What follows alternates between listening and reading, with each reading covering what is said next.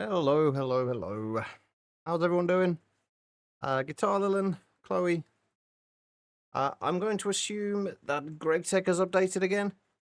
Chloe, I've not been keeping up with the Discord, so I actually have no idea. But I'm going to assume Greg Tech. Anyway, I wasn't actually going to stream today. Because I was the end of the stream yesterday was not the best. I was struggling a little bit because I hadn't made any plans for how I was going to do things past a certain point, and I finished the bits I was intending to do a lot quicker than I thought. And when I don't have a plan, things just go all over the place, and it never ends well.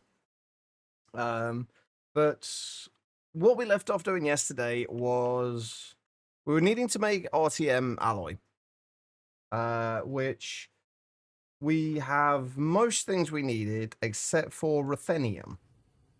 I did get a bunch more of the, before we go any further, I did get a bunch more of the bauxite and ilmenite process. We've still got a whole lot more left. But we do also now have nearly 5,000 rutile dust to turn into titanium, which will slowly be doing its thing, which is fantastic. So we've actually got more, we're going to have more titanium than we do stainless steel. Which is not fantastic, but it'll do. Texture still broken, still 7.0.2 though. I mean, at least they're aware of the issue and they're fixing it, I guess. And I'm guessing it's not a major concern. I am going to want to get. I really need to get. I think one of the things we need to do later on today is try and get stainless steel, passively crafting, like stainless steel dust.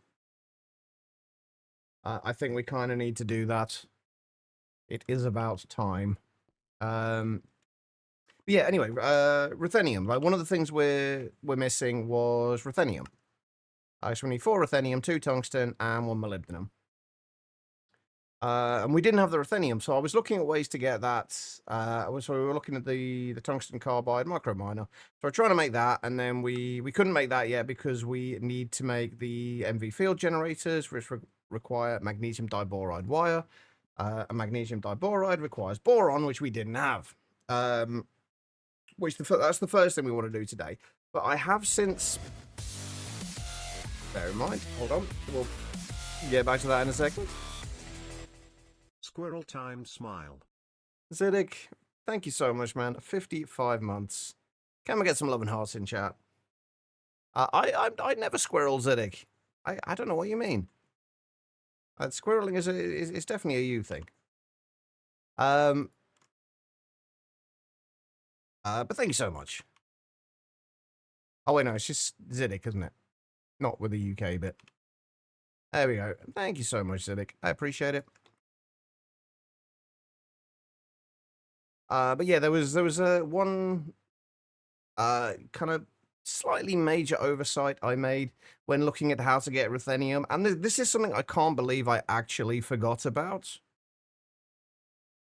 There is another way to get ruthenium, which is quite a large part of a lot of Greg Tech packs, and that's the Platline, the Platinum line, which basically is what we're going to be doing today. It's basically getting Platinum Group Sludge, which is a bunch of purified ores.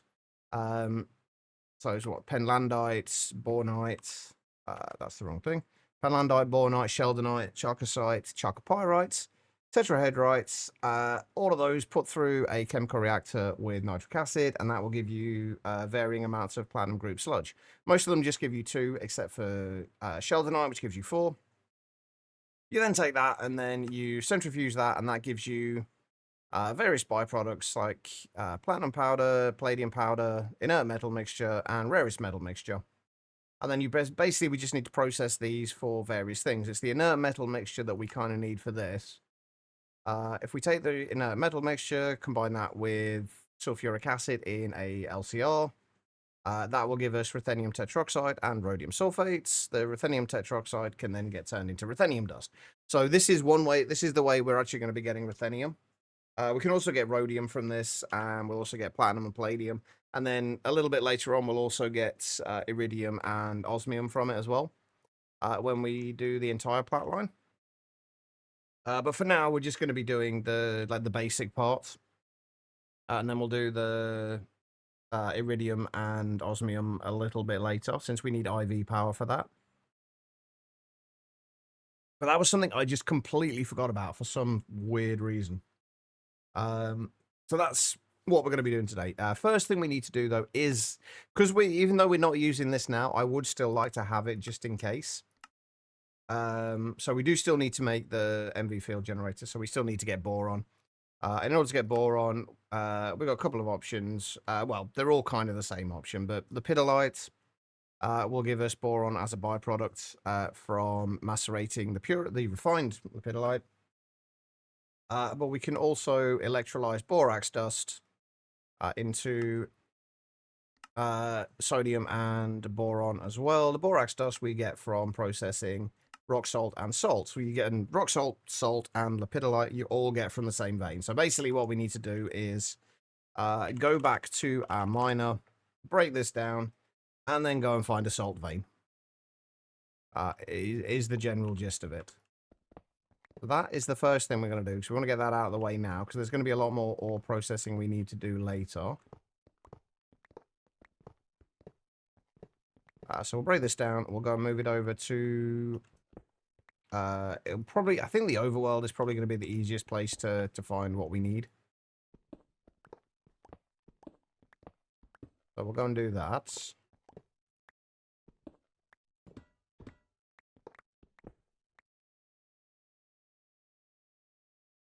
Perfect, right.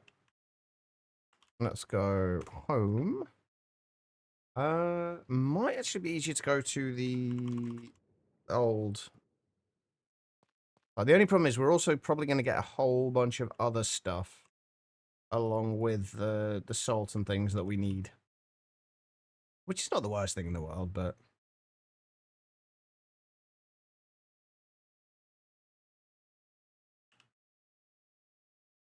I seem to remember salt veins being, like, relatively common.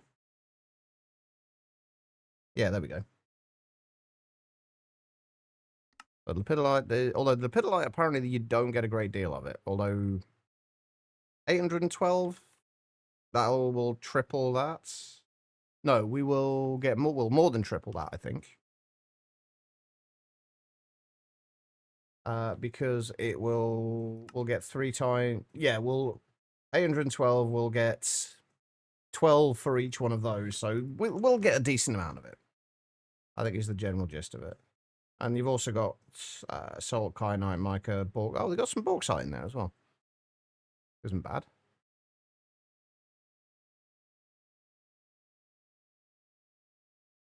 We just need to find the right spot, which is there. Oh, there's also...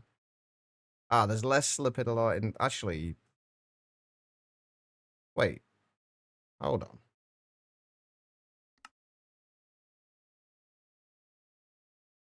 What does that seem like there's... That's very confusing. It says that chunk, which there's only that tiny little line in, has 360. Whereas that one, where the whole thing's there, I'm assuming it's just, that's like a deeper vein of it. But where's the... I'm sure it said like 800. It definitely said 800 before. I'm positive of it. Have I somehow moved away from... I don't know. It doesn't really matter anyway. It's fine. It should be more than enough for what we need. So we'll build this a little above the ground again.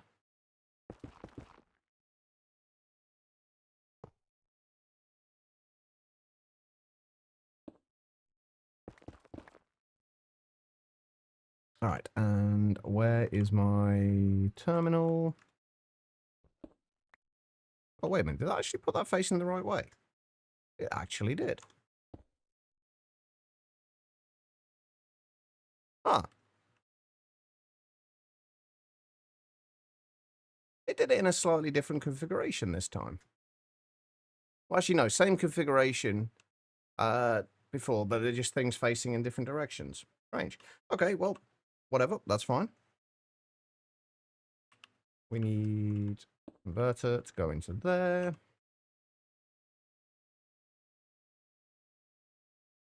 That goes into there. Anyway, how's everybody else? How is everyone's Thursday going? I hope you guys are having a good one.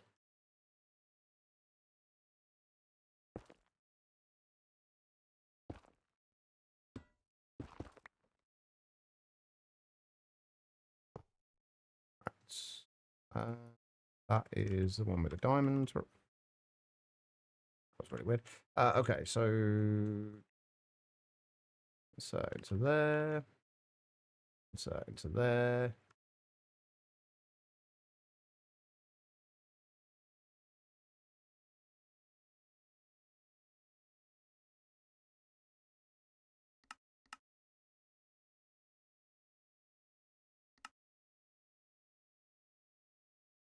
Uh-huh.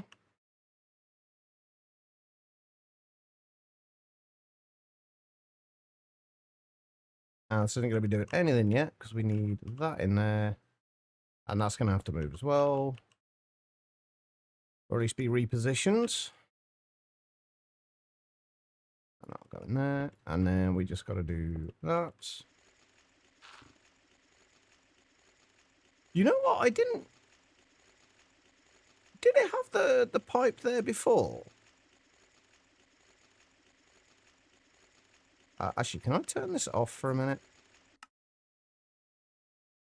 Finish chapter 1 of Keyboard Outpost and weather has gone back E from 1, so headache is gone. At least the headache's gone. It sucks that it's hot again, but at least the headache's gone. Or are you okay with the heat? Right, I just need to make sure we have storage for all of the byproducts we're going to get from this. Like lithium, I know we have. What else can we get out of this? Wait, what else is going to be in this 3x3 chunk area? Because we do have to be a little bit careful about how we do this. Oh, I'm in the wrong chunk. I need to be one chunk over. No. I needed to be in there. Okay, well, I guess we're moving again. Oh, I just realized I don't have my magnet on me, do I? Hold on. 25 Celsius, so you're kind of okay with it? Upper end of the ideal span to you? That's not too bad then.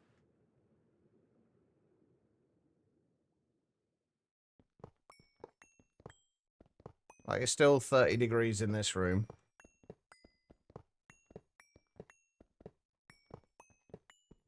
I can't believe I did that in the wrong chunk.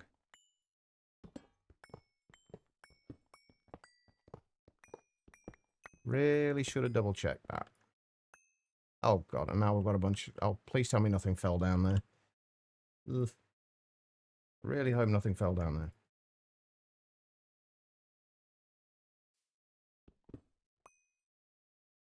Okay, so let me double check this now. Is this the right chunk? Because we want to be in the middle of this, because it'll do work in a 3x3 area.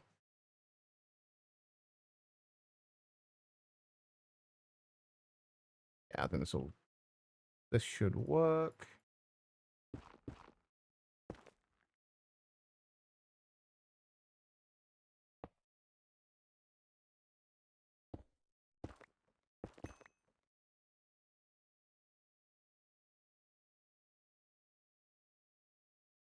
Okay.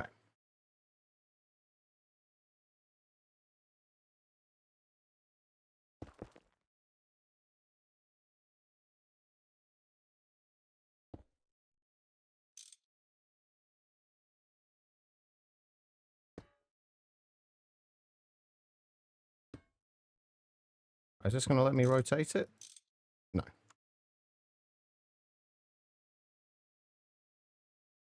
Again, I'm so confused about this.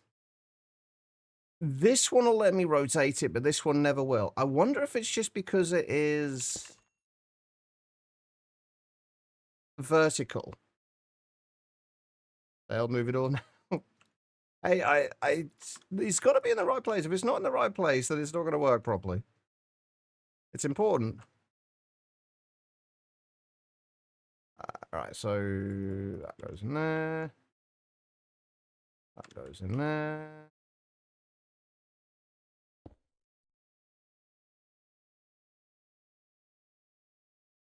That goes in there. Although before we do anything here, we want to make sure that we do have space and somewhere to store all of the byproducts we're going to get from this. Because the raw ores we're fine with, but the byproducts not so much. So what do we actually have in these 3 chunks that we need to process?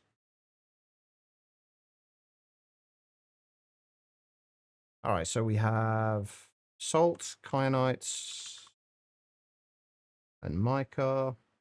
It's going to be all, it's going to be that and that. So salt, we're going to get rock salt as a byproduct. With the raw rock salt, we're going to get salt as a byproduct. We don't actually need to keep most of this stuff. So most of it, we're only going to put in like a 1K storage drive. But that's fine. So we need to storage for those 2. And then kyanite and mica.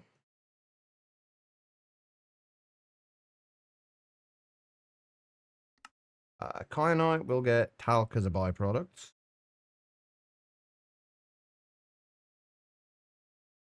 Mica, we will get potassium as a byproduct. I think I might already have potassium in there. Bauxite, I know we definitely have everything for. Lepidolite, I think we got lithium. There's polysite and spodumene. So polysite, we will get cesium.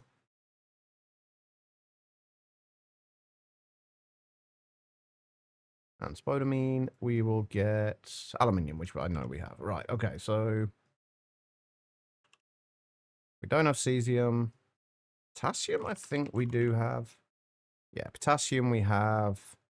I'm pretty sure we don't have talc. So we should need 4,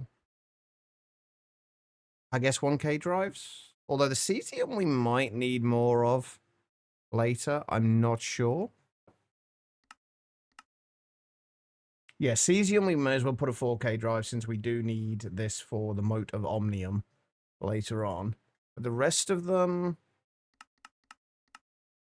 we can just do 1K drives. So 3 1Ks, 1 4K. Wait, no, 2 4Ks because we need one for the boron as well. We're going to need to have that later. So it was 3 1Ks. And 2 4Ks.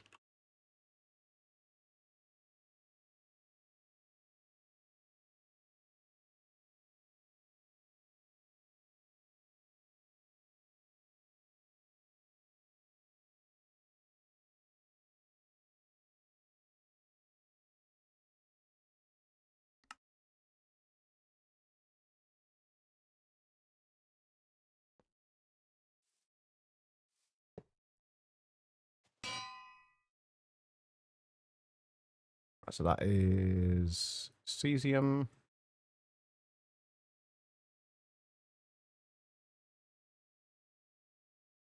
Did I spell that right? Yes. Okay, cesium dust. And then the other one is boron.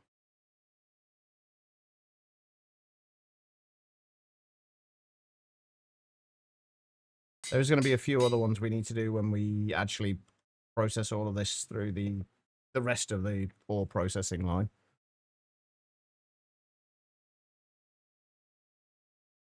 For right now, it should be fine. So rock salt, salt, and talc.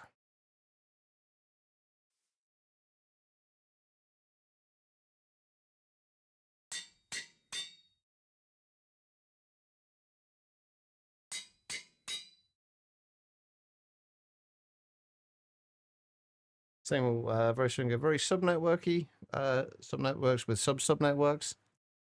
Hey, there's nothing wrong with lots of nested sub-networks. As my usual response to any of these things is, if it works, then does it really matter how complicated it is? Right, so we should just be able to let this go now.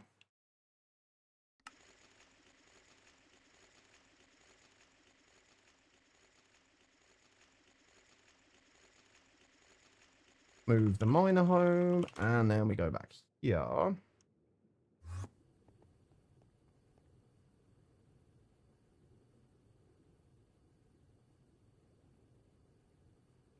Oh, shit, you know what? Oh, God, you know what I didn't do? Can I go back further? Oh, no.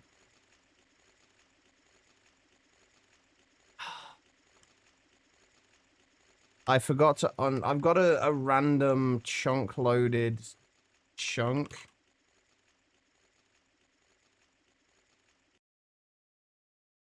In the end. And I now don't know where. Oh, okay, never mind. It's over there. Right. I've got to. I always forget to do this. I forget to remove the chunk loading.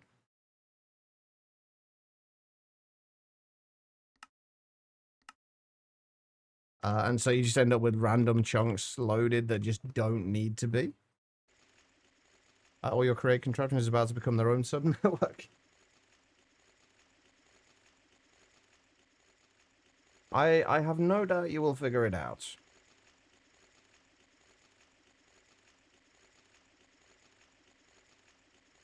Okay, right, so let's go back and start this lot processing. Or at least some of it processing.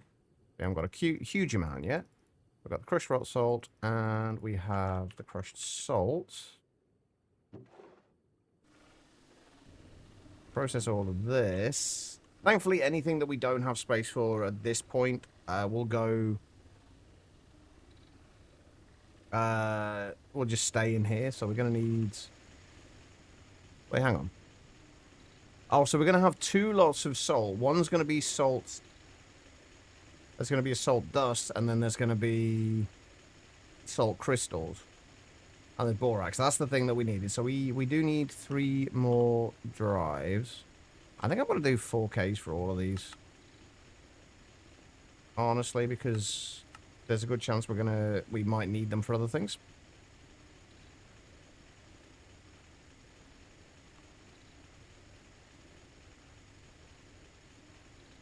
Speaking of sub-networks, we're going to have to set our Platline up on a sub-network, I think.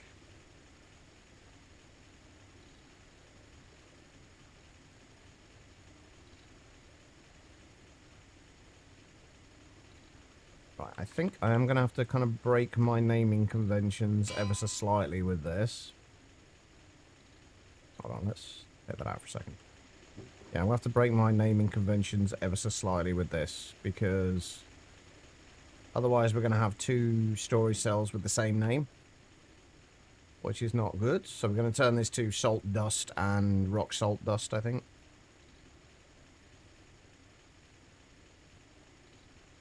And then we've got borax dust. Alright, so... Normally I name the storage cells after the item they're being partitioned for.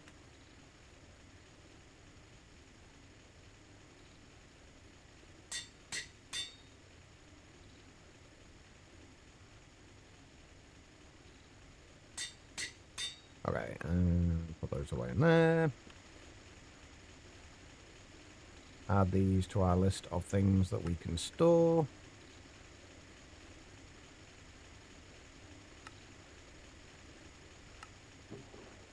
And there we go.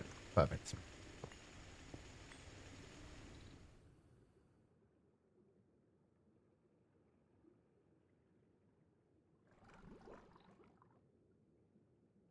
Now, that's going to take a little while to process, and I'm going to have to go back in there in a little while. Actually, we'll go back now. Do we have any lepidolite in there? Not a great deal, but we've got a little bit. Because that's the stuff that we really need to process. Unfortunately, most of what we're getting is rock salt and salt.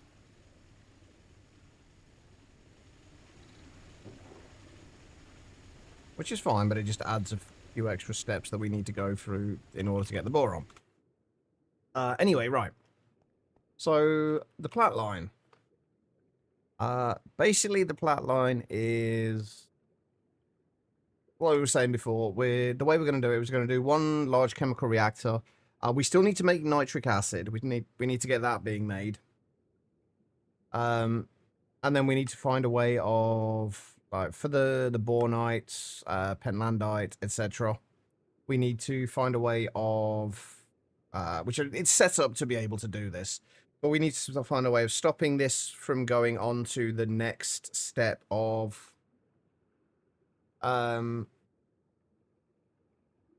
the next step of processing, and we need to put it back into the storage instead, and then that will get sent out to where the Platline is. Is everything in the Xbox game catalog available? Not everything, no. There's quite a few things, but not everything is available. I think you should be able to, if you've got the Xbox app, you should be able to look at all the games that are available without signing up. So you can see if you think it's going to be worthwhile for you. Quiet, how you doing? So yeah, what we're going to have to do is we're going to need we're going to need to set nitric acid up to be created, which we can do with nitrogen, hydrogen, and oxygen, all of which we have plenty of at the moment. Hold on, let me load it up for a second. There should be, yeah, there should, I was gonna say, in the Game Pass section, at the top, there is a, oh, why does it have to load up Battle.net every time? There is a all PC games, button which tells you what is available, which actually, there's a couple of things that have been added, which I wouldn't mind looking at later. Anyway, let me close that down. I think we need the Game Pass and thingy loaded. If you're right now, got yourself all emotional before you left the house, and now you're sat in the pharmacy. Oh, that's not good, Quiet. If you're feeling like that, my suggestion lunch-wise would be get whatever you feel like, regardless of anything else. Just get whatever you think is gonna cheer you up at all. That would be my suggestion.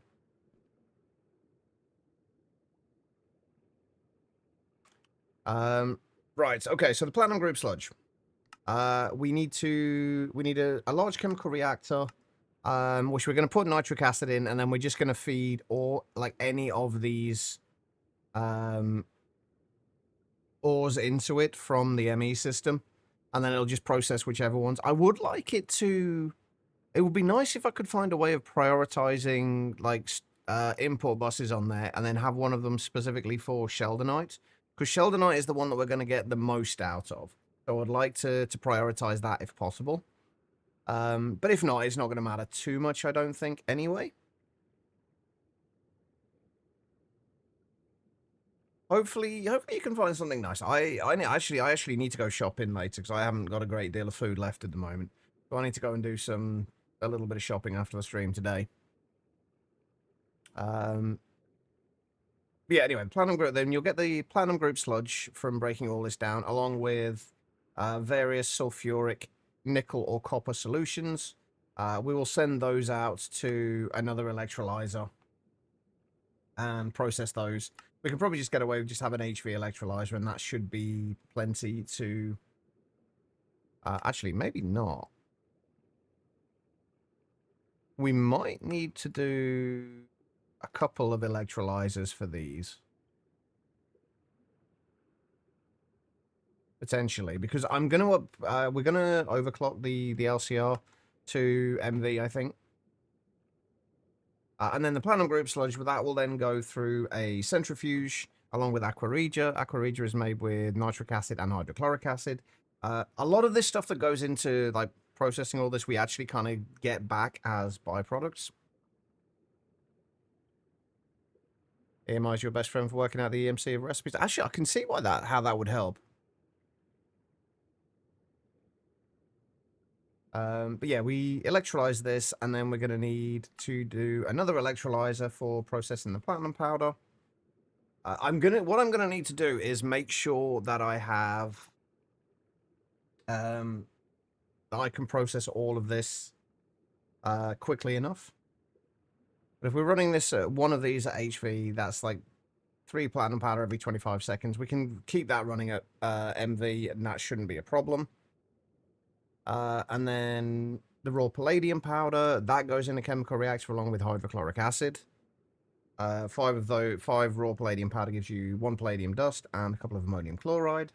The ammonium chloride we can then electrolyze and get back ammonia and hydrochloric acid from that, and then so we can reuse that. Which, yeah, we end up getting ammonia back from that, don't we?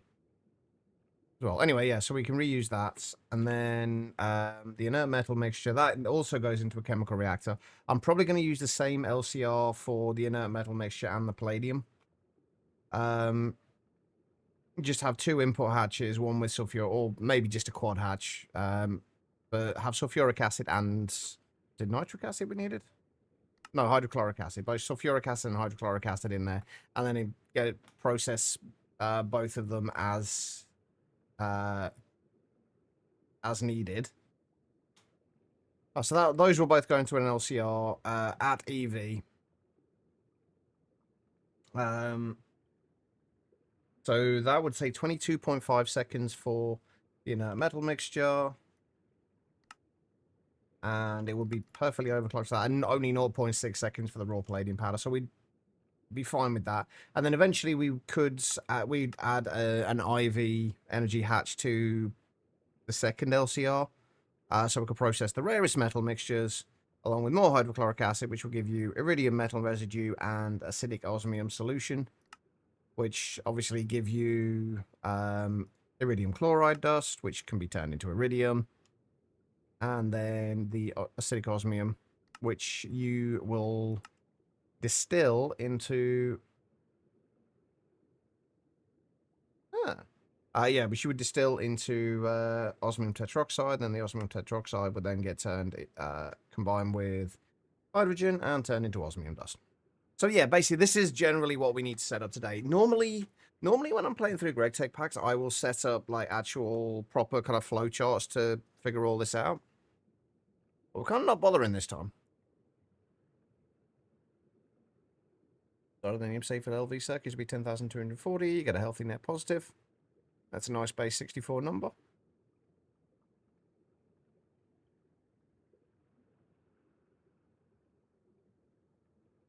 There's a gang from your wish list. A bit tempted to use the Twitch gift sub offer, but not made your mind up yet. Wait, what's the Twitch gift sub offer? Oh, right. That's Deadman mentioned that yesterday. I didn't even know there was anything for that until Deadman had mentioned it.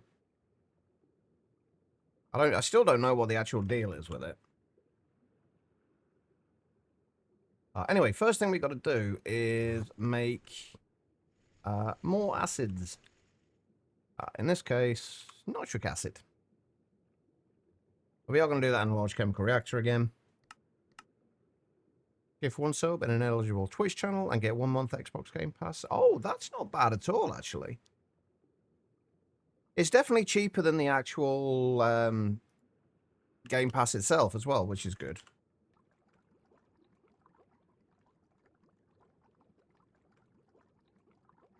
Alright, so we need PTFE casing and a coil block. Thankfully, we already have. Why do I have 16 cupronickel coils? What did I switch out coil-wise? I don't remember. Yeah, exactly. It's like you say, it is a win-win. Oxygen and ammonia will give you 1 bucket of nitric acid. We haven't got nitrogen dioxide at the moment, so we're probably just going to go with the oxygen nitrogen, hydrogen, and oxygen option for this, which does mean that we're also going to need a storage cell for nitric acid. Do we use this for much outside of the Platline? We need it for Aqua Regia, which is part of the Platline.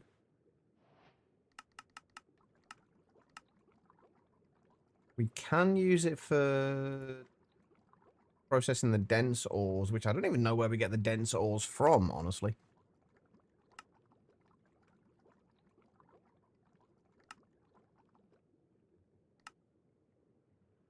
Oh, and I do know that we need the nitro. I'm pretty sure we need the nitration mixture elsewhere. Nitrochlorobenzene is...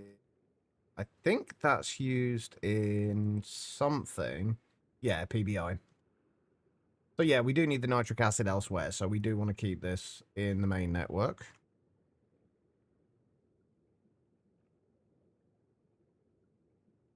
All right.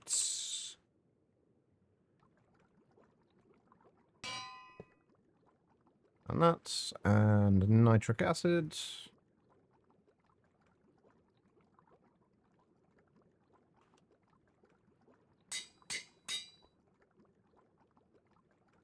I will have to keep an eye on like oxygen, nitrogen, and hydrogen levels just to make sure everything is fine with those.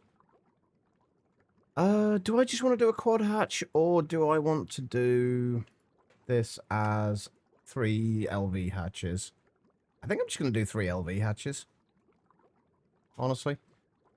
Saves us on PTFE.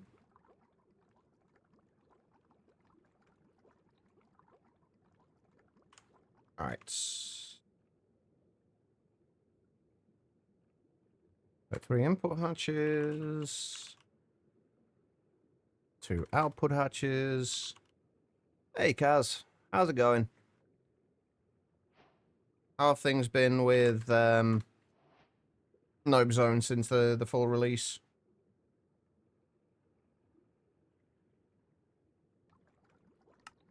Right, maintenance hatches. What else do I need? Energy hatches would be good. We need at least HV.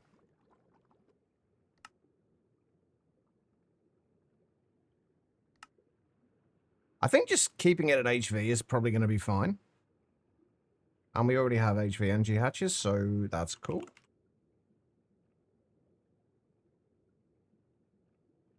And converters.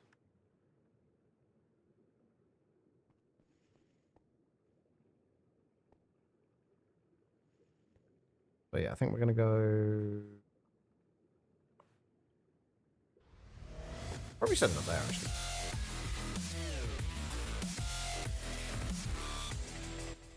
Gitarlilan gifted a tier 1 sub to Disguised Chloe. This is their first gift sub in the channel. Gitarlilan, thank you so much. Gifting a tier 1 sub there to Chloe. Can we get some love and hearts in the chat? And you also get, I'm assuming you get your Game Pass. Finding a few more issues. Nothing too serious, I hope, Kaz. Issue-wise. Guitar, would you like you on the wall, or would you like us to put Chloe on the wall? Totally egoistic gift sub. Hey, I am all good with them. I'm all good with that. Put Chloe there. Chloe, what's your IGN? This is one I definitely don't know.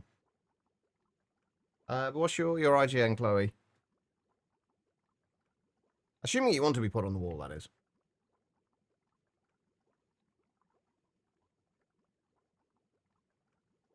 So, same as Twitch, then. Is that you? Is that like a little maid? Is that a maid's outfit? Or is that so my Mrs. Lee? I think that's kind of what it looks like.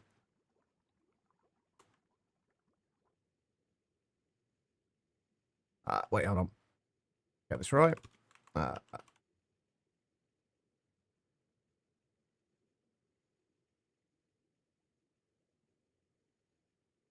I can spell. I promise.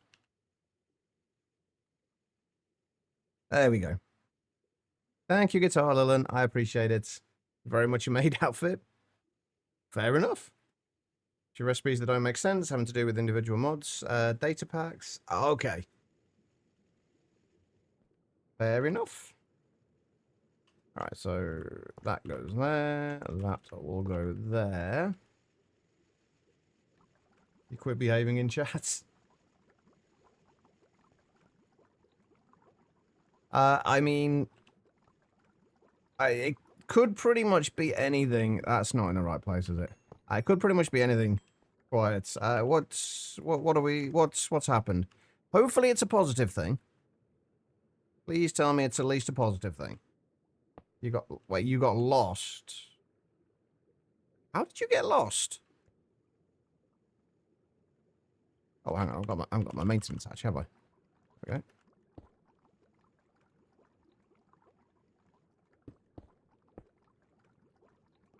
Thing is reforged with several recipes, melting the same items, but with different amounts of output. Okay.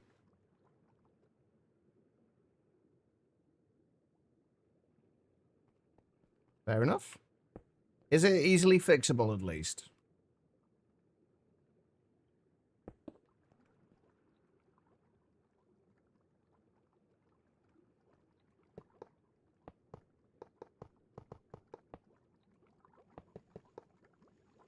There we go. I need to get that, the Omni Breaker. I really need to get the Omni Breaker. But I am almost tempted to just make that now. Am I able to? I do need graphene wire.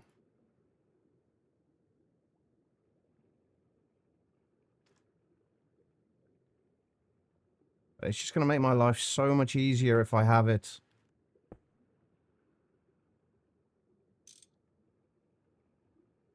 Dang it.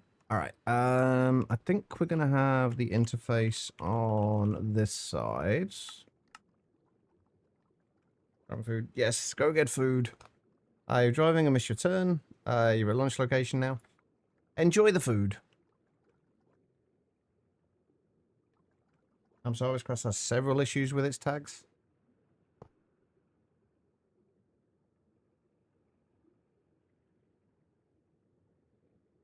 Right, okay, so we need that.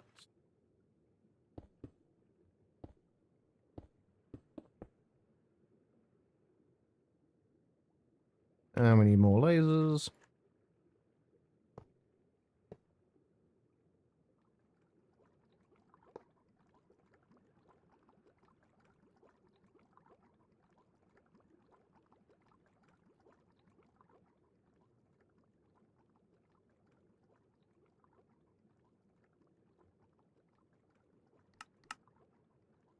There we go. Okay, so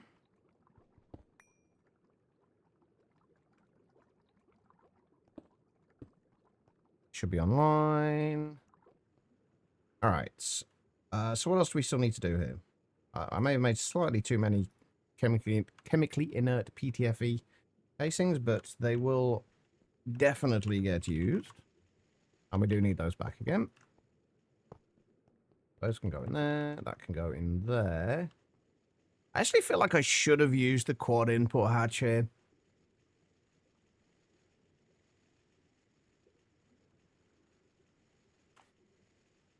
You know what? I'm going to do that.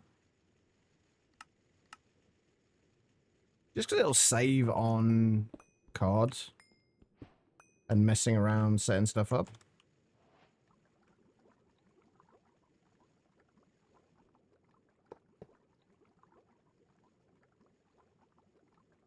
All right, quad input hatch. Also, one thing I realized that we do have access to now that I should probably honestly start using. The ME hatches. I've never actually used these before, but basically they will automatically store fluids and items directly into your ME system.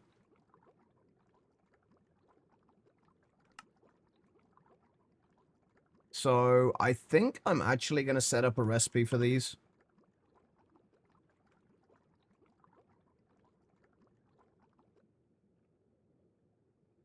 The way Pam's made the tags, so they're all separate files rather than one file. I guess like separation like that is good for readability to a degree, but it just makes editing of them, I imagine it makes editing of them incredibly annoying.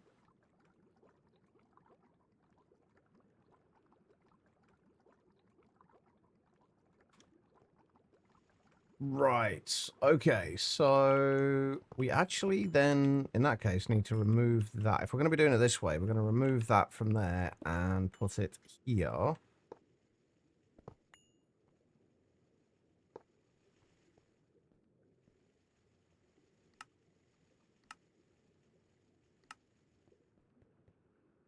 Right, let's make a recipe for the ME hatches.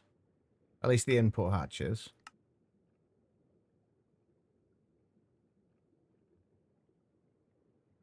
Does the interface... Wait, does it have to be the small? It has to be the multi-part interface, weirdly. Okay. I'm actually going to have to make a recipe for making the multi-part one. Strange, but okay. Like that. We'll go in there. And this goes in... Where is it? No circuit. Okay.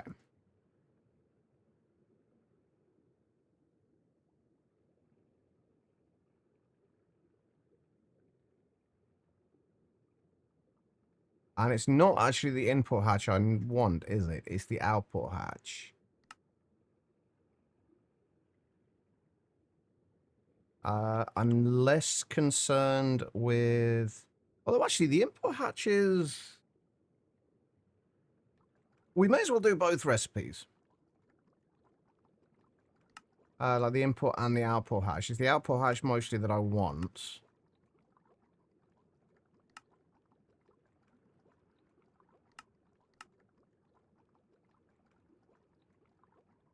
But...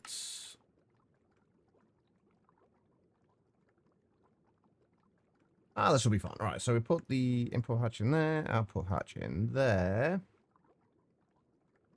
And then this one needs to be in a regular PAM provider.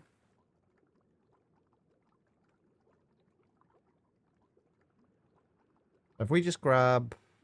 I kind of want to make one of both of these just to see how they work, so I've never used them before. A lot of clicking when separated, yeah? Yeah, I figured as much. Playbro does use tags, doesn't use tags at all on some of his mods, like Extended Crafting and Mystical Agriculture. Fair though, no other mod would probably use his ingots and block names besides the redstone ingot, that is. Even so, you'd think, like, just in case people did, it would be a good idea to do that.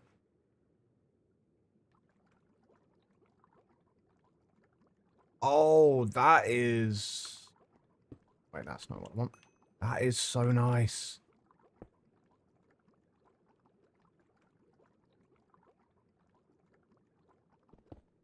Okay, right. So let's see if we can figure out how these work. We might want to switch everything out to these, honestly. Eventually.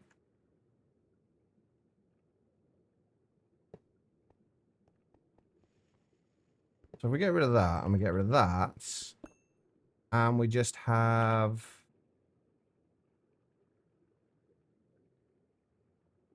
where is it? There's the input hatch. That's there.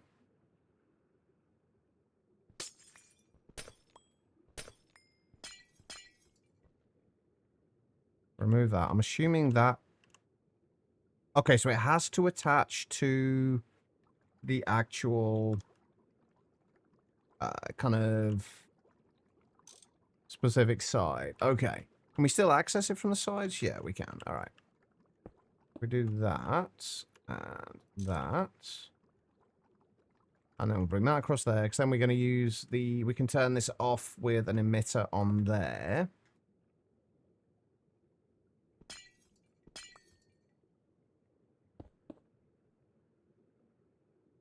It's going to make my life so much easier.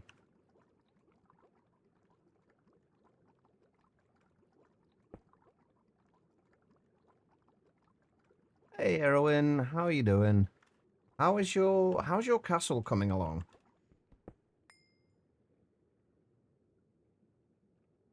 I've seen little bits and pieces of you building it.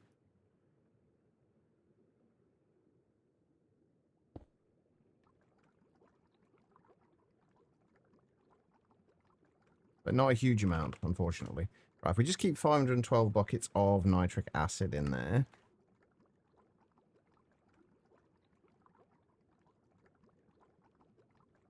I don't know if there's any downside to using this.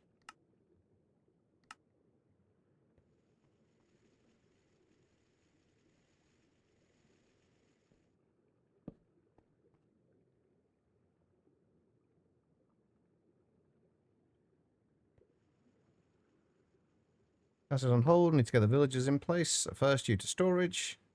Ah, okay.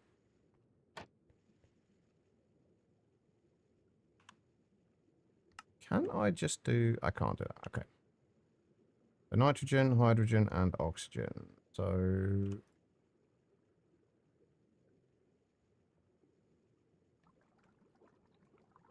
Click to set, select config slot, scroll to change config amount, right click to clear config slot.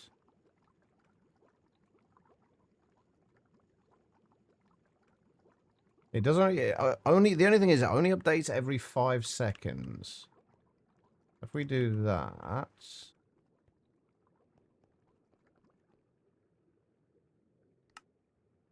we need circuit 24.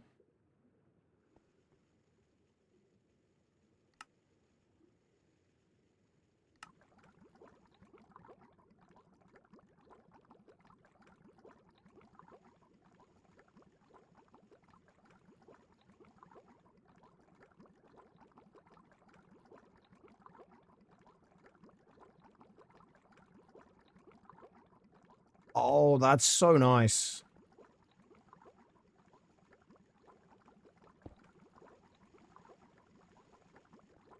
And then this should shut off when it gets a certain amount. So if we just set that to 1 bucket, that will shut off when it gets to over the amount we set in here. Fantastic. Okay, right. That was easy enough. Let's go and check on the ore processing while we're doing this. How's the pack going? It's going all right. I've got slightly more of a plan today than I had yesterday, so it's going a little better. So far, at least. Right, let's put those into there. How are we doing for borax dust now? 823. I almost forgot about Immersive Engineering's data pack. That models the entire JSON for its data in 1 line for each recipe, so it's... Oh, God. Yeah, that sounds fun to deal with.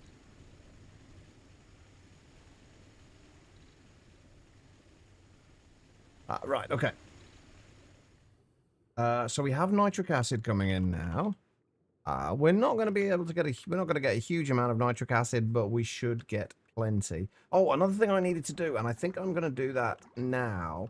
I need to upgrade this, and this to HV. Because right now they are currently running at MV, and we are backing up quite significantly on oil, so... and thankfully, we do have 3 HV energy converters and HV energy hatches, so should at least be nice and easy to switch out. Oh god, if I don't fall over. Right, so let's turn that off for a moment. That, remove that. Energy converter. Energy hatch. Turn that back on. Right, there we go. At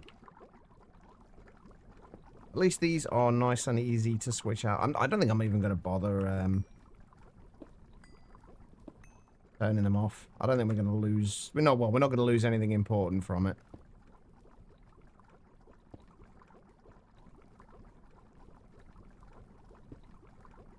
that going to go now? That is working. Beautiful.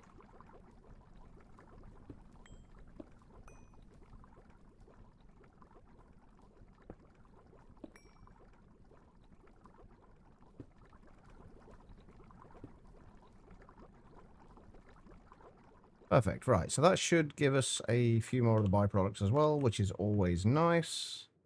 Anyway, right. We've got nitric acid, which was the main thing we needed to get started with the Platline. We should. No, we'll figure this out. Like, we'll set up the whole Platline first, and then we'll make sure it works. We won't do it in kind of bits and pieces. So right, we need one more large chemical reactor for this stage. To make the plant. Actually, we also need to set up a subnetwork as well, don't we? I keep forgetting about that. I think we are going to set this up in the passive processing area.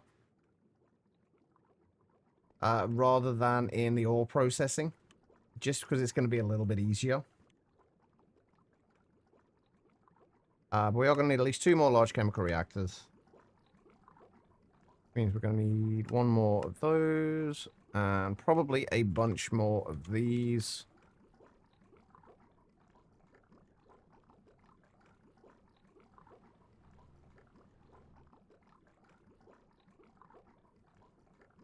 But since we're going to be doing this on a subnetwork, we might have to rethink about how we do certain things in this. And how exactly we're going to set it up. Because I would like to have some, again, like we've done with the ore processing, or the ores, the raw ores and the crushed ores. Having a subnetwork for those. I'd like to have a subnetwork for all of the kind of interim products of the Platline. So we want at least 1 extended drive here. We might need more than 1.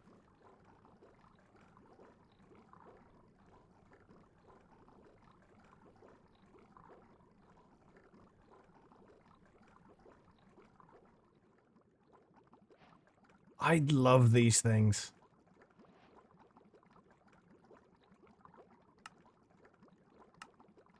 I never knew these things were a thing. The ME hatches were a thing.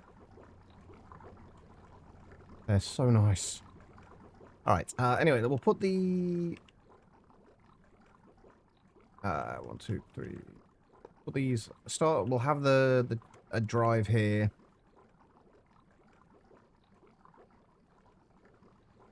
We're going to need another terminal. Doesn't need to be a crafting terminal.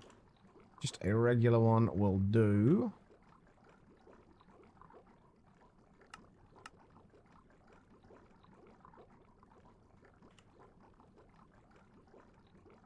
Make some more covered cables while we're at it. Okay, so... Oh. How are we going to set this up?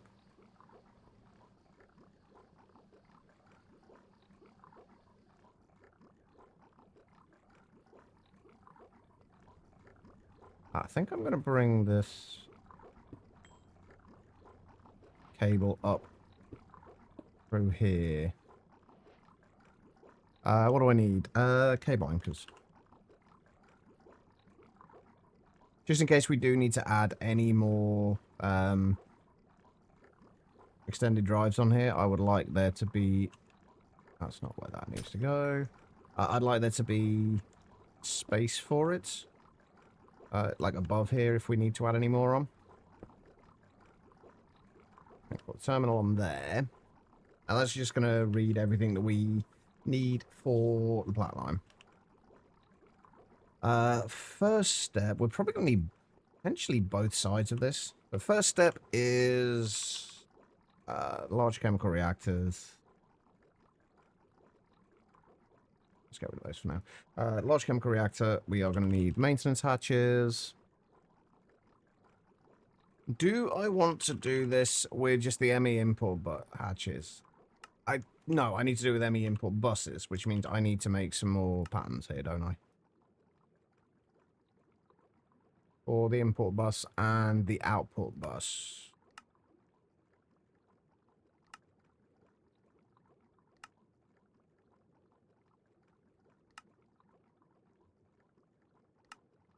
We need that. And we need that. And we need that. Hey, Banana. How's it going?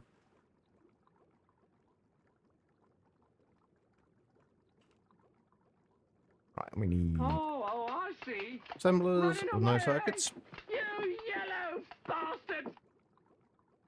Larvae, I appreciate the lag. Thank you, man. I hope you're doing okay. Right, so input buses. Yeah, we need the input bus and an input hatch.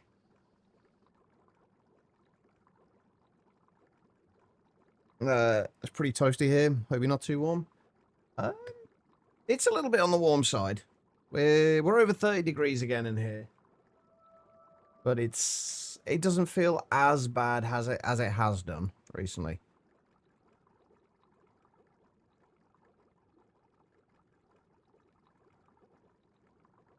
Hopefully it will not get any worse.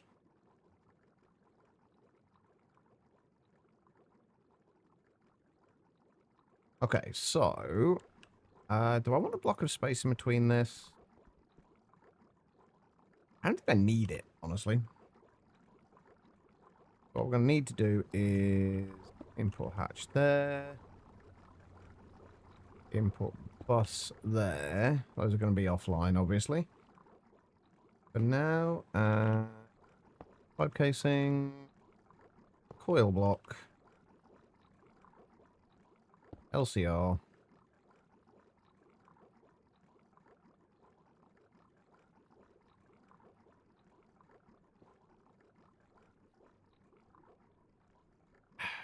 Do I need... How do I want to do this? I think I'm going to, we're going to input directly into the Platinum Group sludge directly into the ME system. But I think we're going to have the chemical reactors set up and process these straight away. Although we're going to need to do...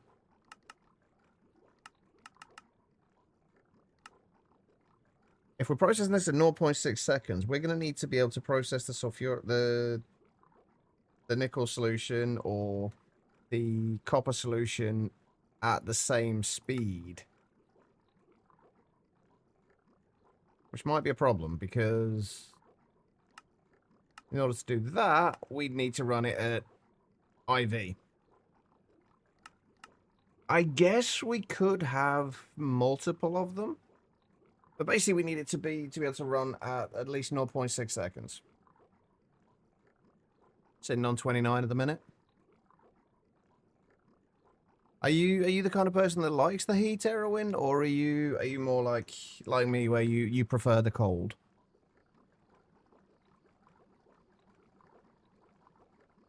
Found out if you melt lapis ore in the foundry, there's a byproduct of molten diamonds. Oh, okay.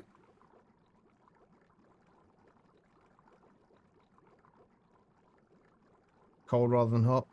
Yeah, that's definitely where I sit as well. I much prefer cold weather.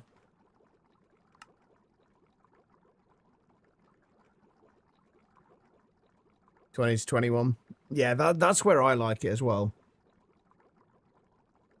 Or maybe a little bit hotter if there's a breeze and I'm outside. But yeah, 20 to 21 is perfect. Right. How do we want to go about this? I guess we could do 3 HV electrolyzers.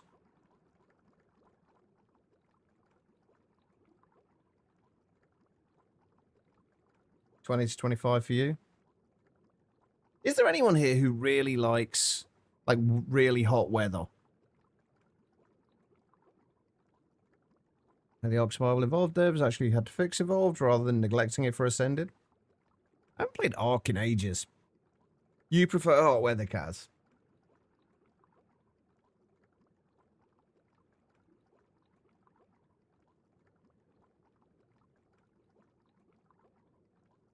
You'd rather be hot than cold. See, that's something I'll never understand. Like, I always find it so much easier to to warm up than it is to cool down. I'm just generally bad at regulating my temperature, though. I think I am going to have,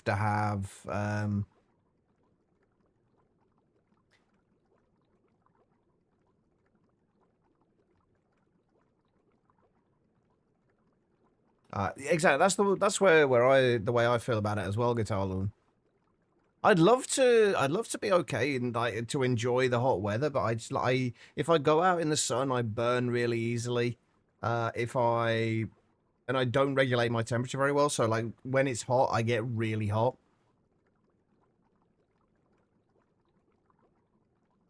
Want to know how we are with heats? You got to know one from South Africa a few weeks ago, and in a minute, day temperature is 90 plus, and he's freezing his ass off and got 2 sweaters on.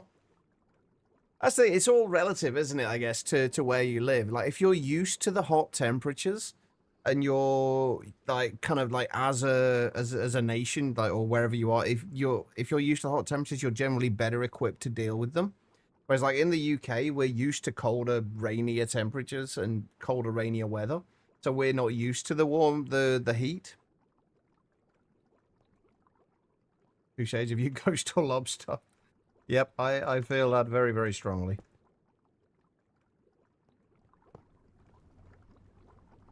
Right, okay. I've got to figure this out. Right, I'm getting sidetracked. I blame you guys for this. Right, what we're trying to figure out at the minute is how we are going to deal with the various sulfuric solutions. We don't actually need these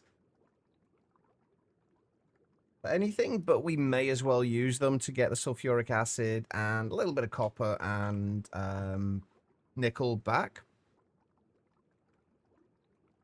But we need to make sure we can run these fast enough. Because we're perfectly overclocking this to MV. So it's going to be... We're going to be running this every 0.6 seconds. So we need to be able to deal with one of these every 0.6 seconds. And at HV, it takes 2.1 seconds to process one bucket. So we need like 4 HV electrolyzers to process all that. Which I guess isn't the worst thing in the world.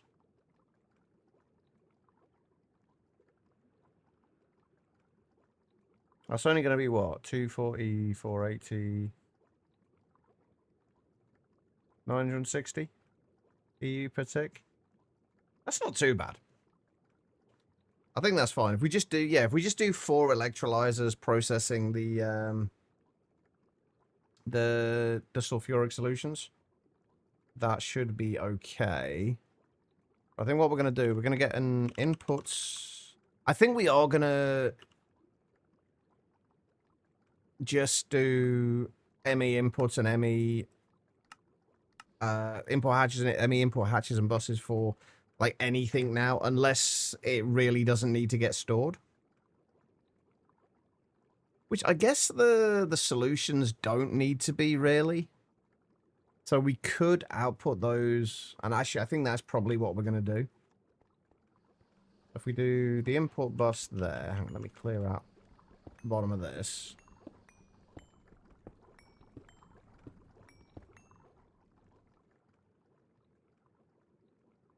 We need the MV energy hatch and the MV converter.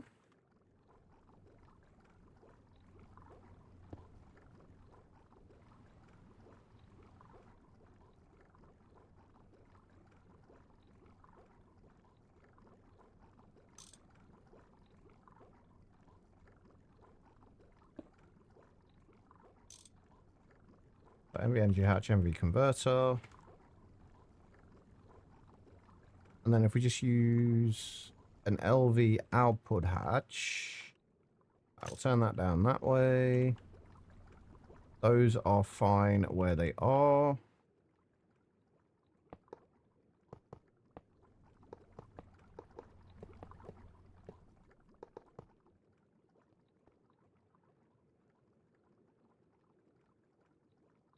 Yes, they do. I'm pretty sure, anyway. Do I have any? I don't even know if I have any exporters. Oh, hang on, yeah, I do. I have one. Actually, I want to make sure this is working still. Yeah, that's working still. Oh! No, they don't.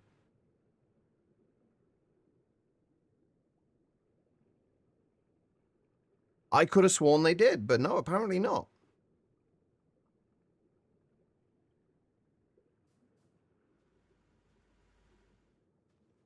I honestly could have sworn they did.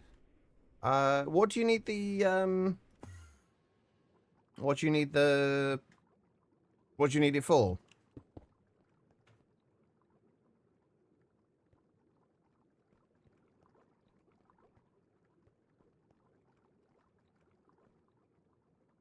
Right, we're gonna need lasers.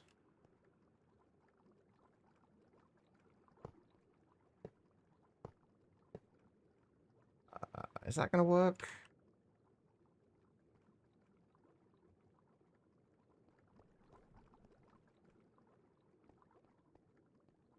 Yeah, that'll probably work.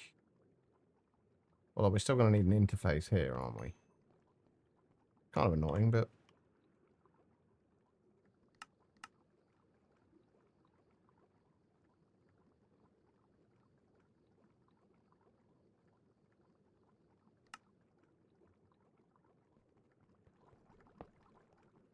we're definitely going to need interfaces in quite a few places, aren't we? Wait, did I say... Is it electrolyzers we need it for this? It is, isn't it? Yeah. For both the sort of the nickel and copper solutions, right? Yeah, okay. So we need 4 HV electrolyzers. Back to the driving pod. Have your pillars. You want to export the upper resources one step outwards if you have enough of it for them to sustain themselves.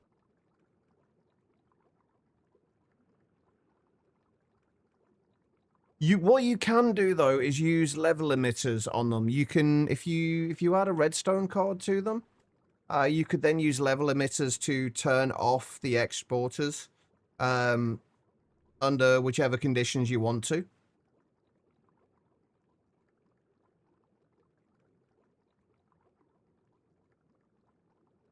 Welcome back, Quiet. How was the food?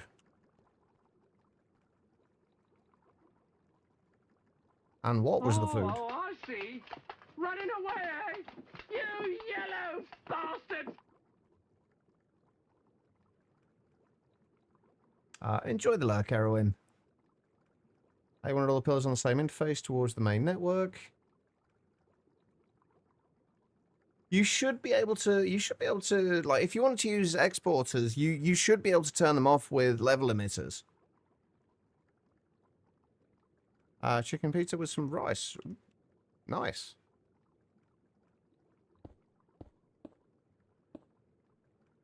Why is it whenever I'm in the middle of my stream, like, it never does this at any other time, but every time in the middle of my stream, I get the pop-up for, oh, your stream deck has an update available. Only when I'm streaming. Alright, we need a vibrant alloy wire.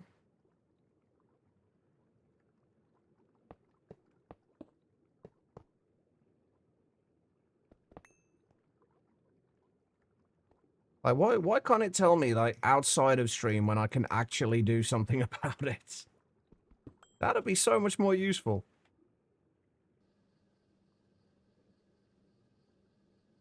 Right, 4 amp HV converter.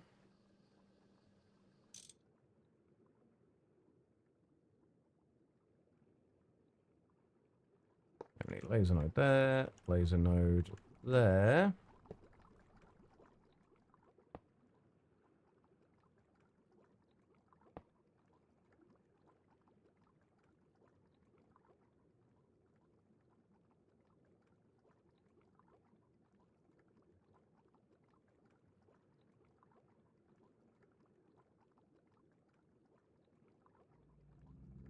I think we disconnect those.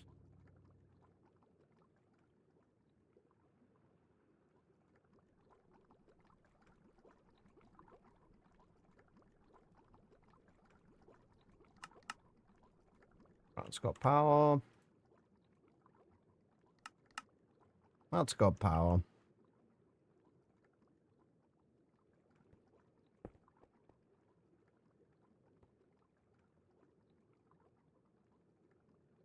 Got network can be just a bus not doing anything.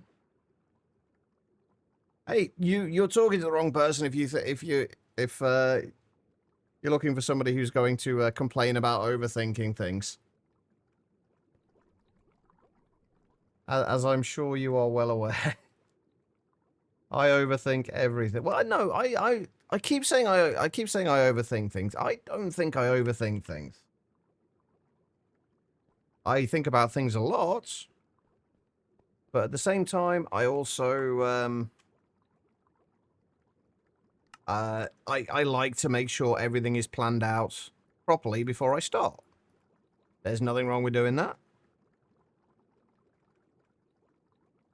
It's definitely preferable to underthinking.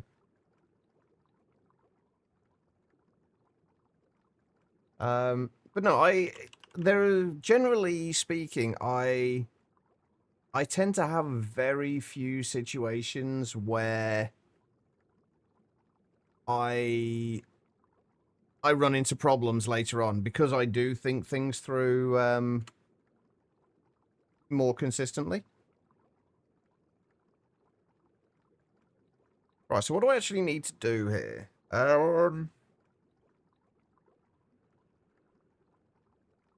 What do I actually need to do here?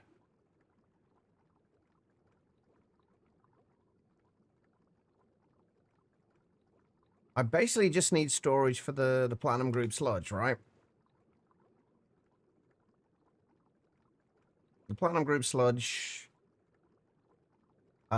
That's basically what we need the storage for at the moment. And should be all we need the storage for at the moment. Oh god, I've lost my things. Where did I put them down? Oh hell. I've lost stuff again. Is it over here? It's not over here.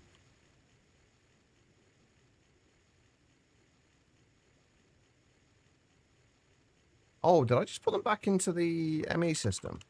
Oh, I did. Okay, that's fine. Never mind. Crisis averted. Right, so we need that and that.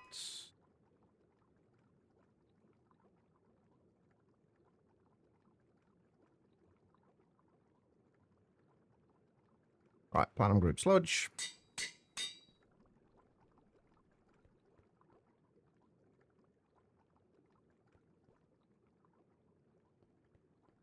Okay. So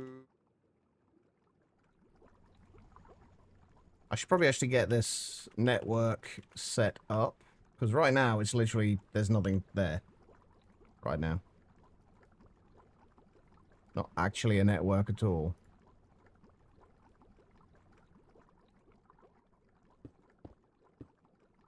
That will go over there.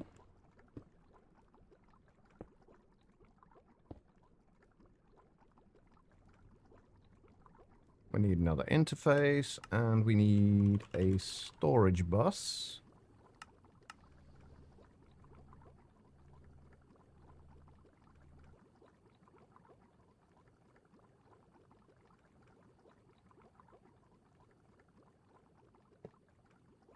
Get rid of that for now.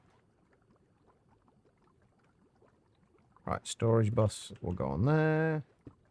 Right, what do we actually need to see in here at the moment? Nitric acid needs to be visible. We're also going to need hydrochloric and sulfuric acid. Basically, we need all of the acids. These all need to be visible.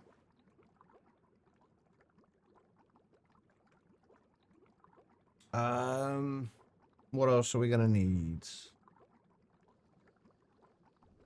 I think we basically just need to make sure we have all of these visible as well.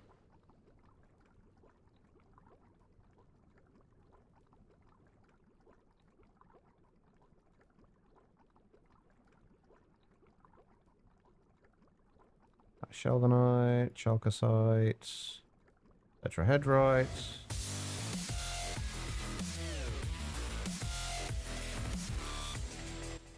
3 years already, D. Thank you so much, man. 3 whole years. Holy shit. How have you put up with me for that long? But thank you so much, man. I appreciate it. Your IGN's the same as Twitch, right? If I remember correctly.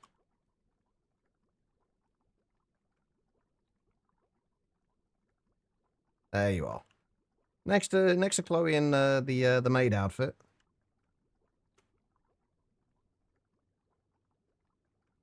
There we go. Thank you so much, man. I greatly, greatly appreciate it. How have you been? What have you been up to lately? Anyway, what have you been playing?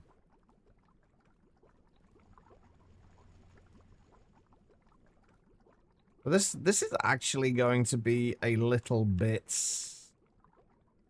tricky to do because there's a lot of things that are going to need to get sent back into the ME system that we don't need to store in here. So we're actually gonna need a lot of space in the storage bus. We're definitely gonna need more than 18 slots. So if I make a few more capacity cards, play games are all over the place at the minute. How many capacity cards can we get in there? Up to 5. Okay, right. That's fine. Okay, so if we just put a bunch of capacity cards in there. Right. So as we're processing this, we're going to get the various solutions. So we also need to be able to send sulfuric acid, oxygen, and copper and nickel dust back as well. So that all needs to be stored in the ME system. Do I have nickel dust in here? Yes. Do I have copper dust? I do not have copper dust in there. Okay. We need to store yourself copper dust. Biggest problem with Cuboid Outpost 120 is there is literally 0 of the nifty expansion mods for AE2. Yeah, they definitely make life a lot easier when you have them. Like, they're generally not necessary per se, but they make life so much easier.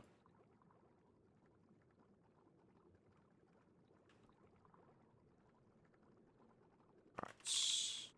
Copper dust.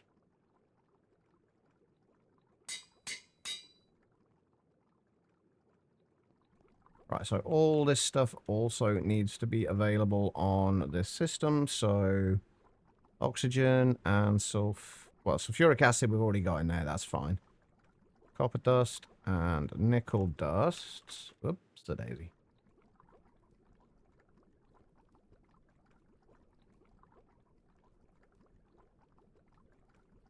Is there no other methods for making the Fluix crystals?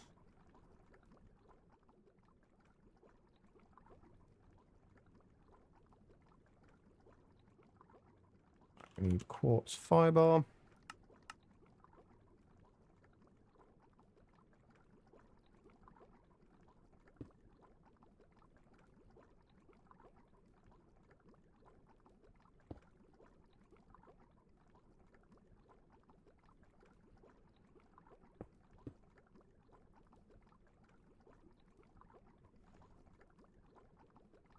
There we go. Right, stuff is available now.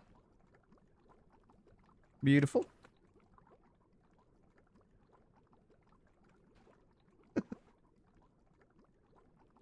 She really knows how to manipulate you, doesn't she, Quiet?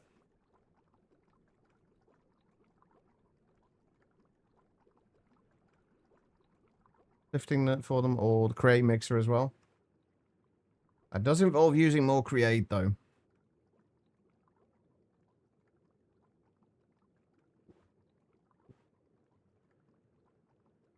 Okay. So...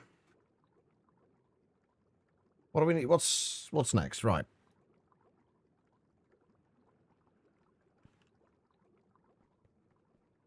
Does anybody else do things the way I am here? Where basically you pretty much plan through, before you even put anything, think about putting anything through the system, you essentially just plan out everything that's going to happen in it? Anybody else do that? Or is that just me? Alright, and how do we want to do this? We want to round robin it. I think we want to set this up so we only ever have like one bucket in each of these. So it will always be able to process it all, hopefully.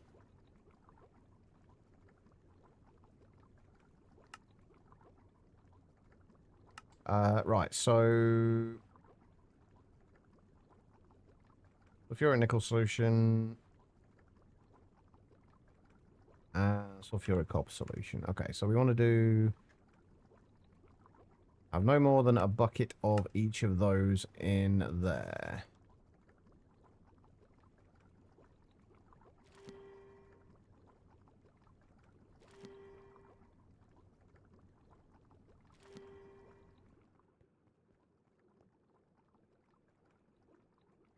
Opening for the nifty box from whatever expansion mod for AE2.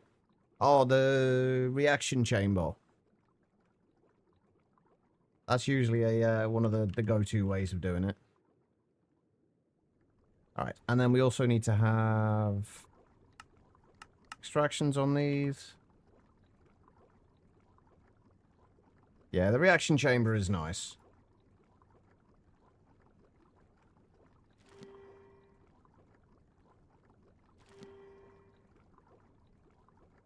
Alright, there we go. And then that will insert into there. Okay. Is that online now? That is online, okay. And these should be online as well. The only reason I remember the name of it is because I've used it relatively recently. Okay, so that is that bit done. I am actually probably going to need quite a bit of space for this, aren't I? We are going to need, after this, we are going to need to do a single... we're going to do this as a single... do we want HV or EV for this?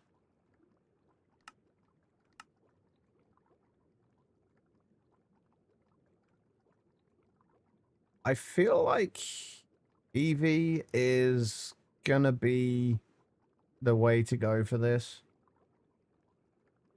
It's a lot of power, but I think it's worthwhile. Oh, we also still need to make the Aqua Regia as well, don't we? Fuck. That's easy enough, though. That does not take long to make. We can probably run that as in an HV mixer and then just underclock it. And we should be able to get plenty, because we're only going to need one bucket every 25 or 12.5 seconds.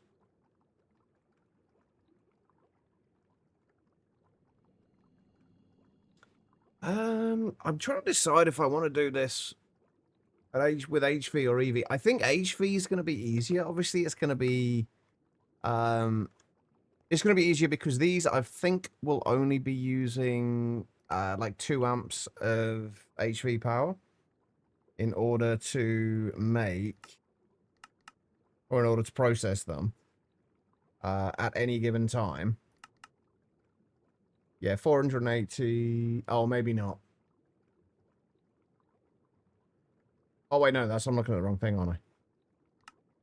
Yeah, 240. Yeah, so yeah, we will just do it at HV. It's going to mean that we're going to back up on a lot of things. But we can always turn this off when we have too much the Platinum Group sludge stored up. And then just it'll turn off and just let it work through it. So yeah, if we do this, if we get an HV centrifuge, we can always upgrade it later if we need to. We just get an HV centrifuge. That can be used to process the Platinum Group sludge. Then all of the output from that we will just send back into the ME system. We'll do that. Grab another laser. We can attach this to here. And then we'll need to, I think we're going to put just make the Aqua Regia at the top of, on the top of here. Which we needed a mixer for, which we actually already have HV mixers. Which are there.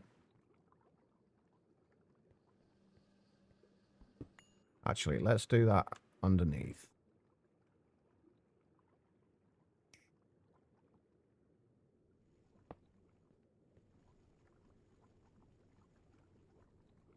Right, so we've got the mixer. That can make the Aqua Regia. There's no other outputs from that, so we just need to put nitric acid and hydrochloric acid into there, which we can output to this.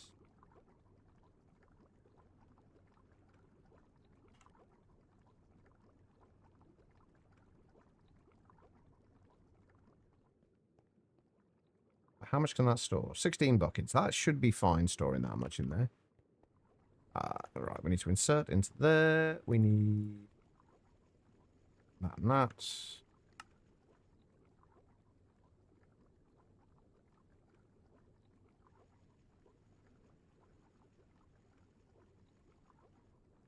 And we'll just keep one bucket of each of those in there at any given time.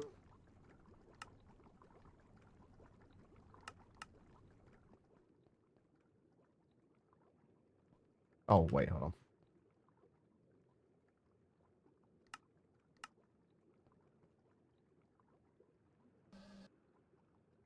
And there we go. And then we'll just push that into here. That'll give us the Aqua Regia. And that should be able to more than keep up with whatever we need to do. So we'll have 64 buckets stored in there and then just another 16 in there. And that will be fine. I think we want to...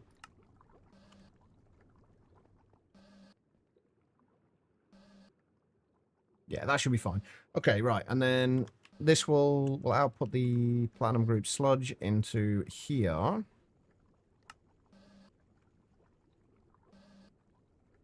Which we have there. Right, we'll output the Platinum Group sludge. We don't need to limit the amount in there or anything, because it's not going to be going anywhere else.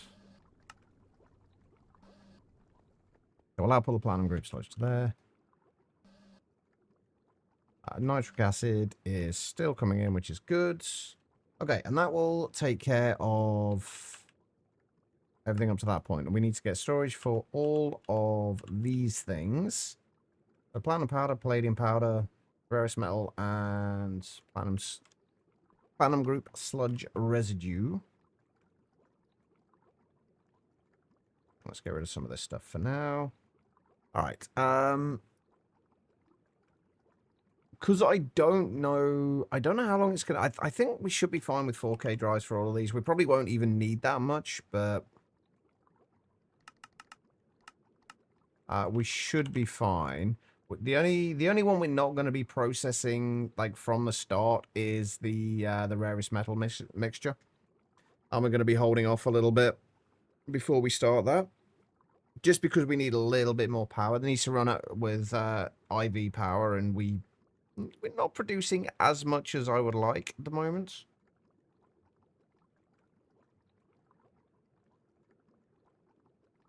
Come on. There we go. All right. So we have raw platinum powder.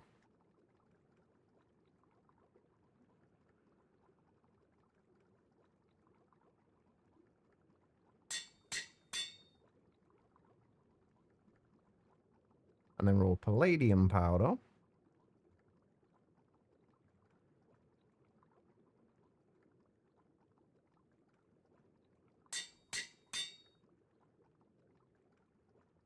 Inert metal mixture.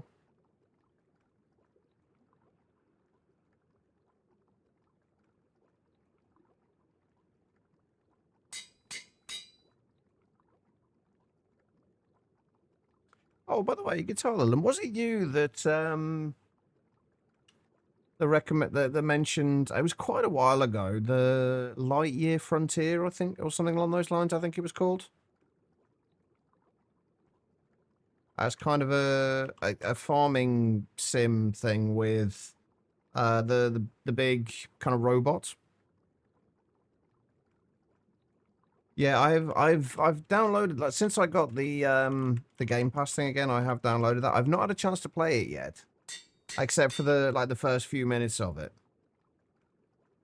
Is it still something you would recommend?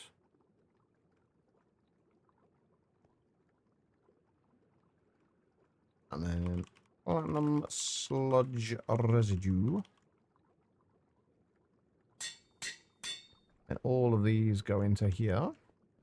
Hey, Pixicon, is that a golden capper?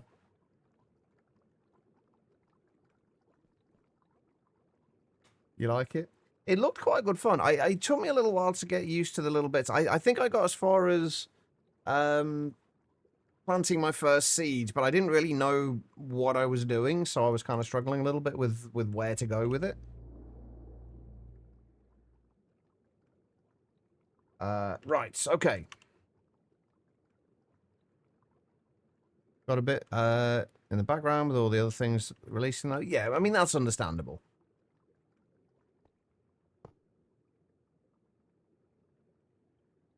Alright. That'll go in there. That will go there. Right, so this LCR is for processing the raw palladium and inert metal mixture, and eventually it'll be the rarest metal mixture as well. But the raw palladium powder,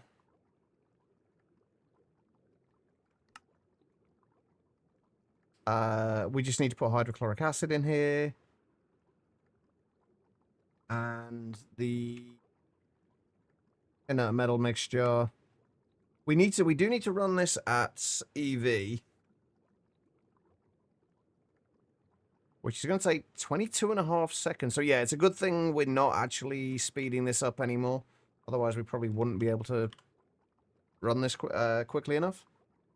Anyway, right, we need an EV energy hatch, and we need an EV converter, not a 4-amp one. Are we going to sit your ass down for a good while now? That sounds like a good plan.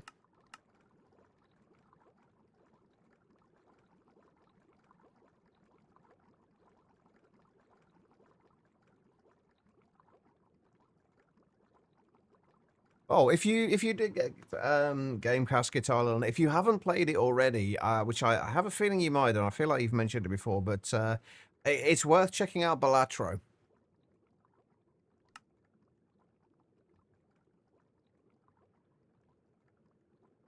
Are you actually working? You should be. It's just the MPIC chip's taking a little while.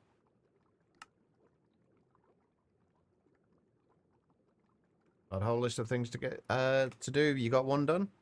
Honestly, I would count that as a win. The fact that you got anything done at all is always a positive thing. But don't beat yourself up about it. Okay, so what are we actually going to need to output to this thing? We are going to need the ME input, input bus and inputs hatch. Because we're going to need to input hydrochloric acid in there and sulfuric acid.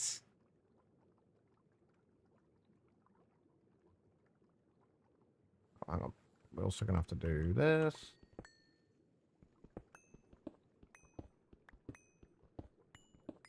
The more I look at those, like the magenta neon things down there, the more I want to get more of them into this build. How am I? I'm not too bad. I'm starting to get a little bit of a headache, annoyingly, but otherwise, I'm doing all right.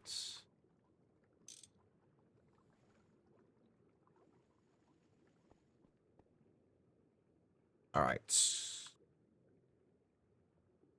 And what are we actually going to be outputting from this, as well as the next question? Because we're going to have to... things are going to have to be stored in various places here.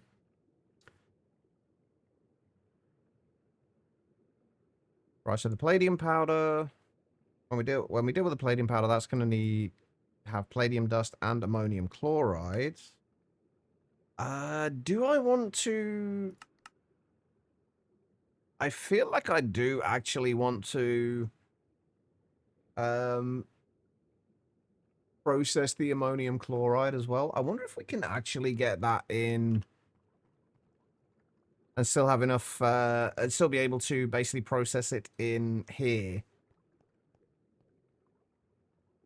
In those electrolyzers. Or possibly. And the inert metal mixture is going to be a little bit different because we're going to need to process both the liquid rhodium sulfate and the ruthenium tetroxide. There's so much to think about with this. You get a very cute mug impulsively while out of the shop. What's on the mug?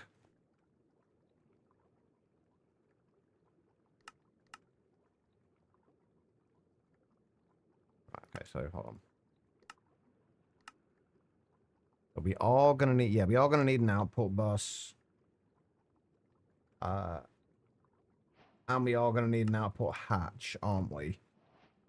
So right, so what do we actually need storage for here? Okay. Palladium will just go straight back into the main ME system, since that's the final output for this. The ammonium chloride will store within the subnetwork.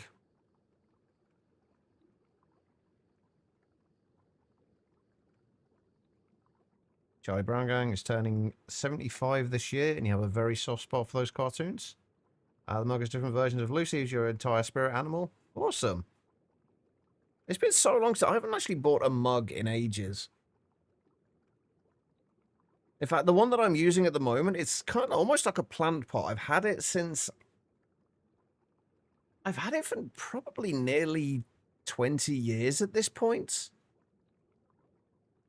Maybe a little less than that. At least 15 years. I've had the same two mugs for like that entire time.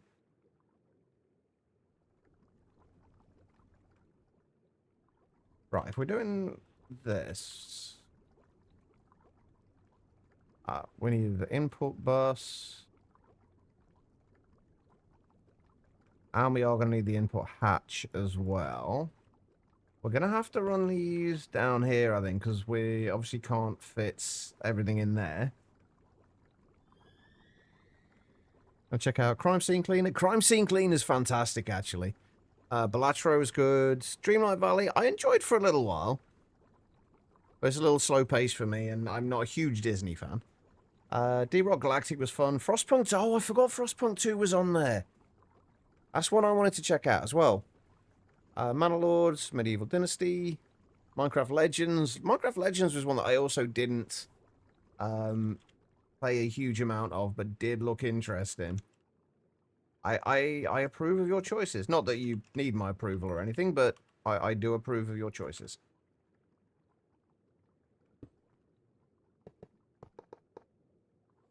Okay, so that will be input hatch, input bus. What do we need to input to these again? Just hydrochloric and sulfuric acids? Yeah, hydrochloric and sulfuric acids.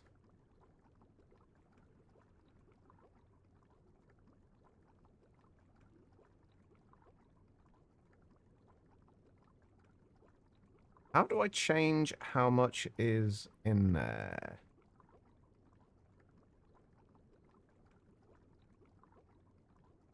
Oh, okay, so that does change when you use the scroll wheel.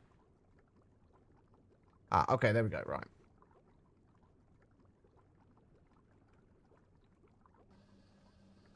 And sulfuric acid. We want to keep that like...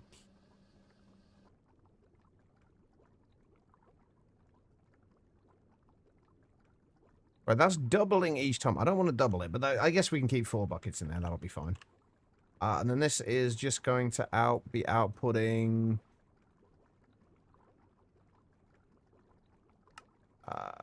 raw palladium powder and inert metal mixture. Wait, I don't need circuits for either of these, do I? I didn't even think to check that. No. Oh, okay, fine. That is all good. So, how many of each do we need in there? 3 for the palladium powder, 2 for the inert... Wait, no, that's wrong. 5 palladium powder, and I think it's 6 for this. Yeah, so if we do enough for 2 on each of them. So, actually, let's do 3 recipes worth. So, like 18 the raw palladium inert metal mixture, and 15 of these. Not that it really matters too much, but there we go. Right, okay. So, what's next to these? Right, the outputs of these. Palladium powder, we need storage for palladium, for both of these, actually. Right, we'll do 4Ks for both. Control scroll. Control scroll didn't seem to work for changing it by like a bucket at a time. Like shift scroll... Control scroll doubles it. Shift scroll does nothing. Shift control doesn't do anything. Shift alt does nothing. Alt does nothing. Well, it doesn't change it. It just does it one at a time.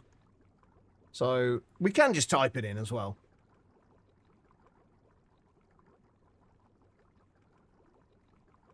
So it doesn't matter too much. How you doing anyway, mate? Oh, also, let me see those pictures. Quiet.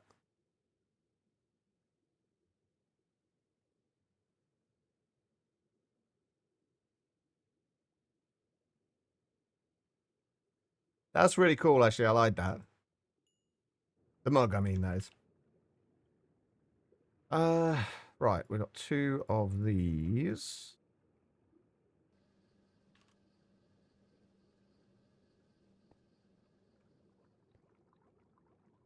Why am I getting random ink sacs?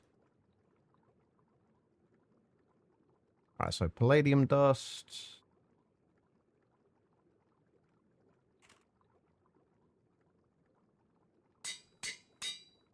That will go in the main storage. Means we need to put that in there as well. Actually, let's put the outputs at the bottom. Like the final outputs at the bottom. The palladium dust will go in there. And then the other one was ammonium chloride dust.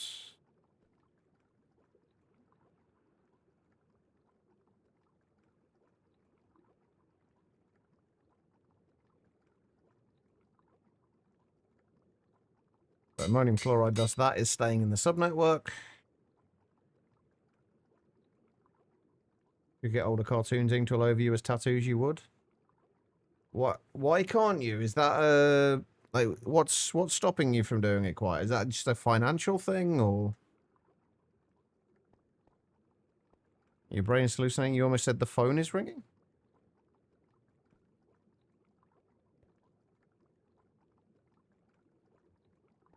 Money and potential ouchie. Ah, fair enough. I guess it kind of depends where you get the tattoos done. Okay, so that takes care of the platinum powder. The inert metal mixture. All of these outputs, except for the hydrogen, will go back into... Actually, what we need to do is set this to a slightly higher priority than anything else. Yeah, so we need storage for the ruthenium tetroxide and the liquid rhodium sulfate, and the hydrogen will go back into here.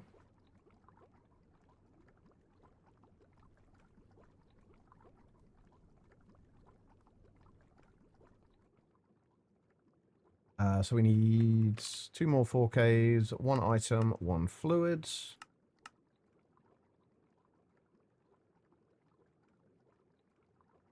Make a few more destruction cars while we're at it. Lucy Tattoo is probably going to be a development like this summer. Show me that plan. Wait, which plan? I don't think so. Or if you have, I've completely forgotten about it, and I do apologize if that's the case. There we go. Ruthenium tetroxide dust.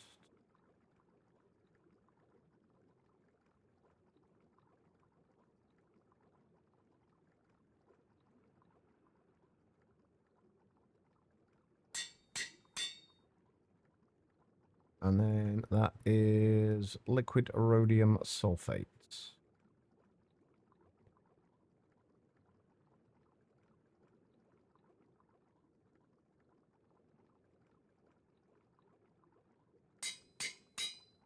And both of those will go in there.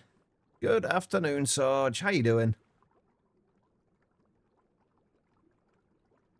I hope you're well, man. Alright, so that is everything we need for those. Okay, so we are going to need an input bus and an input hatch, or an output bus and output hatch. I absolutely love these, by the way. I can't believe I've never used these before. I wish all multi-blocks in all mods had something similar. Just the ability to have connect them directly to the ME system is just so nice. I think I'm going to put these at the back of here as well. And we just need those. There we go. Right, and then we've got to get power into here. Wait, didn't I already... Oh, wait, no, I have already done the converter, haven't I? Like that, we need that.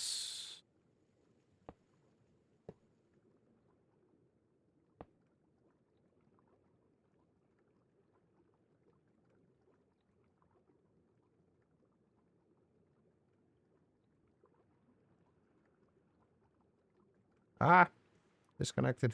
Dang it. All right, so that goes to there and to there. Oh, also another one. If you quite like horror games, Guitar Lilin, Still Wakes the Deep is fantastic. Like, I really enjoyed that.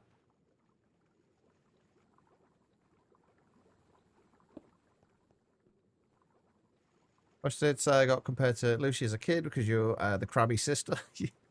I can't see you as being the crabby sister. Surely not. 5 little birds, 1 for each sibling you have. I'd skip the colour probably, just want the line work. Cool. It's actually not that scary. But it's more kind of tense, I guess, than scary.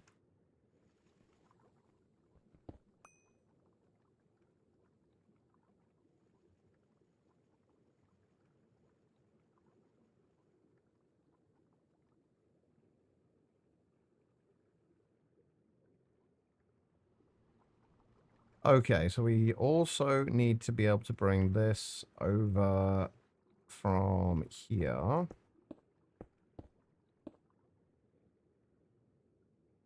I come up through here. We'll connect the other one in a second.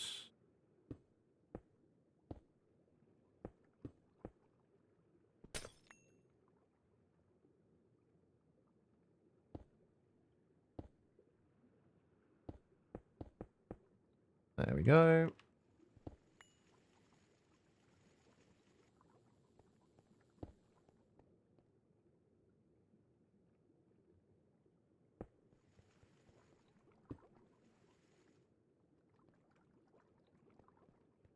Do these actually have any power draw from the... These actually have any power draw for the ME system? That's one thing I didn't think to look at.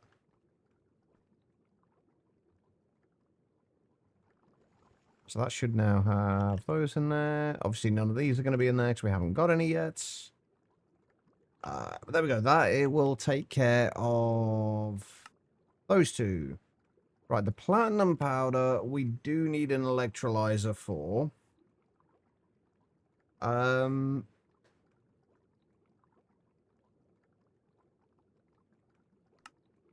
We'll get 3 of these every 25 seconds. So honestly, we're only going to need an MV electrolyzer for that.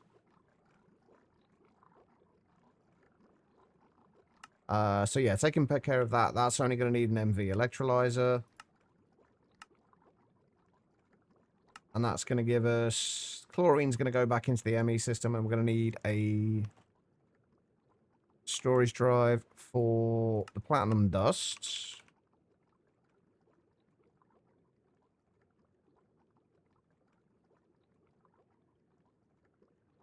I've got a bunch more. Oh, and if you have any interest in shooting games, Doom the Dark Age or Doom games, the Doom the Dark Ages is fantastic as well. I really, really enjoyed that. It's not usually my kind of game, but the Doom games, for some reason, I do really enjoy.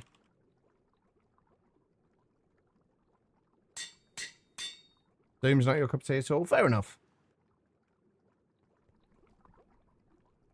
I just thought I'd give suggestions on games that I quite enjoyed.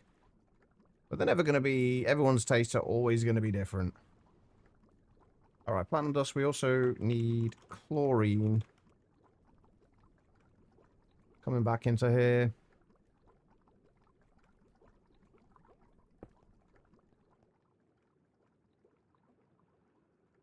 Exactly, and I will never try and kind of force my the things that I enjoy onto other people. Because I could probably have used this on here.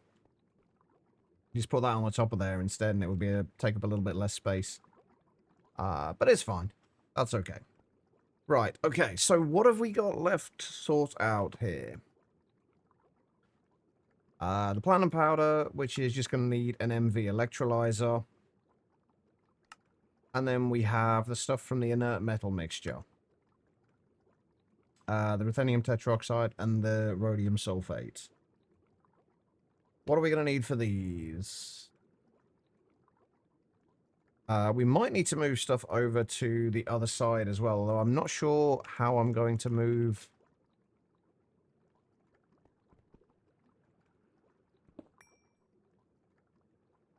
the sub-network stuff over there. I guess we just have to bring it down underneath there and then across.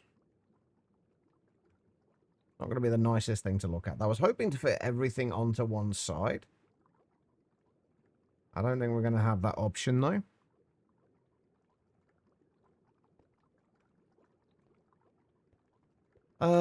Okay, so this, we just need an MV electrolyzer. There's no point in having anything higher than that.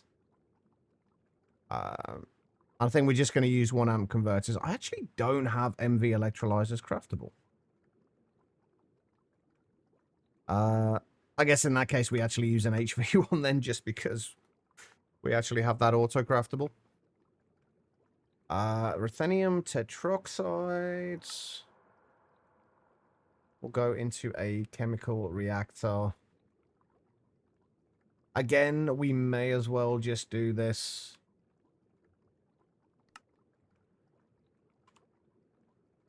In a single block. There's no point in putting it through an LCR, I don't think. We're only going to get one lot of these every 22.5 seconds. And if we just do this in a regular chemical reactor, it's only going to take 10 seconds at MV. So if we just do an actually, we'll do an HV chemical reactor, because then we can do the it on the same line as the platinum powder. We just need a chemical reactor for that. We do need something to deal with the carbon dioxide, potentially. Just simply because we can recycle the carbon from it. All we need to do is if we electrolyze the carbon dioxide, that will get the carbon back from that, and we'll just cycle it back round through here. And then, but we do need storage for the ruthenium dust. What about the liquid rhodium sulfate? Again, that is another electrolyzer. Again, we can do that at MV. I don't know what to do with the sulfur trioxide, honestly. I guess we just store it as sulfur trioxide. We don't really need it for much.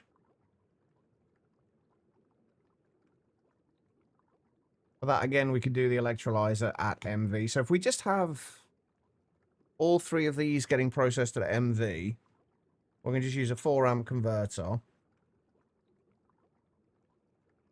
Then that will take care of all of them. And then we can also have another electrolyzer running, processing the carbon dioxide back into carbon. But yeah, okay, so what do we need then?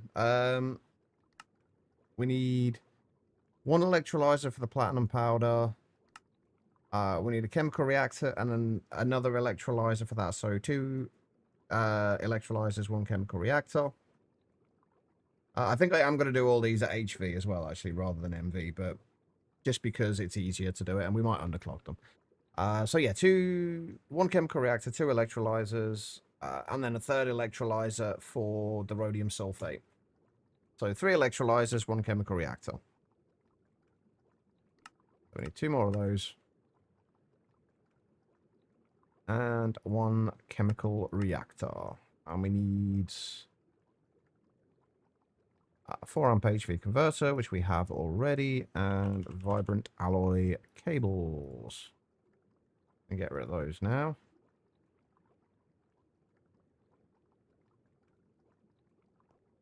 I guess we can run these.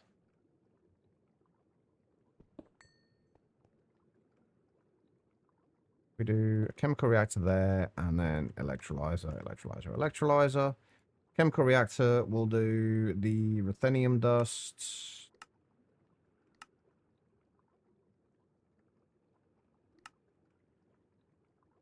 And then we'll push the carbon dioxide down into the thing below, and then push the carbon back up again.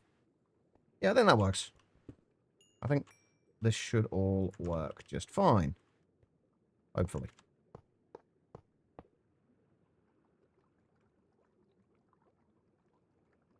I've still got to deal with the platinum, the platinum sludge residue. That's one thing we haven't done yet.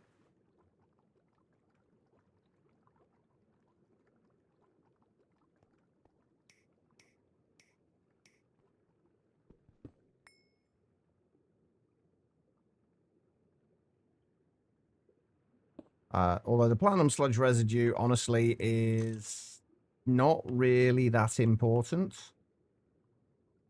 It's not going to give us a great deal.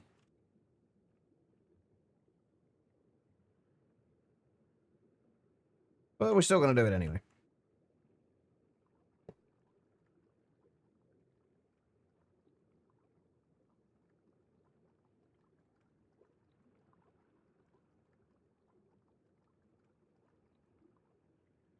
Okay, and then that goes over to there.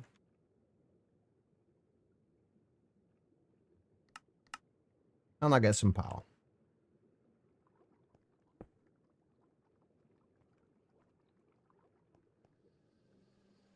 Okay, and then we need an interface here.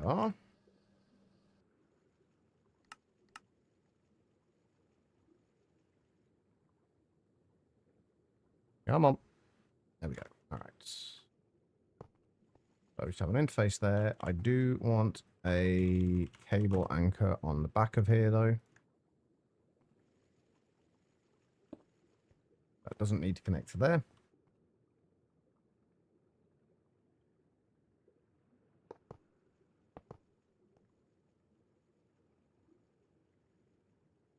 Right. What did I do with my other lasers? Those were on purple. So these need to be on orange. Okay. What needs to go in where is the next question. This one was ruthenium tetroxide.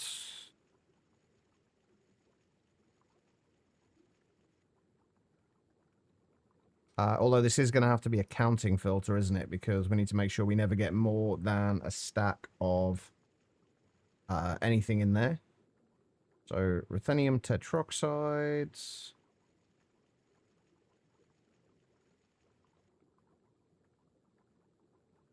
And carbon dust, which means we're also going to have to... Well, no, we won't have to make carbon dust available on this network, will we? Because we're just going to be recycling anyway. We just need to put like half a stack in there to start with. And it should be fine. So that will take care of those. And then the chemical reactor itself is going to have to push the carbon dioxide down into there. And then push the carbon back up. Does that need a circuit for dealing with that?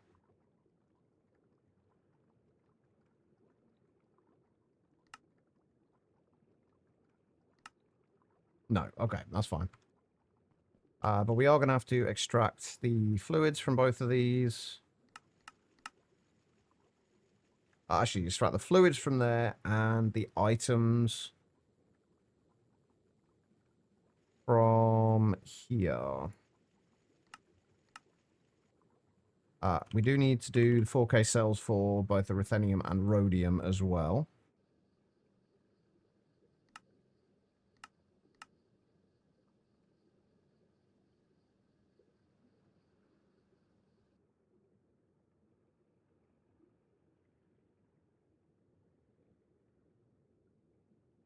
And there we go.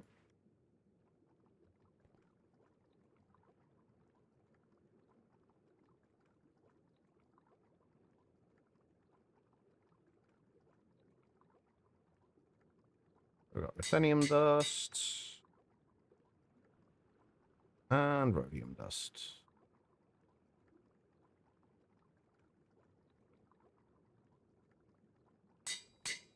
Both of those will go in the main storage.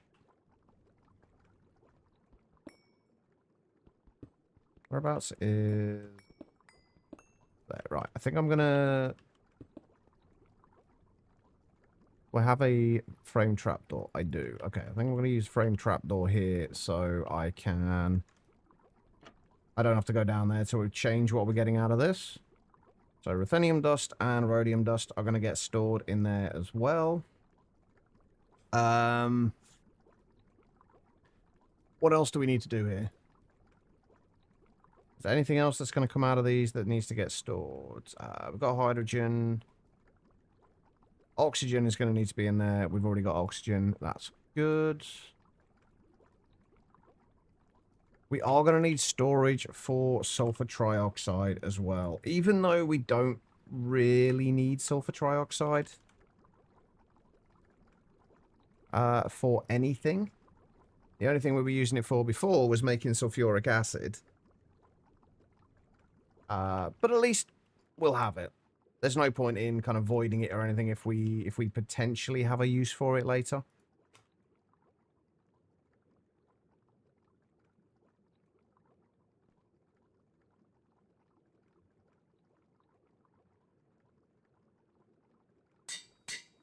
And that can go into there as well. So which means we also need to output sulfur trioxide here as well. Post an MC screenshots. Wait, what are we posting?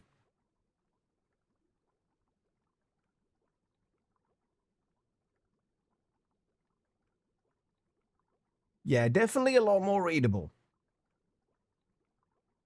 That's the way I would always do them. I can understand if it's like a huge file and you've got thousands and thousands of lines and you're trying to potentially compact the file size a little bit. I could understand it, but for something the size that these likely are, I don't see the point in it.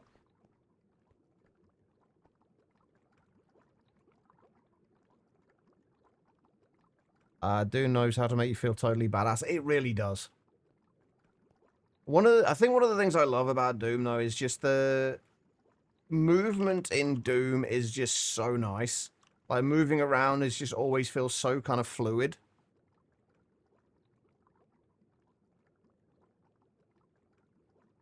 I think the only time it becomes an issue, Guitar, is if I think if the files get absolutely huge for some reason and they take longer for whatever to read and to process to actually process it.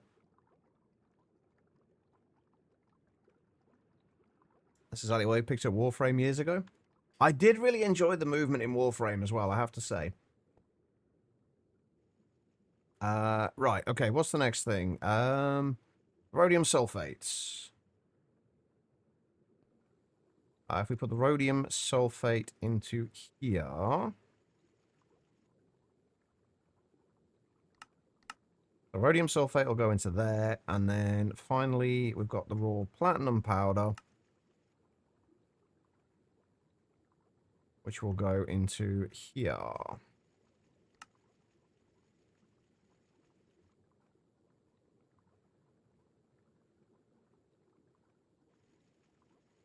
Another thing, Shaven Choir's Girl, is when Doom punishes you for standing still. Why would you ever hide in Doom? Like backing away a little bit and strafing around a little bit to kind of find some of the fodder minions to get a little bit of health back, maybe, but hiding? Why would you ever hide? New lines won't add on any milliseconds, even on a large file. So what's the whole point in, you know, in like thinking of... I'm thinking more into like as for similar reasons as they seem to do it for, you know, like large like JavaScript files, for example. They generally have like minified versions of them with lots of the line breaks and things taken out, like all the unnecessary kind of dead space taken out. Does it really not add that much to it? 2016 had a mechanic where it sent more crap at you when you hid. Oh, I didn't realize that. I have played through the 2016 Doom, but I did not know that. Interesting. All right, so raw platinum powder. This we need to output both items and fluids. By the way, there is probably going to be something in here that does not work first time. It's almost a guarantee. Also, I need more fluid cards. What are we working on? The minute we're working on getting the Platline set up. And we are almost done. We don't actually have much in the way of ores to put through the Platline yet. But it is almost done. But yeah, so that was the ruthenium tetroxide. That is extracting. I think we've got everything done that we need to do here. Except for outputting the things that need to be outputted. Which in this case is just the raw platinum powder.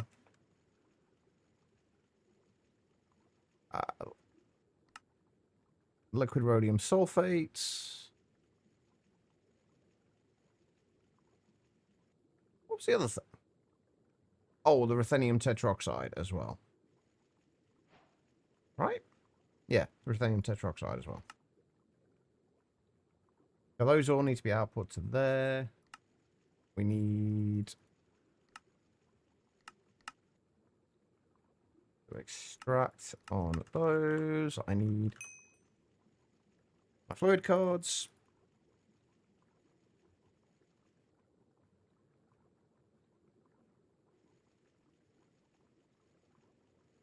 I always thought it was a performance thing, the reason they did that. Like that, I always assumed that was the case. I didn't realize it wasn't.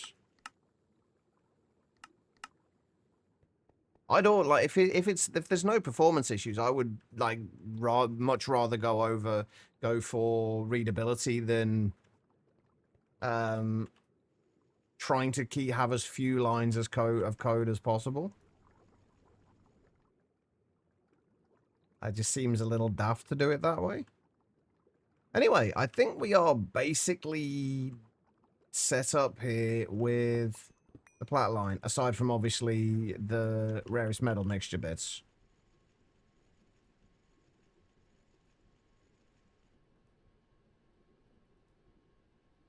Those still need to be done. Right, okay, so the next step, and this is probably a step we should have done before now, is to set up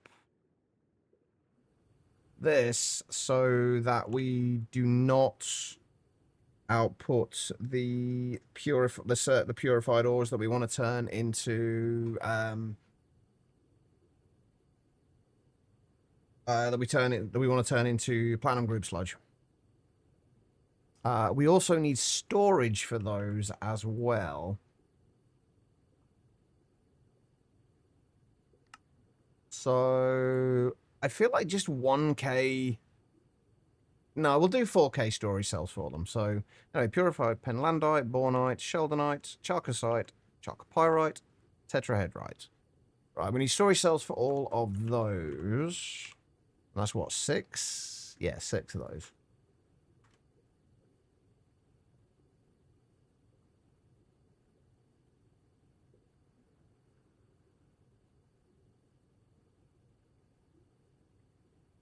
I guess part of it is it's not so much with the compiling of it. It's more, I guess with JavaScript, you're also having to essentially like download that file whenever you go to a site. So the smaller it is, the less kind of network traffic, I guess.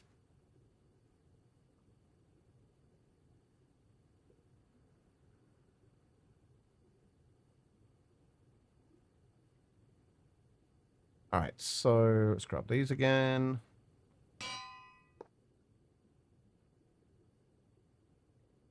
So purified pentlandite.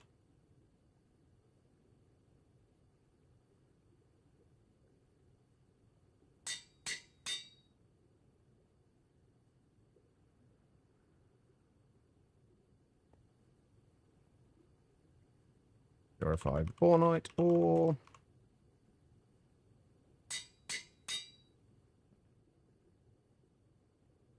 Purified sheldonite.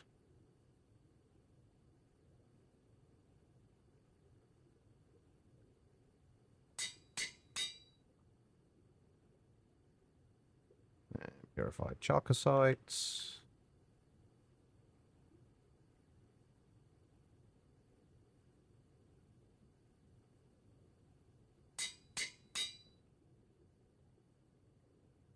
Purified chalcopyrites.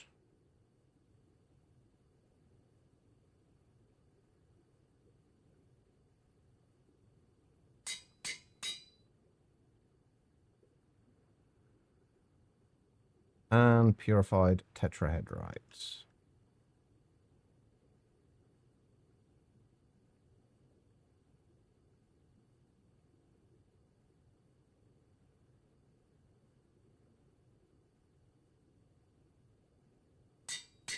Yeah, I mean, I get that it's only a small amount, but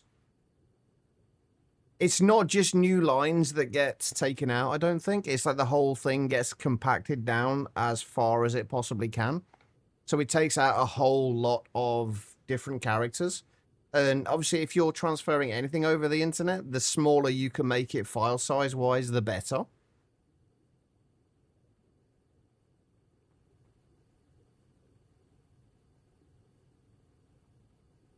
And we ran out of space. I knew that was going to happen eventually. All right. More drives.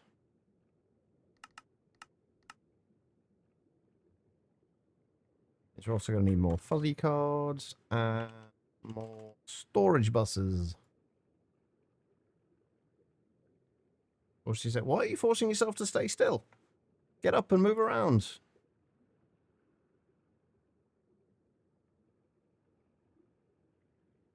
We need you.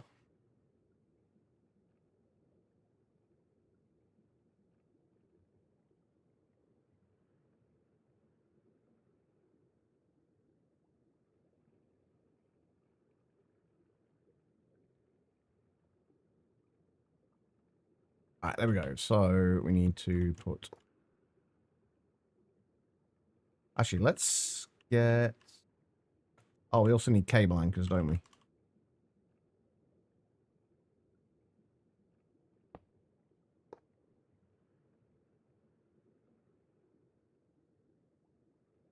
So cable anchor there, cable anchor there, cable anchor there. That one already has a cable anchor. And then we need storage buses there, there, and there.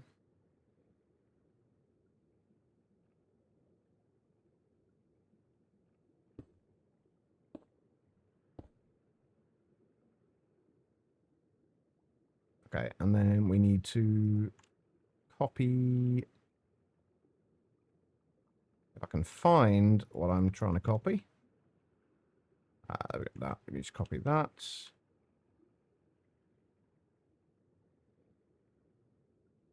Paste those on there. All right, so now we should be able to fit those into the ME system.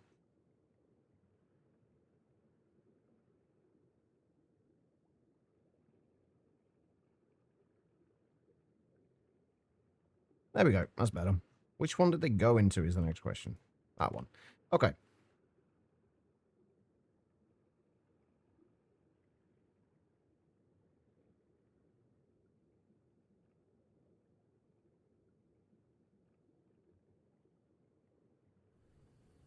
Okay, so this is where the purified ores are going into, but we don't...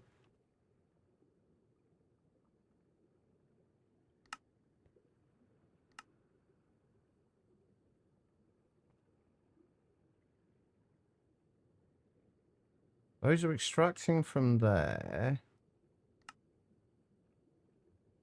How is that going in on pink?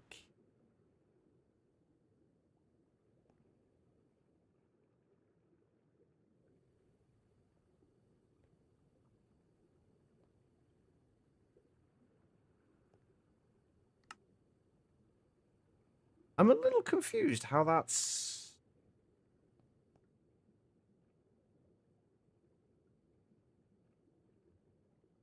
Where that's extracting from.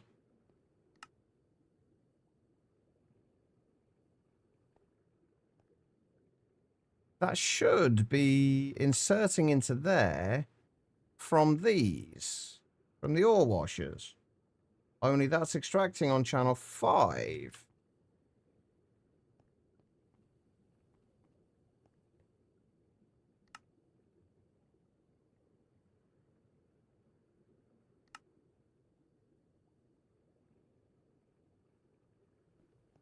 How is this even working? No idea what I've... Oh, no, I know what I've done here. I think, anyway. Right, so those are extracting on... Extracting from the ore washers on green channel. Inserting into there. Yeah, okay, right.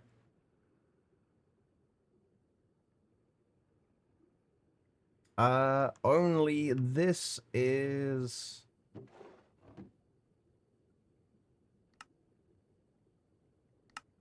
Gonna be a little confusing. I think we need... It's been so long since I set this up. I think we need to... Hang on. It's been so long since I set this up, I can't actually remember what we did. But I think this should be extracting on the grey channel, and that should be inserting into those on there. So if we just blacklist this from extracting those these particular purified ores.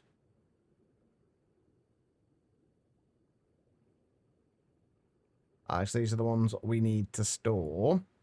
We blacklist it from...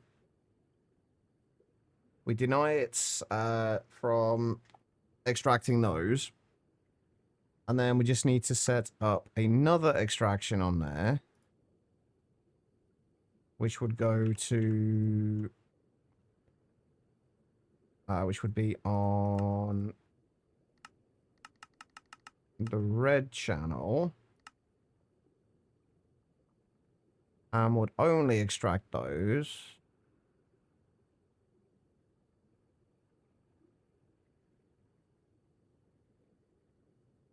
If we set, we've got some, I think we've got some chalcopyrite. So if we just put like a stack of chalcopyrite in here.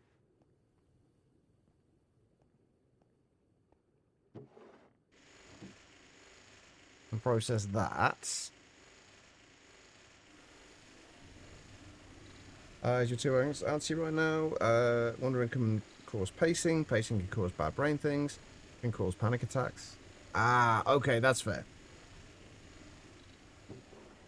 Yeah, there we go. We're getting the purified ores in there. We've also got all the lepidolite dust and a bunch of boron.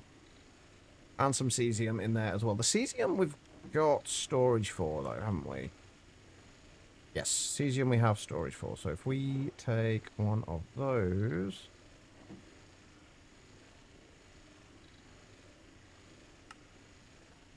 Extract that.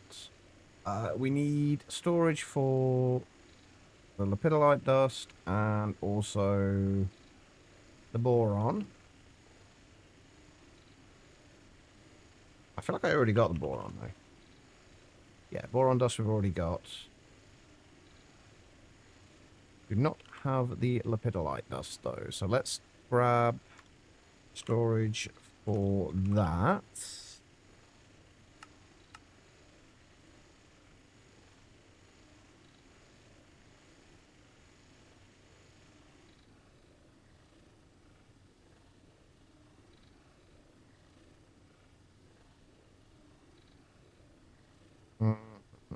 Alright. That's not exactly what I had in mind.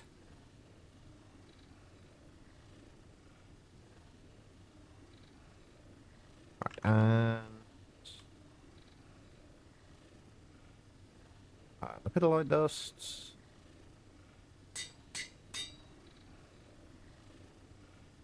I'll go in there. Okay, right. We can now store that as well.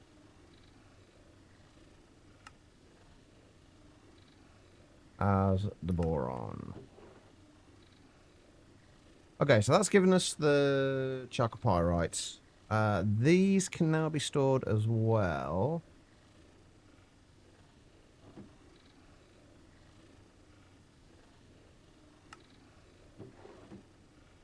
Oh shit, I shouldn't have actually done that. Ah, no.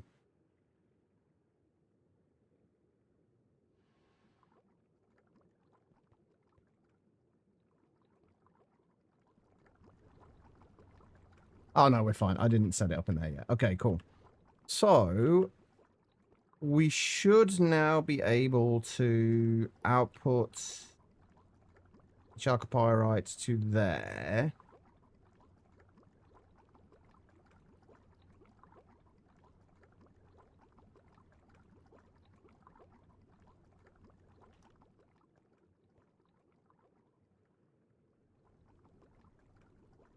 I do actually want to...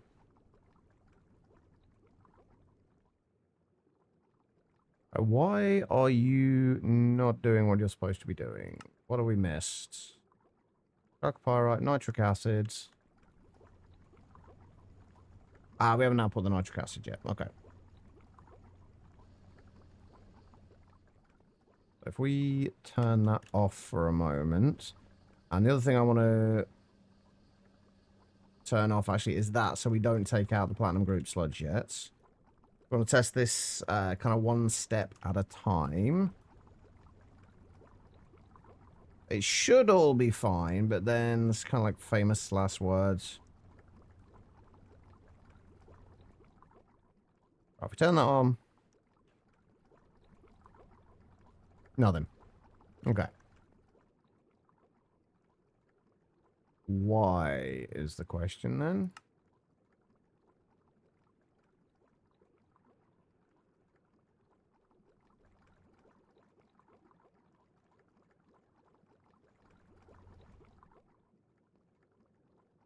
Hmm.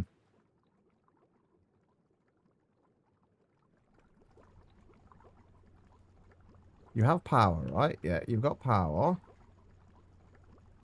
You've got nitric acids. You've got chalcopyrites.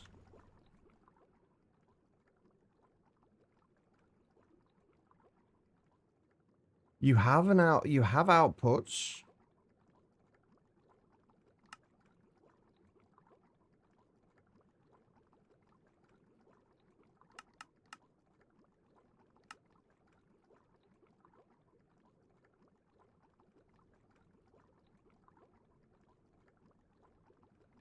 That is online. Oh, because that's an input bus. God damn it. It's always kind of confusing because, like, is it... My brain always goes to output bus because output bus is outputting stuff to the ME system, but the output bus on this inputs stuff to the ME system. It's really confusing. Now it's working. And now we should have... We do not have platinum group sludge. Oh, right, yeah, because that's offline, that's why. Because it is not... I need to turn it around slightly. Alright, so we need you. And then you. Come on, you can do it. There we go.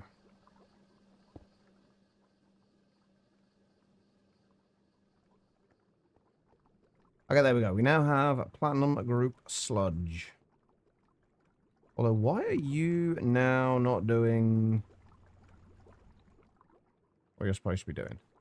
Ah, because you are filled with that. Ah, yeah.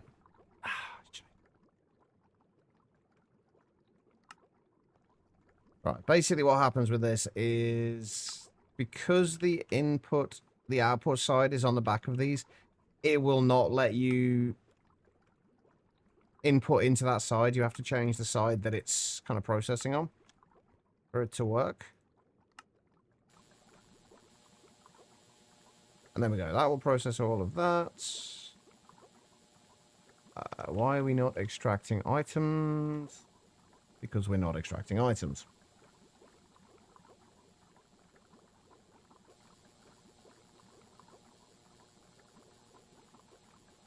That would explain it.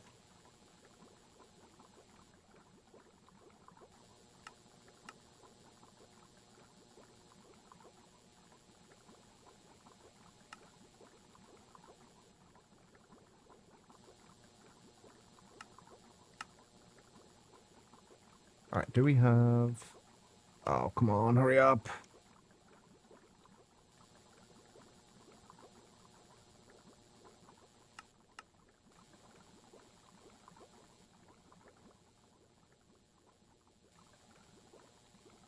I need my item cards. And report to Microsoft now since they say the server is up and functional and does not work in any browser on my computer. Wait an hour before sending it. Yeah, that's kind of frustrating.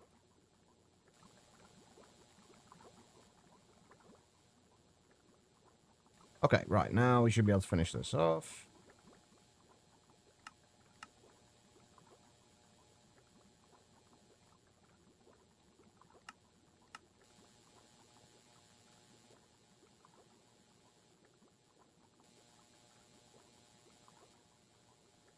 Okay, there we go. Right, so we have platinum group sludge. We can now output the platinum group sludge to these. Can I... If I turn that off for now, just so we can make sure we're getting everything in that needs to be going in. And then we output platinum group sludge to there. I got the same issue here, aren't we? And that we need to do that.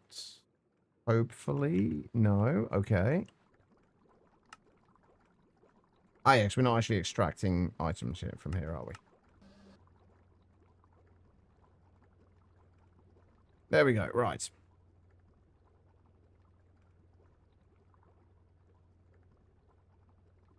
So that will slowly work.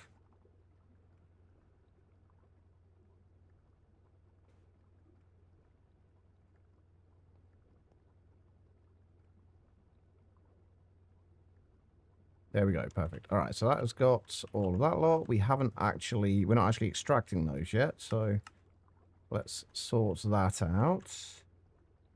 And now oh, we still started dealing with the other stuff, haven't we? The platinum group sludge. Sorry, not the platinum group sludge. Platinum sludge residue. Because this, all we'll get from this is silicon dioxide and gold. So all we need is a centrifuge, which I guess we can run at HV. Just run an HV centrifuge. I'm kind of curious how much, like, if we could run it off there, or if we just need to put an extra thing down there. We'll see, but yeah, that's appears to all be working. Copper dust. Oh, copper dust we will see in there, but it's not actually stored in this bit. All right, if we turn this on again, that will output those, and that should turn that into ruthenium tetroxide. And then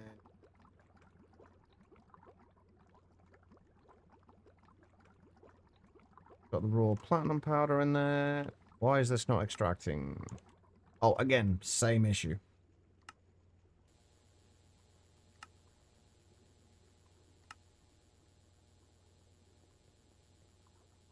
Okay, so that's the platinum going through.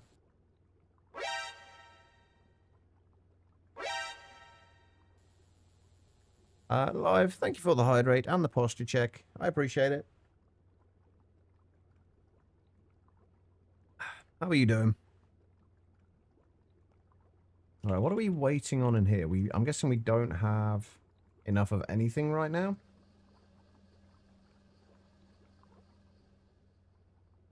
Yeah, this is going to take a little while to run through any of this stuff. But then once we've got that, that should give us another 500 millibuckets of liquid rhodium sulfates. Once this is done. And then that will process down into rhodium.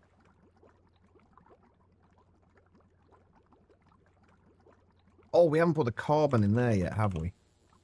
If we just put like half a stack of carbon dust in there, that should also be fine. Hey, you're all good, life.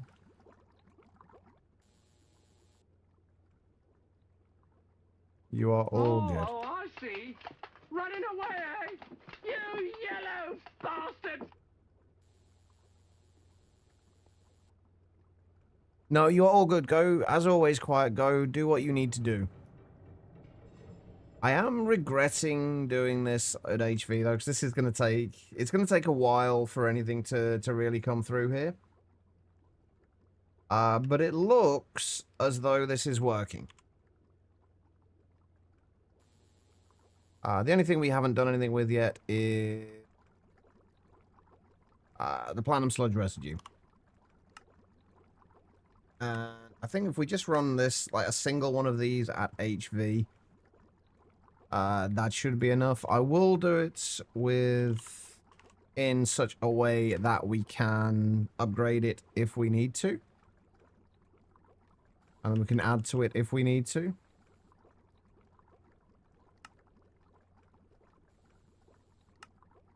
We just need a centrifuge.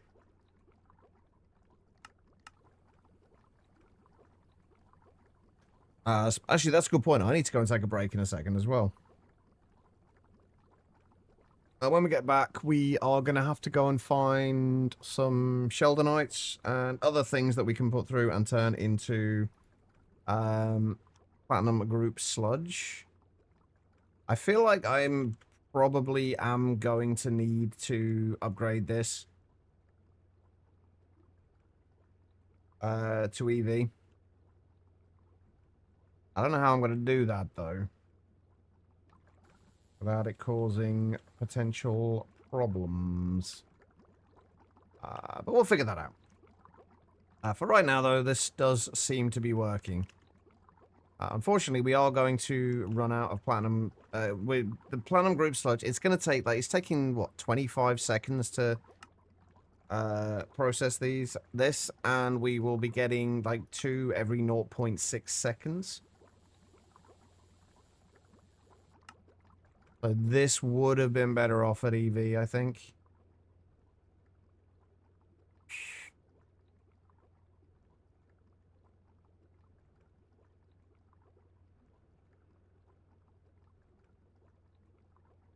I'll then create a mod called Delta 0.0.0 with a summary of download me, I'm not a virus. I mean, that definitely sounds like a shoe-in for whatever pack you might be working on next, Kaz.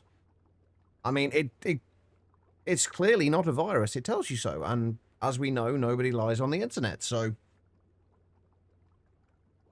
I mean, I'm sold.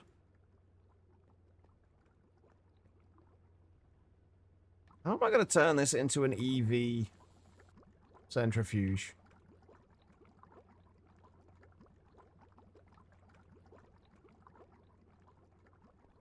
I don't know. But we have an entire 4 ruthenium now. This definitely needs to be quicker. Do I have... No, of course I don't have a recipe for EV centrifuges. Why would I? Go, right. Hey, wait a minute. It actually picked the right circuits. Why has it suddenly chosen those ones? I don't know, but I'm not going to complain. Before, it was choosing the wrong circuits each time, and I had to remember to fix it.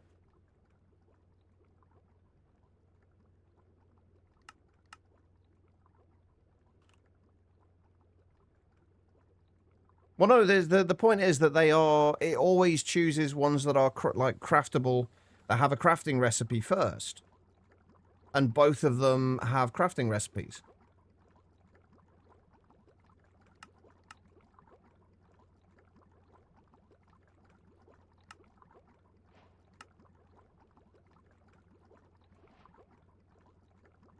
I mean, it could be that the priority just worked today, but I would be more inclined to guess that... I'll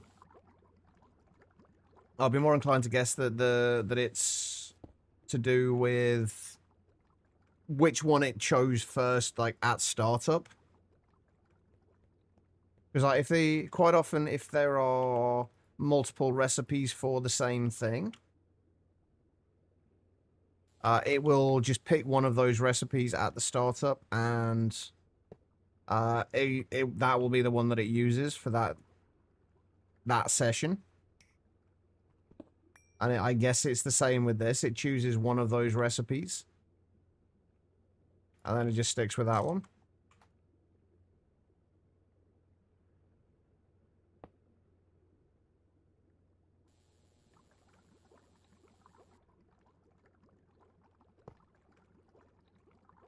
Alright, so let's get this sorted, and then we will go on a break.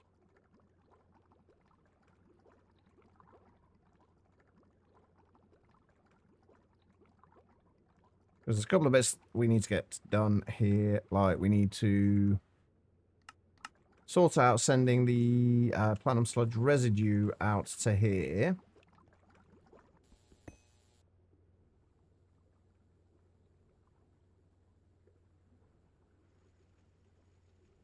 And then we also need to switch over that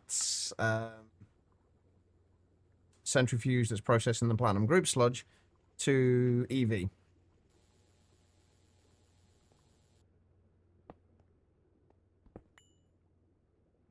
All right, and I need covered cables.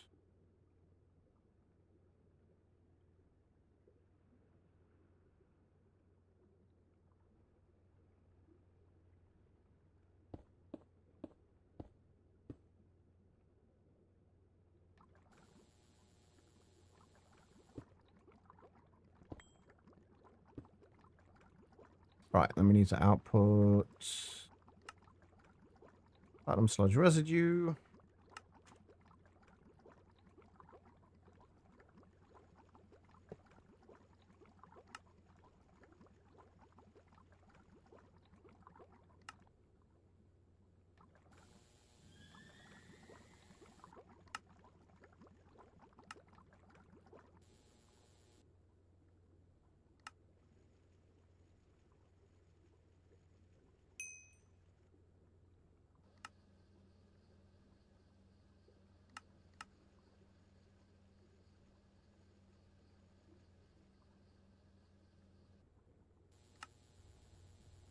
Okay, so I'll start processing that. Then that will just give us silicon dioxide and gold dust. Do I have gold? I don't have a gold dust storage either. So let's sort that out. I keep finding more and more things I need to do before I go on a break.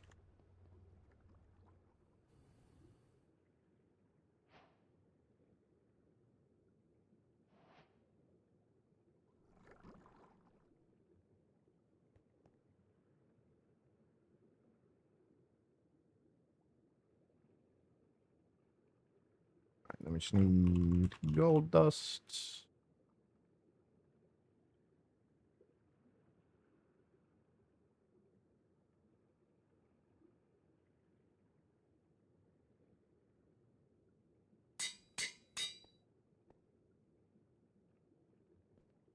Okay, so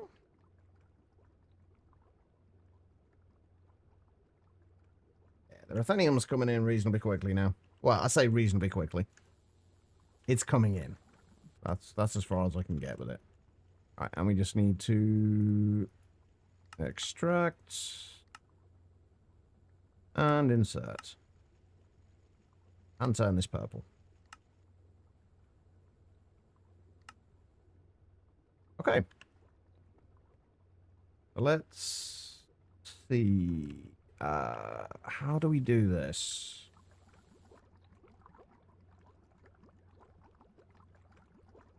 We're gonna have to, since we clearly haven't got any more of this, we're gonna have to turn that off. Why is this?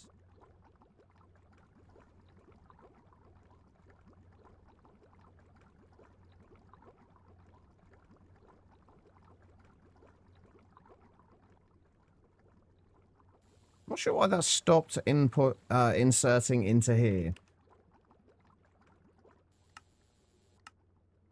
Oh, come on. I can't pick up the bloody aqua regia in the... Right, what do I need for carrying larger quantities of acid?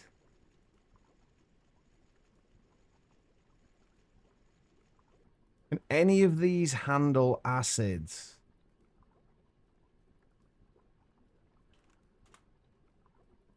I know the glass vials can handle acids, but...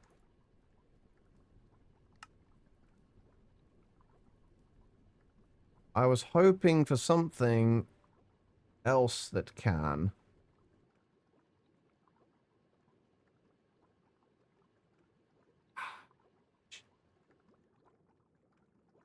Well, no, we just need to take it out so we can of here so we don't lose it when we break the machine. There's no point in putting it in a fluid cell. There are drums, but they're a pain to make, and they also can't handle acids. They can only handle gases.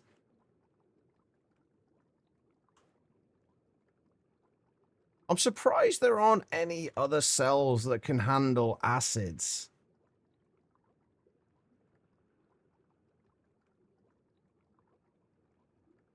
And we also can't search for can handle acids either, apparently.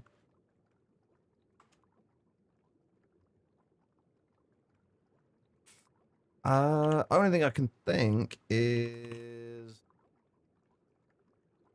we just use these.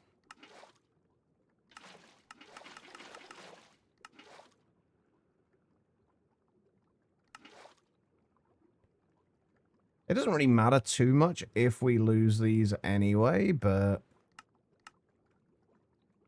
If we lose the Aqua Reader anyway, but it's just I don't want to waste it if we don't have to.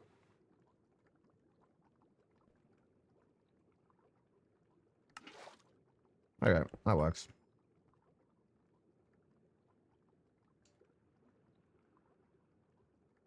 Alright, so let's do that.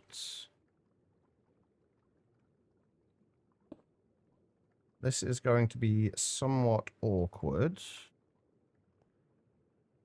We're going to have to do that, and then have a laser on the top of there.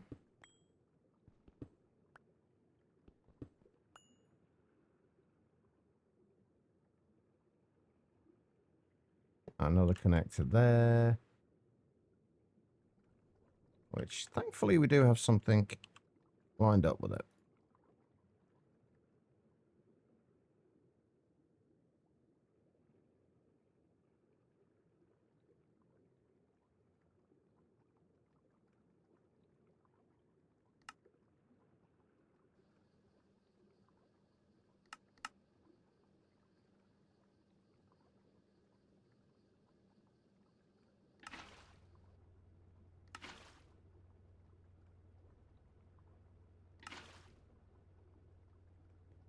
Alright, so there we go.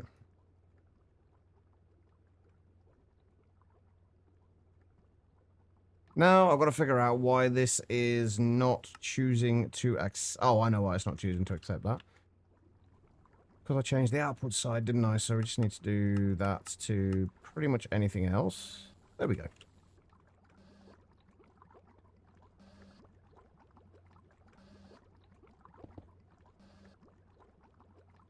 Okay, there we go. That should be a little bit faster. Hopefully this can still keep up.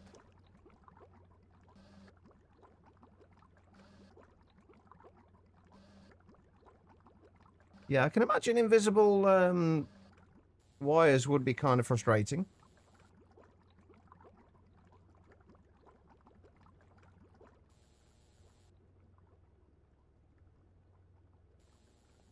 Don't know about hydrofluoric acid. Have we actually got any in here at the minute? No, I've only got hydrochloric.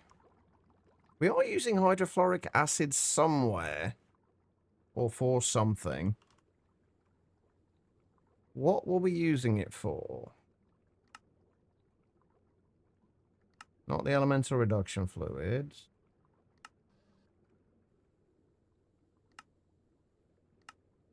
I'm positive we were using it for something.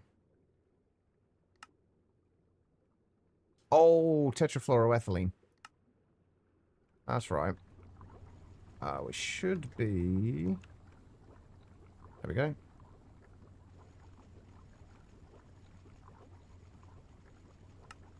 Nope. Can't put that in a fluid cell either.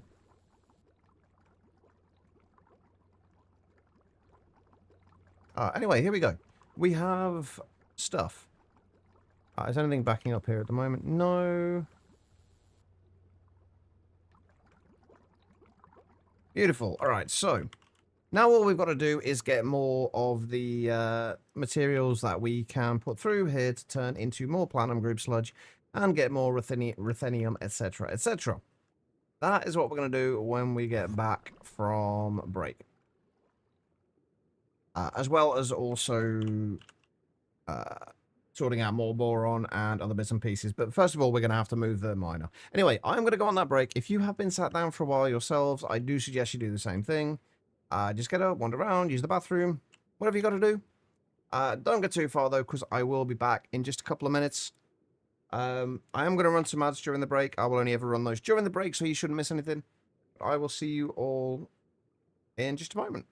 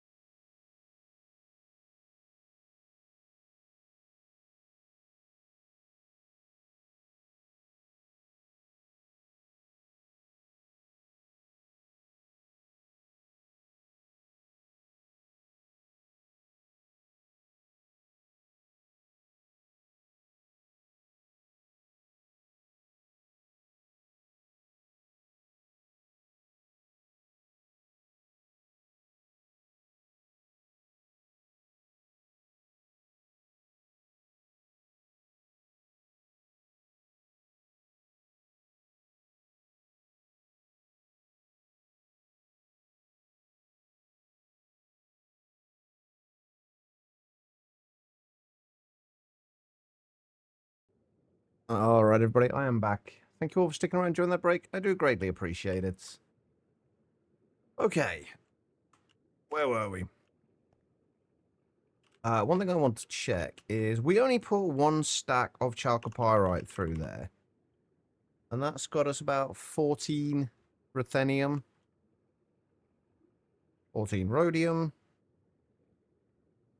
42 platinum, and 25 palladium. Isn't bad.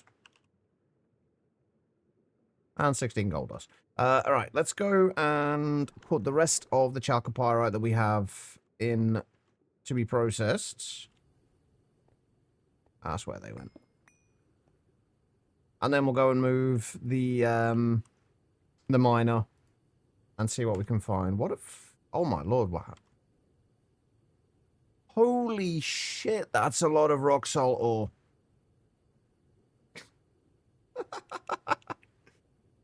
Thank you for the welcome backs. How are you doing, Tribble? That is a lot of rock salt ore.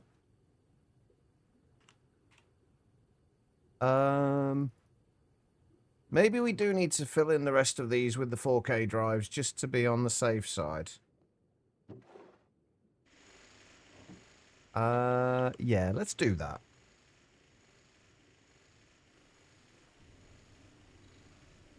And then what we mostly want to get, I think, is Sheldonite. Which I know in the end there are veins with Sheldonite and a couple of other things in there that we need.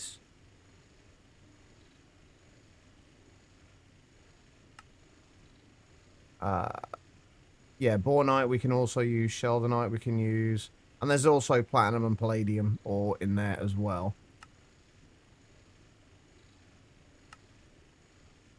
That's what we need to try and find.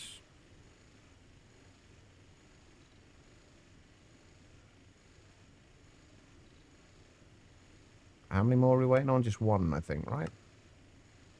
There we go. Okay, right. So... I don't actually know if this thing is finished yet. I kind of hope it is. It's still not finished.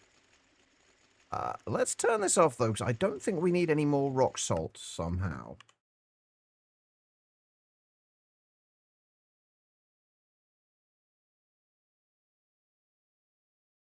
There's still quite a bit left in there, though. We're still over 1,200 rock salt.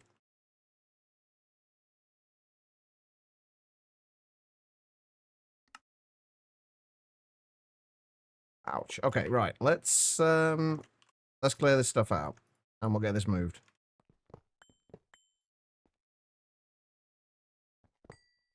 Yeah, the way GregTech ores tend to spawn is there will be one kind of ore vein every 3 chunks. So you'll have a chunk and then go over 3, like 3 across, and there will be another one, and 3 across, there'll be another one, and then they just spawn in kind of large circles. That's the way GregTech ore veins generally generate.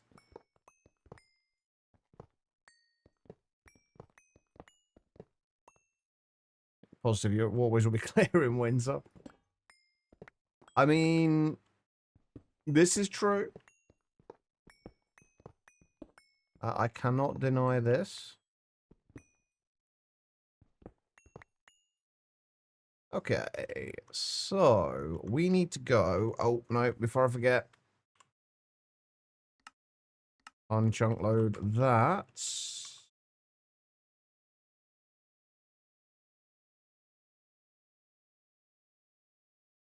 Right, we're looking for Sheldonite veins. I don't think there are going to be any here. Oh, okay, never mind. I was wrong. There is one a few chunks to the north. I'm assuming that's what this will be. There's also some pitch blende and other things there as well. Yeah, okay. Well, that was a lot easier than I was expecting. Fantastic. Let's grab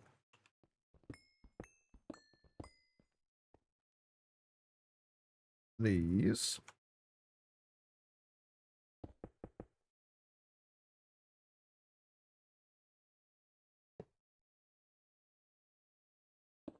There we go. And grab my terminal. Which way is it going to do them this time? Yeah, see, this time it's done them all facing the way I expected them to. I wonder if it's a directional thing. Which way this is facing. Could be. Anyway, right, we need to rotate this a little bit.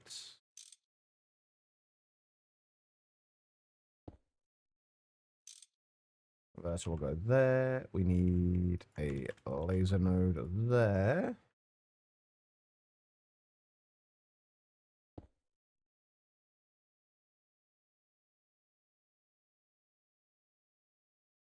That's got the drilling fluids. Right, we do need to, once again, make sure that we have storage for all of the various byproducts from this.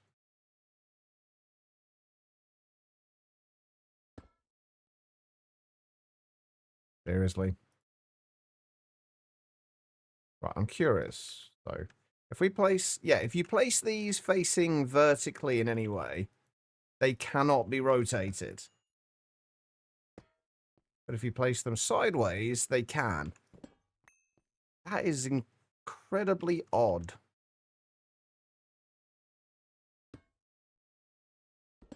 And also very awkward.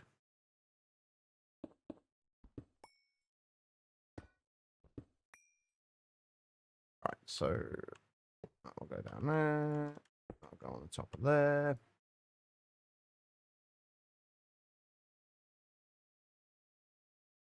We don't want to turn this on yet. Okay, what have we actually got in this ore vein, and what do we need to deal with?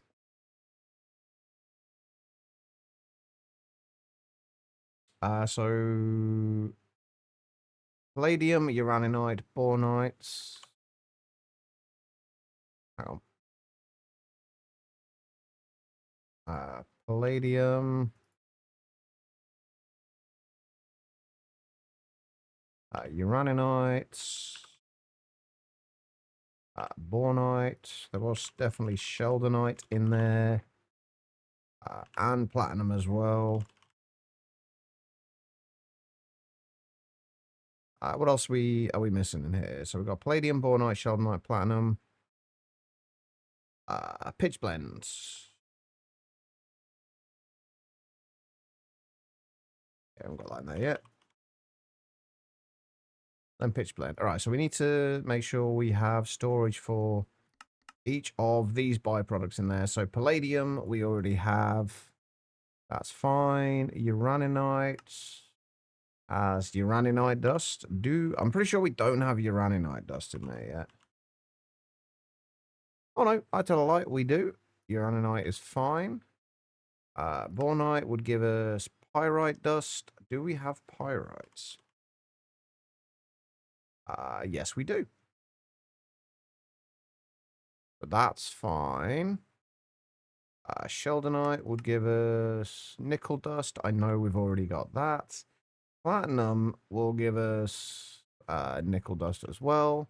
And pitch blend will give us thorium, which I know we have. So that's fine. We can just get this going. That is the wrong thing there, though. They need to be like that.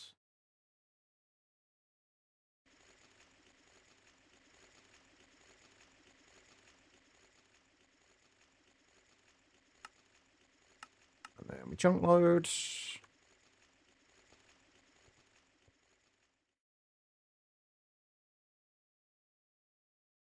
And then we see what do we get out of this. Okay. Oh, I never set the the home point here again, did I, for the miner? That's better. Okay. So...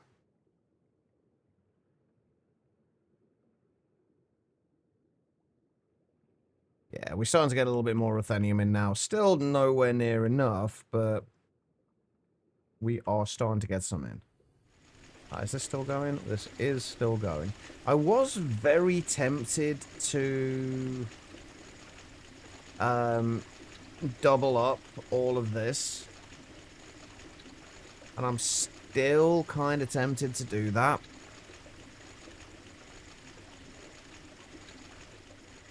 But we'll see.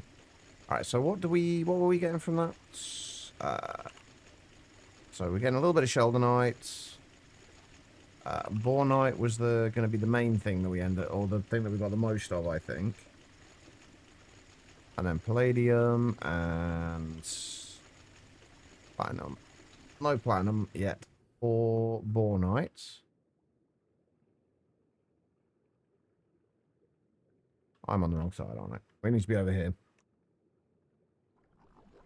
Okay.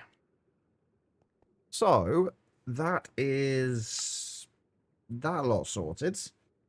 While that stuff starts coming in, we can start to think about... I really want the Omnibreaker. This is one of the things I really need. But we do also need to get more boron to get the magnesium diboride for this. We've got a little bit, but not a ton. But we do have a bunch of borax, which we can process. So let's go and do that. Because this should get us a little bit more boron.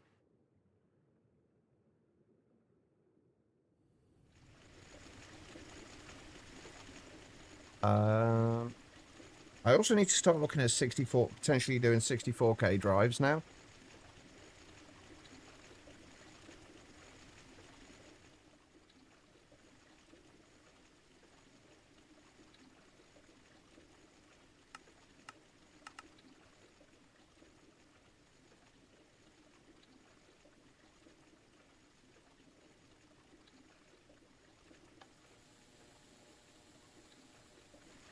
Because mostly for things like oxygen, because like we've got 130,000 buckets, but it would be nice to be able to store more than that.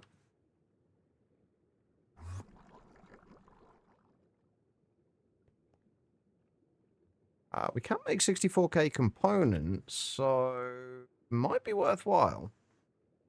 I don't know though. Anyway, what else do we need for this? The Omnibreaker. We do need IV, a lot of IV stuff, so we are going to need a bunch of tungsten steel. As well as various batteries.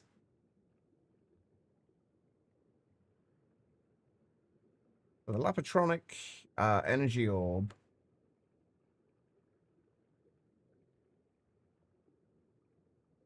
Might be worth making.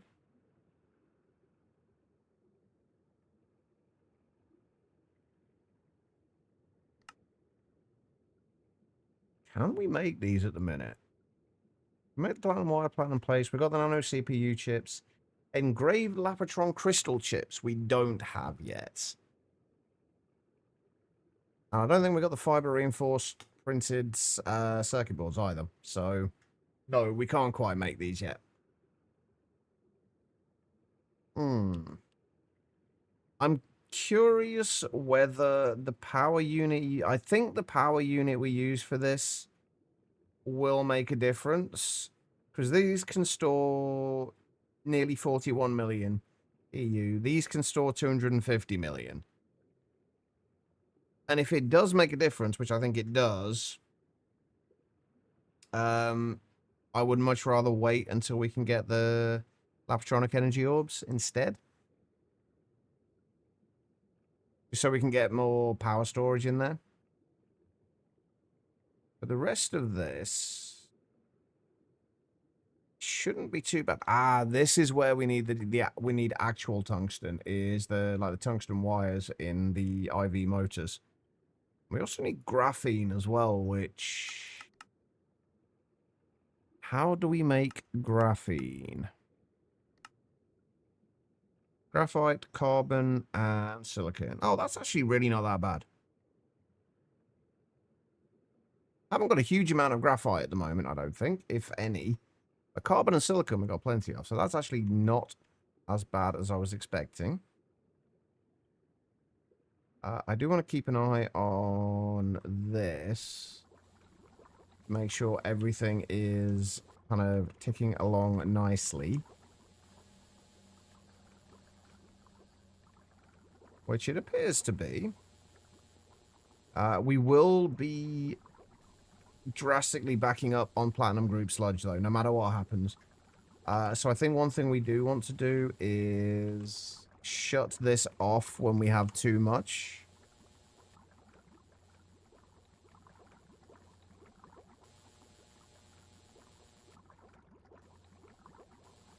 If we set that up.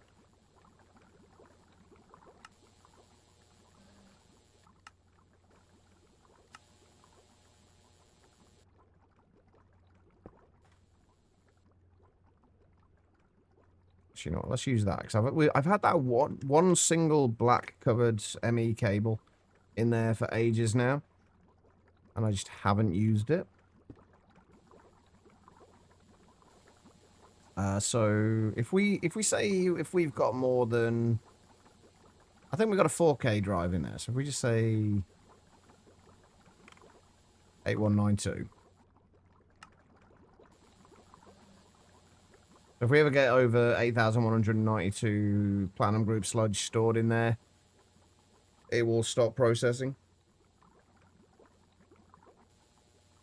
We just don't, we want to end up, with, it basically voiding it. Can you make graphite from carbon? I doubt it.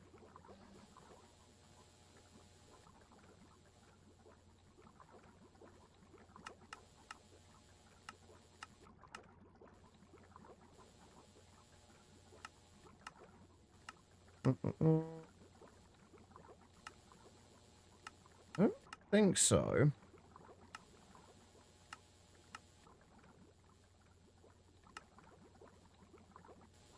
Doesn't look like it.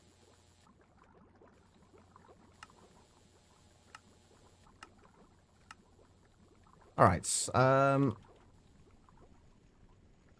we've got an entire 3 graphite dust at the moment. All we need to do, though, really, is find a diamond vein and then get graphite from there. And there's also probably... Oh! There's actually not a microminer mission for graphite. Which is surprising.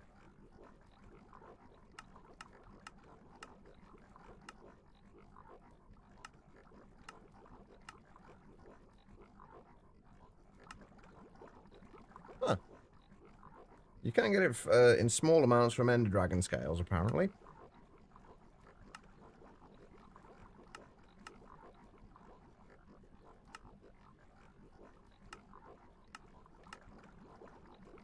Otherwise, there's not too many other ways of making it.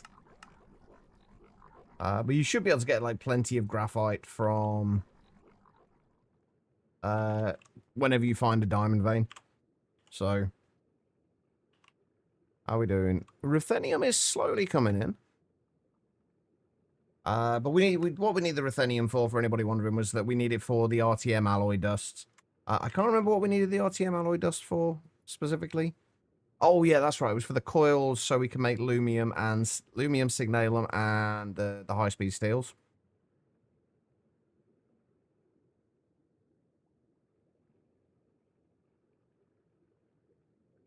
We also need to get to this as well. The alloy blast smelter. This thing is going to be needed to make all of the alloys. It's going to be needed for all the alloys that we need to for all of the various multi-blocks. Right, while we're waiting, let's do the magnesium diboride that we need in order to make the MV field generators.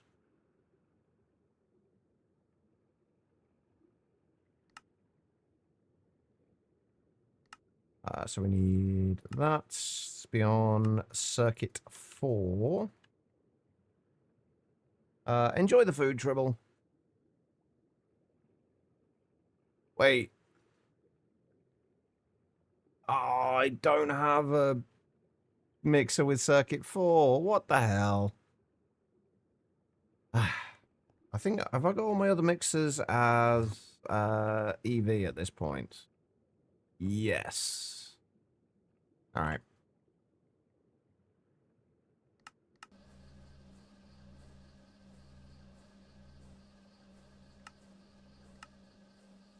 What are we still missing for these? LUV circuits.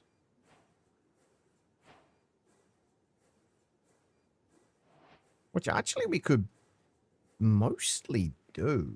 Except we do need the nano processor supercomputers first. Which we can't do yet because we need Lumion wire for those. Okay. We can't do that just yet. I do also need to move the chemical bath as well, I think. Just so we got all of the mixers in one place.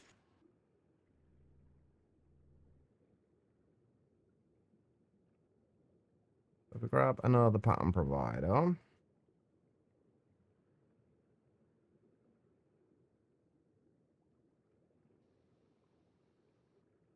And put that...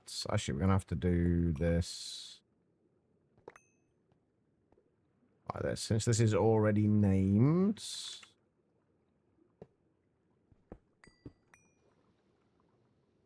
And chemical bath...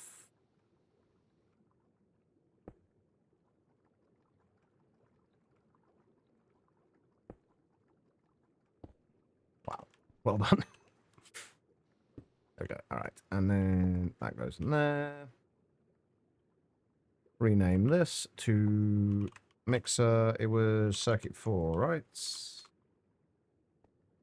How have I not got a mixer with circuit 4 on it yet? What the hell? So yeah, 2, 3, 1.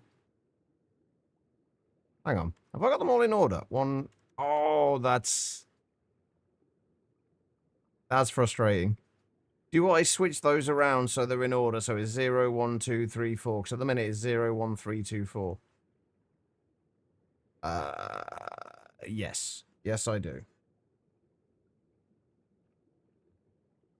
That's circuit 3. The thirds. These two need to be switched over. And renamed.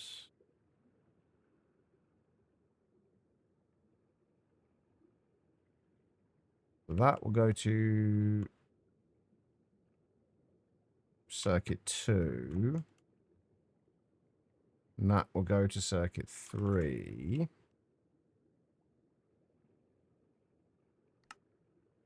That changes to circuit 2. That changes to circuit 3. And then that is on circuit 4.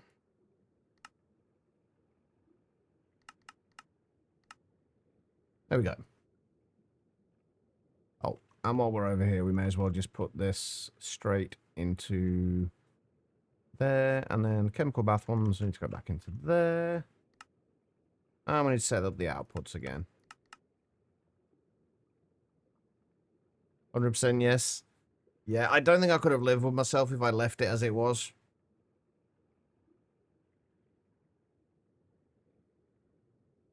Right, okay, so magnesium diboride. That then needs to go into the EBFs. We don't need the nitrogen there. That will be on circuit 2.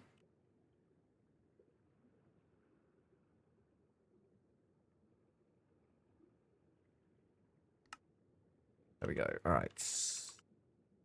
EBF. Circuit 2. I have no idea how long this is going to take. Shouldn't be too long, though.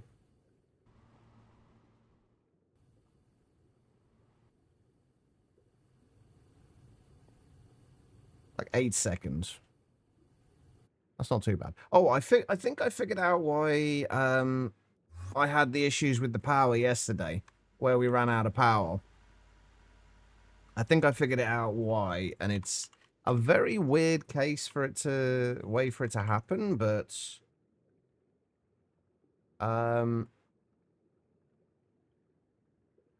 hopefully it's not something that's going to happen very often.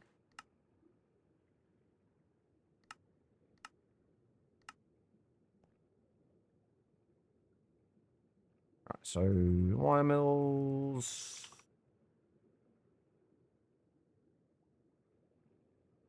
Which goes in the pattern provider. Okay, so we need 8 4x magnesium diboride wires. Actually, we may as well make the field generators.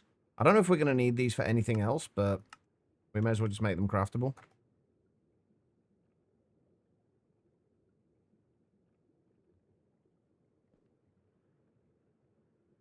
So we do need 2 of those, and then that should be everything we need for the tier 3 microminer. We don't actually need the tier 3 microminer anymore.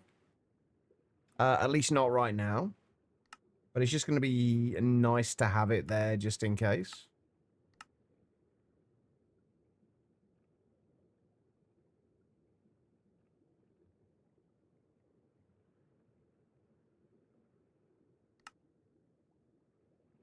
Hopefully shouldn't take too long.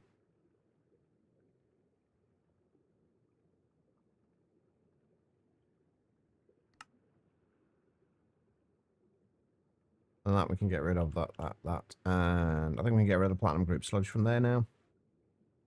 Right, what else do we need for this? 4x platinum cable should be fine. The IV emitter. Ah, it does need iridium rods as well. That's a bit of a problem since at the minute we aren't making iridium. But there we go. We do have our tier 3 microminer. Oh, which we haven't actually picked up tungsten carbide ingots at all yet either.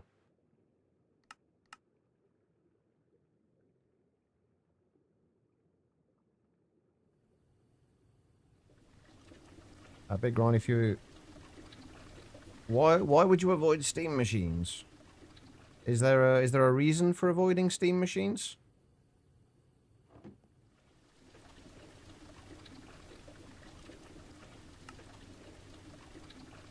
Alright, and advanced alloys. Oh, there were certain alloys that we can make without the alloy blast smelter, it seems. How are we getting on there? We've gone through most of it so far. Well, you got a couple of thousand sheldonites, a couple of thousand bornites, a little bit of palladium, tiny bit of platinum. Okay, we're doing all right. Oh, and there's my tungsten carbide ingots. And that means we can claim all of these. An alloy of equal parts tungsten and carbon dust. Tungsten carbide is a very dense, sturdy, and heat-resistant material useful for a variety of applications. And then tungsten carbide double plates. Just double plates for microminers made from tungsten carbide. You no longer need high-tier compressors to make these.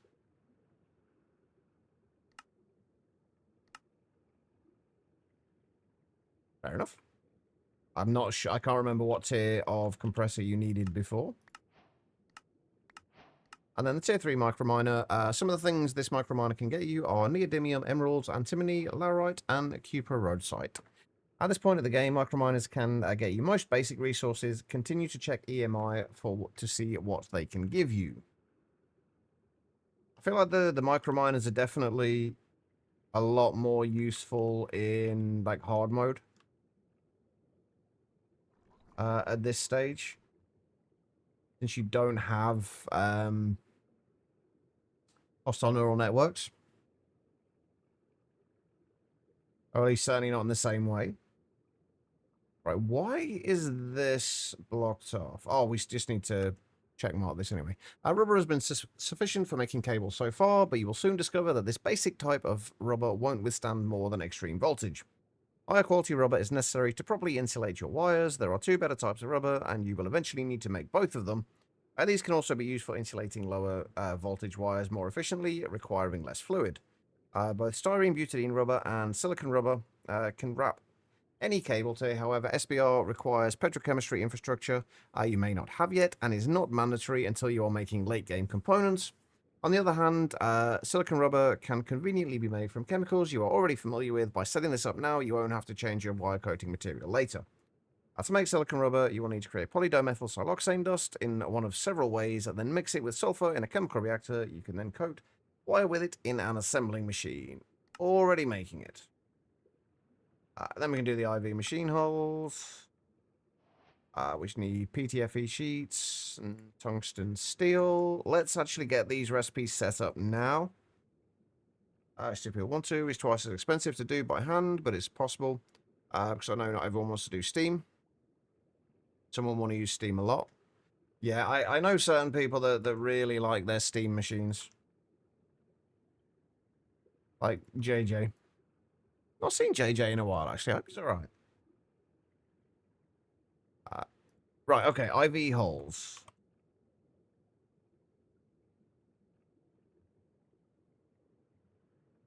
Let's make the recipes for these.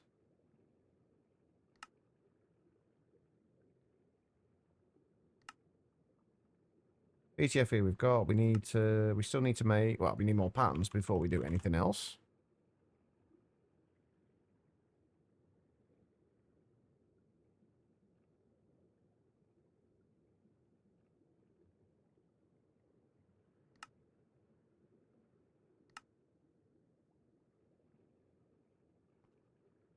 I'm curious how long those polyethylene sheets are taking to solidify. I mean, it's not massively slow, but it might be worth upgrading these to HV. Potentially. But I don't think it's a huge concern. Okay, right, so that's the hull itself. We still need to do the platinum cables. We may as well do these with liquid silicon. Actually, I think we have to do these with liquid silicon rubber.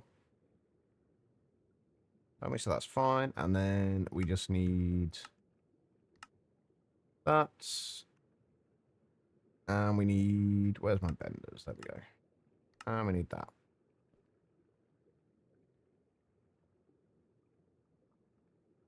We are starting to run out of things in the benders here.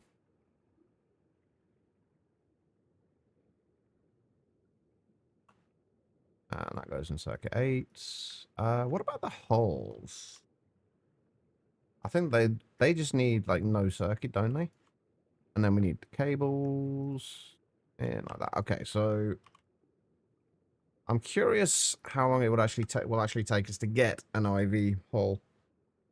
If we request one. Oh, well, that answers that question. I'm pretty sure we had a little bit... Yeah, we had a little bit of tungsten steel already there.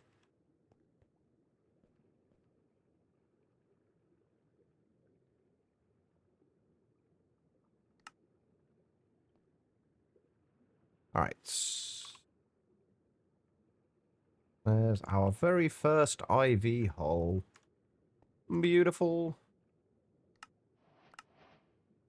Okay, I feel like we are going to need... I think we are going to need to get the iridium processing set up as well. But we're still doing okay. Power-wise. When we're producing it, when we're actually producing power, we are producing it at around about 200,000 RF per tick, and we're only using about 70,000 at the moment. If we were to add in... If we were to upgrade our LCR to IV and start processing the platinum, the rarest metal mixture. How much would that actually take?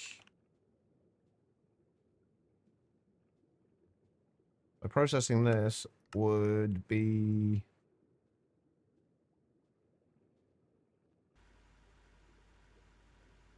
Shouldn't be too bad, actually. 7,680 EU per tick. That's a fair amount. Another 30,000 on top of what we're using at the minute. That should be fine. Yes, it does, Freefall. What we still have to do after this, we're obviously going to have the iridium metal. This part takes a little bit more work. The iridium metal residue then gives us platinum sludge residue again and iridium chloride dust. The iridium chloride dust then needs to go through a chemical reactor and gives you iridium dust and hydrochloric acid. And then the acidic osmium solution just actually, this isn't that bad.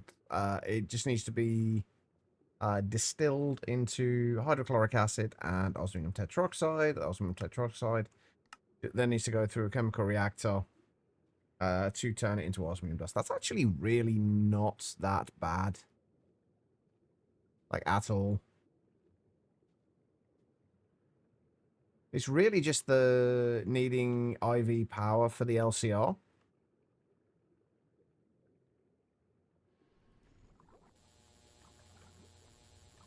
Will it allow me to... If I put a 4-ramp EV energy hatch in there, will it allow me to run the recipe for it? Or not, I wonder. I guess we find out.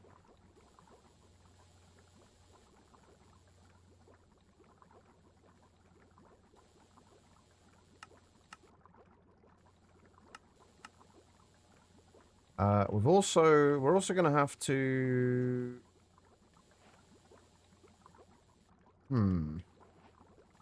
Are we keeping up with the platinum sludge residue? We are keeping up with the platinum sludge residue, which is good.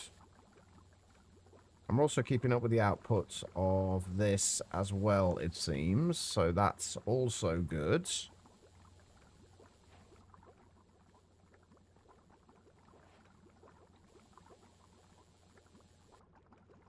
Right, let's turn this off for a minute, just so we're not going to cause any issues. We'll get rid of those. We need the 4-amp converter. And 4-amp energy hatch. So it does still say max recipe tier EV.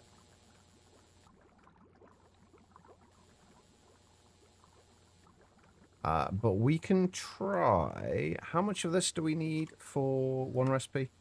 7.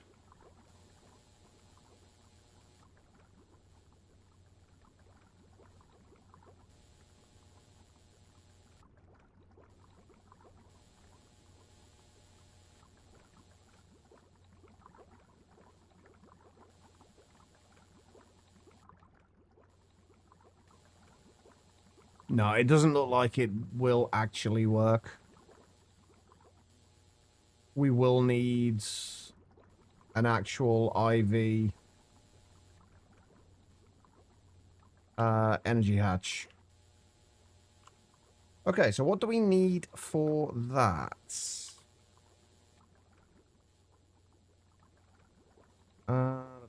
IV energy hatch. What do we actually need? HPIC chips, tungsten cables, IV coils. Wait.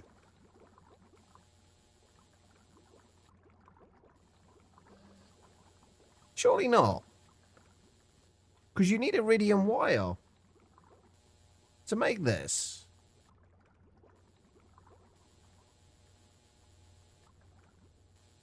Was there something I was missing there in processing The rarest metal mixture.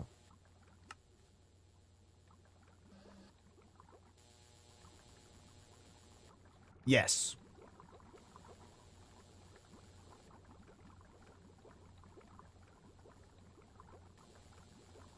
It needed 4 buckets of hydrochloric acid, and we did not have 4 buckets in there.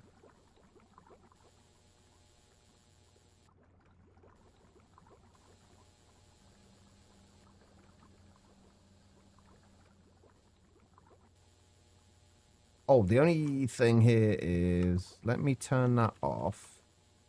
Because we also do not have storage for these yet either. The iridium metal residue and the acidic osmium solution. So we need a couple more 4K drives.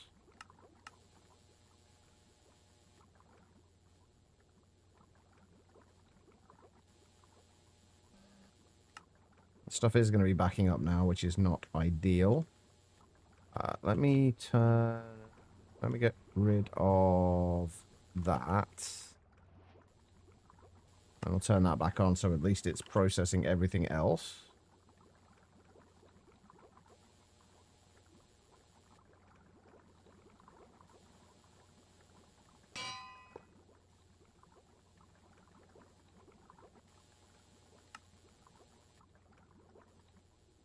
Right, so that is the acidic osmium solution and iridium metal residue.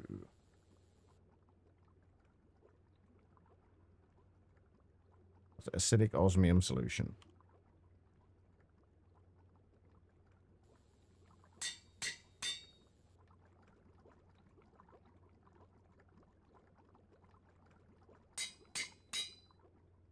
Those both go in there. And then we can try again to see if this will actually work. I'm still not convinced it will.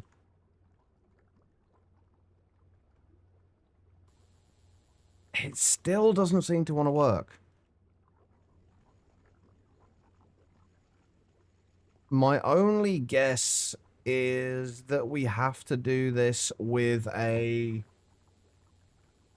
possibly with two EV energy hatches rather than one 4-amp one. Because it's not processing the rarest metal mixture.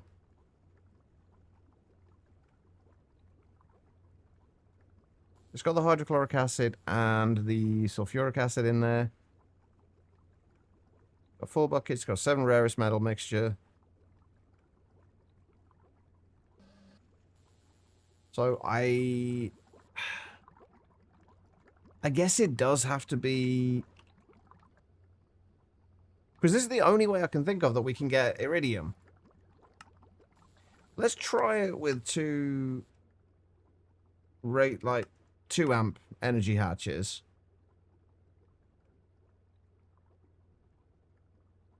And see if that works.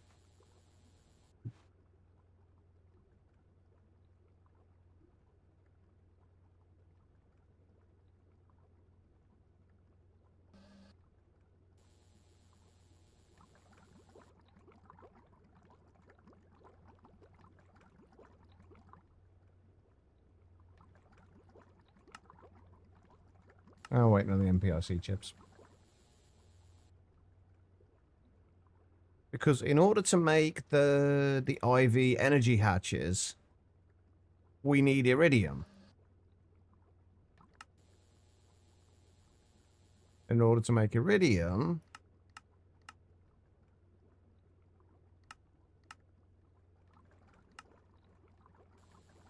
I'm pretty sure this is our only option.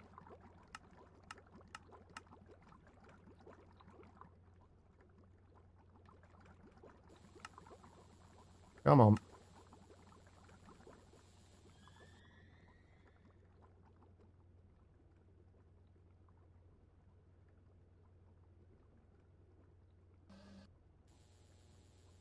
Right, what do we need for...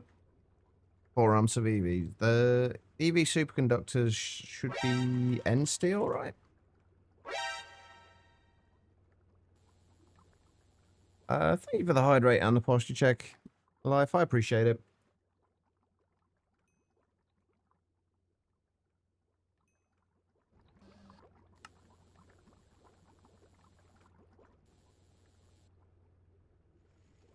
Right, let's try this. Welcome back, Tribble.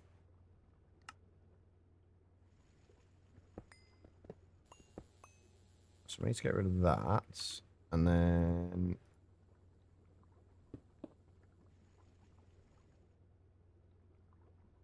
Yeah, I don't understand that.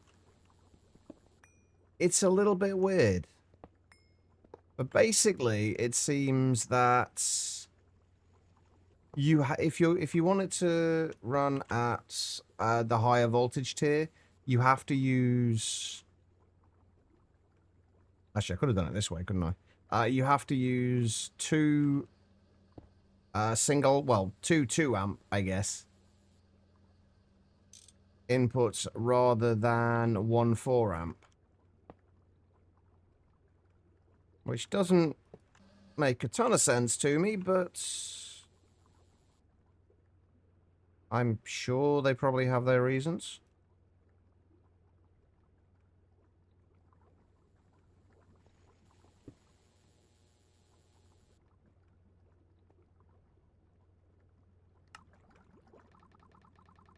There we go. Iridium metal residue is processing, but not.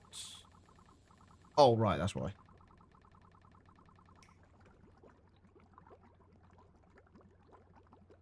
There we go. Right, so that's the iridium metal residue doing it. Actually, we're going to need those again, aren't we?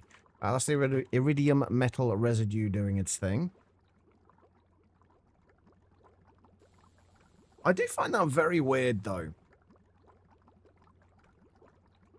The fact that having two 2 amp energy hatches will allow you to run the higher tier recipes, whereas having 1 4 amp one doesn't. Make a lot of sense, but that's fine. Alright, so we have a little bit of iridium metal residue now, and a little bit of acidic osmium solution. We now need to just sort all of those out. Now, we can probably do all of these at HV. We have a 4 amp, or we can put a 4 amp HV converter in there, and then just put these onto the top of it. And that should be fine. So the acidic osmium solution literally just needs a distillation, a distillery.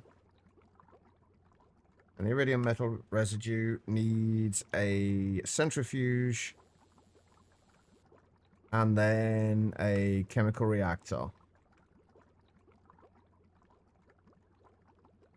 Oh, wait, no, we do need more from this, don't we? Because this gives us osmium tetroxide. Which then, and then goes to osmium dust after a chemical reactor. So we need a chemical reactor and a distillation or distillery.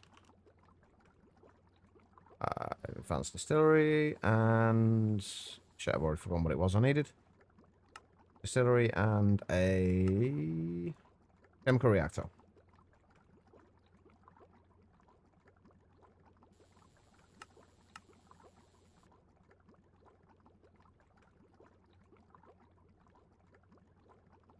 And that will take care of the acidic osmium solutions. And then the iridium metal, the iridium needs a centrifuge. And then a chemical reactor.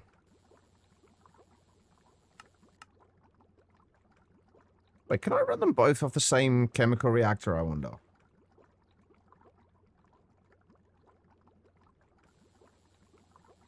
instead of AE. Not really the same thing. Replication is more of a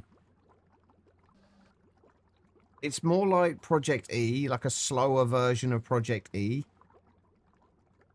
than a storage system, and it is relatively slow. So no, I would not use it. I would certainly not use it instead of. I'd certainly not use it instead of, as well as maybe, but not instead of.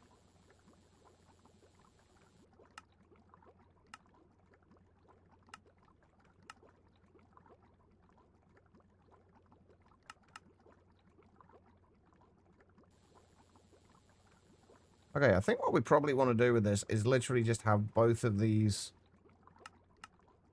going into the same chemical reactor. We didn't actually need two of them. If we do the centrifuge there, chemical reactor there, and distillery there. They need one of those. And a few of these.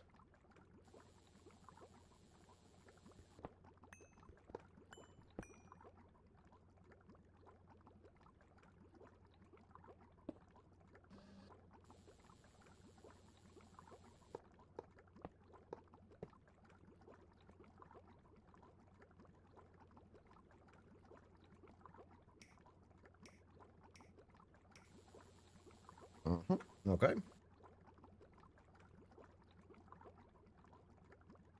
Yes, that's the one. Guitar one. Assuming I'm thinking of the right thing here. I'm pretty sure I am, but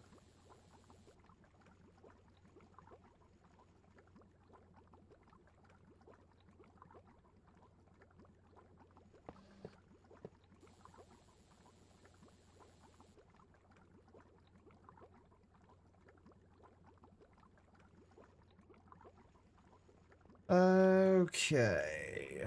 So we do need to output high. Oh, that's a problem.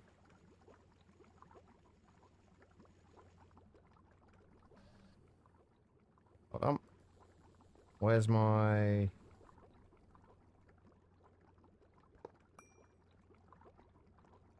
There was a trapdoor here somewhere.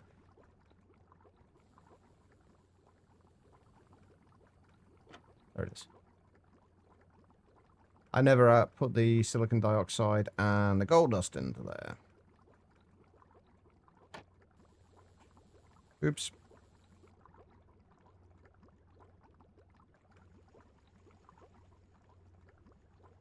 That's better. Okay, right, so we need hydrogen to be output from here. And we need acidic osmium solution and iridium metal residue.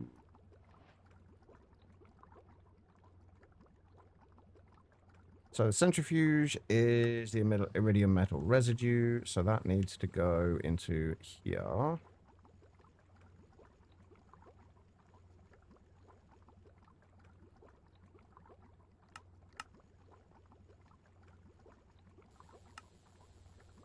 So iridium metal residue will go into there.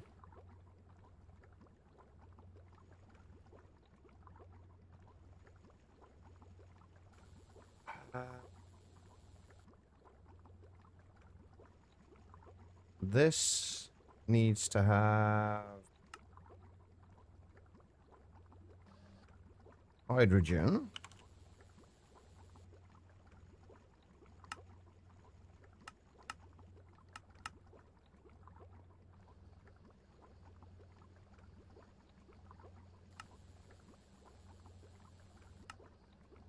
Right, so that needs hydrogen.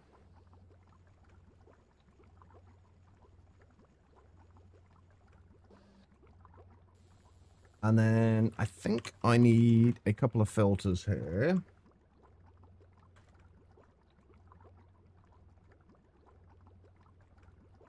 And then if we put one on there and one on there. From this, we need to filter the iridium chloride dust. Actually, we kind of want to do this with robot arms, don't we?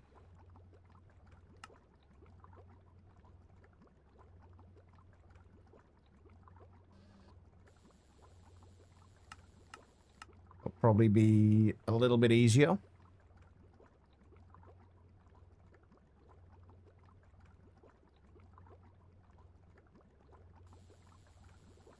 All right, so we need that and that.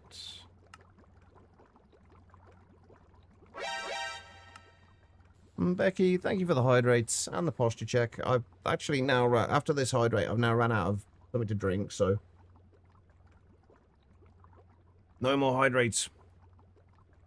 How's Becky doing? Right, we need to keep exactly.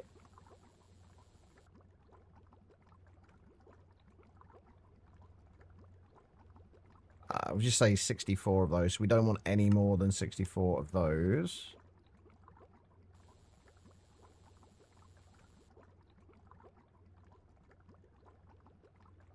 Take that out of there.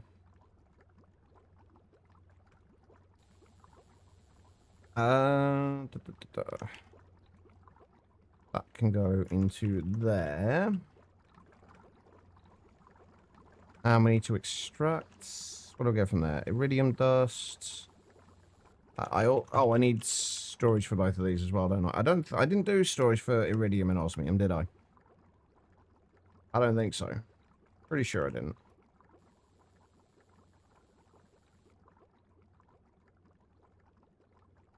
Nope, I didn't. Okay. Alright, let's do those.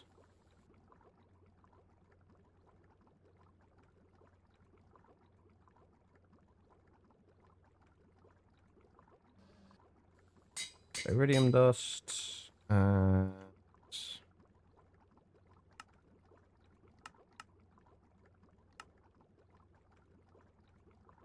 osmium dust.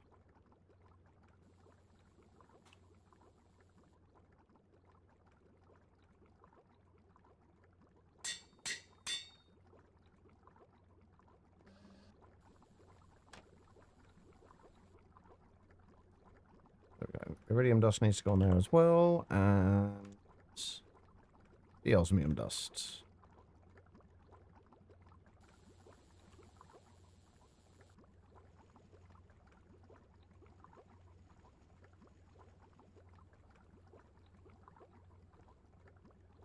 All right, yeah, that's not going to do anything, is it? Right, we need to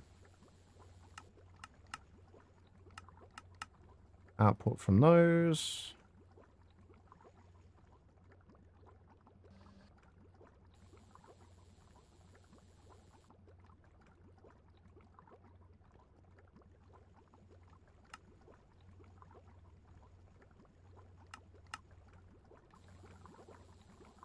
Okay, then that'll take care of the rest of that. And then we need to output acidic osmium solution into here with circuit 1.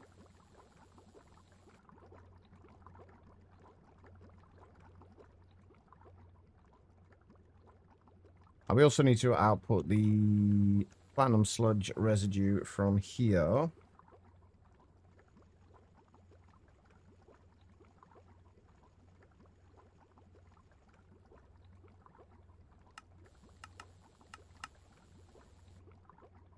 I'll take care of that.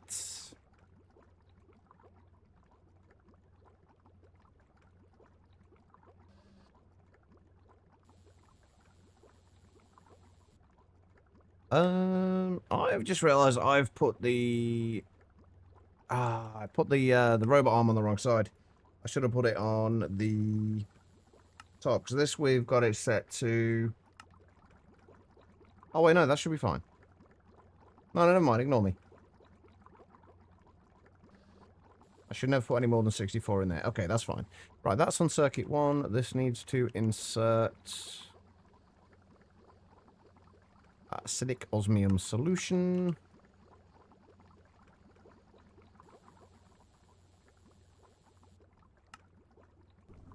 From any side other than the other one.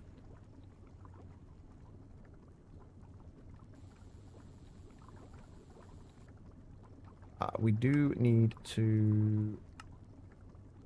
We actually don't need to filter this.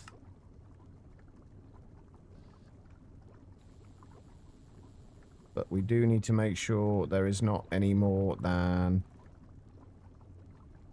64 in there at any given time. And then we just got to extract the hydrochloric acid from there, and that should be everything sorted.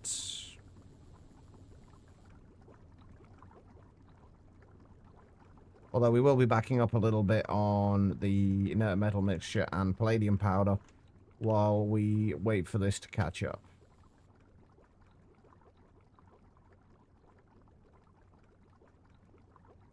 Have we run out of stuff to put in here? We have. Okay.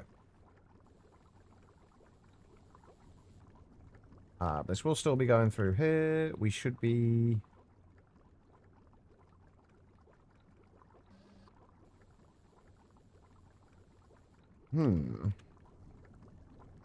How much of the rarest metal mixture do we have left? None. It would appear. Once this finishes... Yeah, it'll start going through the ruthenium tetroxide again. I'm a little concerned that it's not going to be able to keep up with everything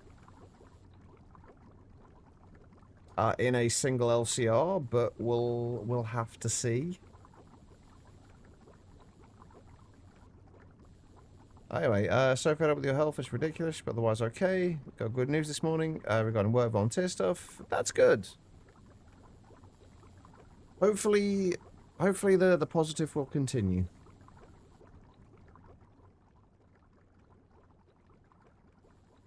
Yeah, I think we're going to be fine with this.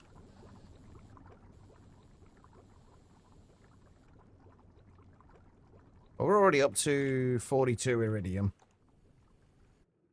So I think we are good. Okay, right, there we go. That is all of that sorted. Jekyll's put up his charges, especially the hydrate. That was terrible. To be fair, we are going to be calling it a day fairly soon anyway, because I do need to get down to the shops and get some food. I would like to try and get my a few of the bits for this sorted out, though. As well as... We do need to look into this. But we haven't got the fiber reinforced epoxy resin sheets yet.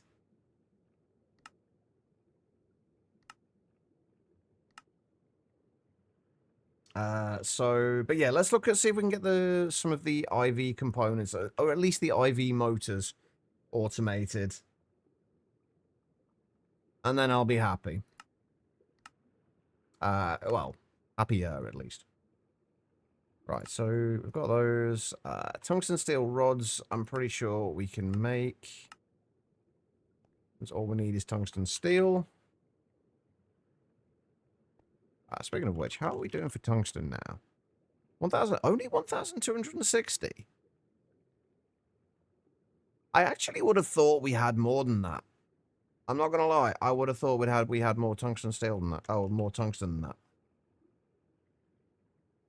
But I guess not. Okay, so 2 times the 2x tungsten cables. We can do. We do need to make the tungsten wire.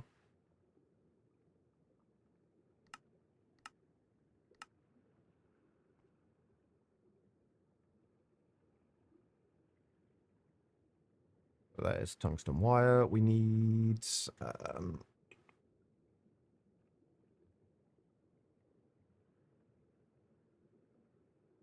Those can go into there. And then the 2x wires can go in the regular pattern providers. And then what are we missing from here? Just the graphene wire. So we got to get graphene made, which means we do actually need to go and get some graphite as well.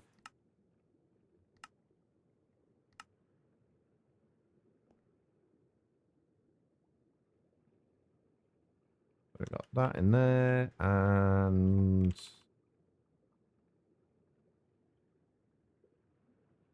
that goes into there. So graphene. Thankfully, this doesn't need to go through an EBF, which is nice. But the graphene, we need a circuit 1 mixer. We do need more graphite, though, which we, like I say, we currently do not have.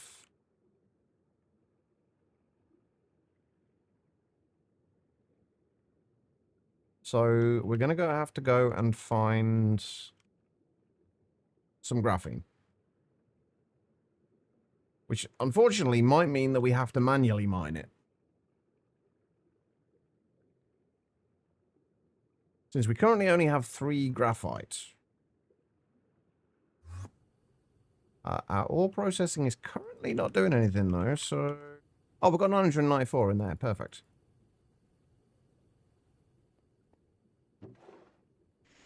I'll guess a little bit more.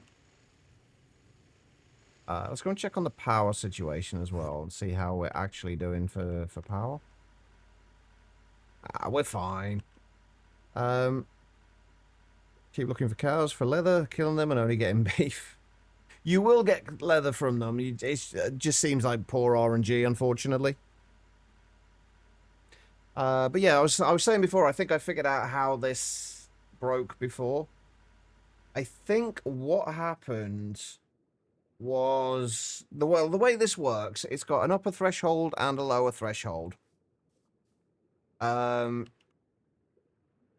Each of which has a redstone signal applied to it. So the upper, when there's it's got this channel will give the blue channel will give a redstone signal when it's over 90% full, and this one will give a redstone signal when it's over 50% full. So obviously when it's over 90% full, both of them are on. When it's below 50%, both of them are off. On both of those situations, what happens is it toggles this.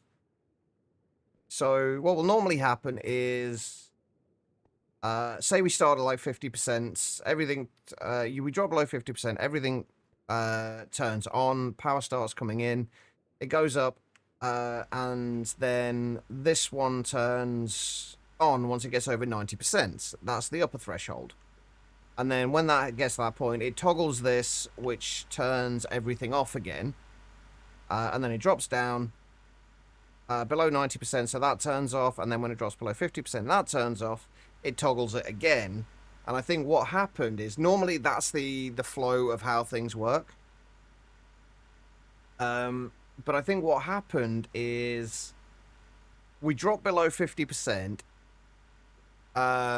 Everything turned on, but then for some reason power usage spiked, and then we continued to, and then we were using more power than we were making, and then it dropped below 50% again, so it then toggled again because everything turned off. So it switched everything, so we basically switched everything off. It's a situation that shouldn't happen very, very often. It was just a very rare occurrence, I think, that it happened. I need to figure out a way of kind of safeguarding against that. Backpack obtained, GG. Hey, speaking of backpacks, we should be able to upgrade ours soon. All right, we're not going to have a storage for graphite, are we? No. Okay, let's go and fix that. Carbon dust. Carbon dust we do have storage for. Graphite we do not yet.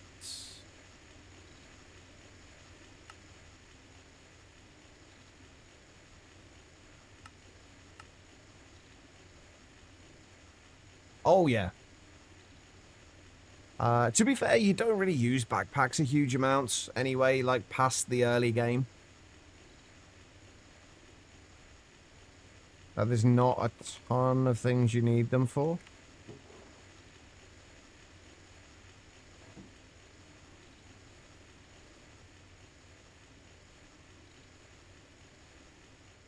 Oh, I've done it again. I keep putting these down and forgetting to pick them up again.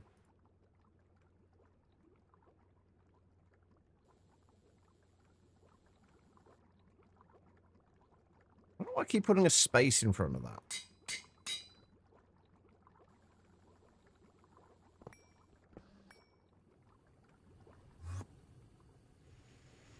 Alright, so we just need to output graphite into there, and now we should have graphites. Right, let's see. Can we make an IV motor, or let's say 8 of them? No, because we haven't actually set it so we can turn the graphene into actual ingots. Literally all we got to do is smelt it, though, so that's fine.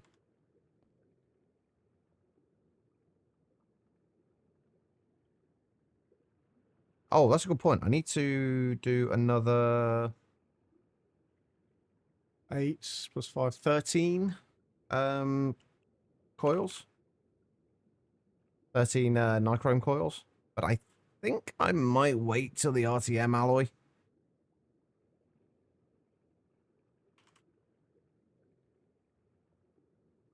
Which we might be able to, we should be able to get to tomorrow. But yeah, as far as the backpack upgrades,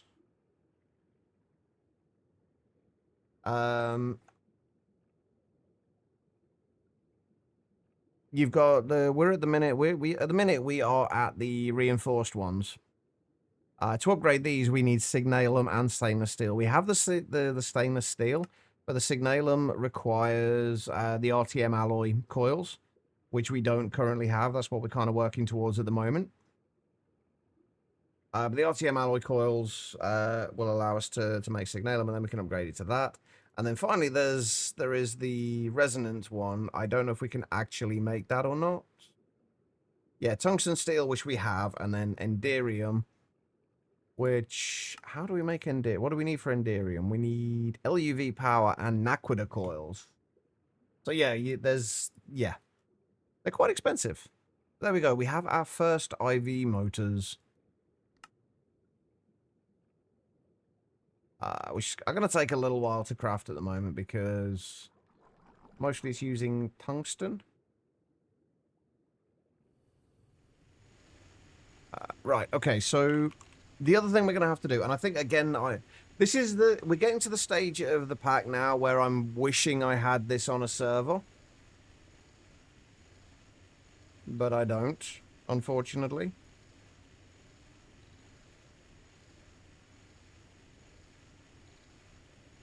I'm going to output a bunch of sheldonite into here so we can have the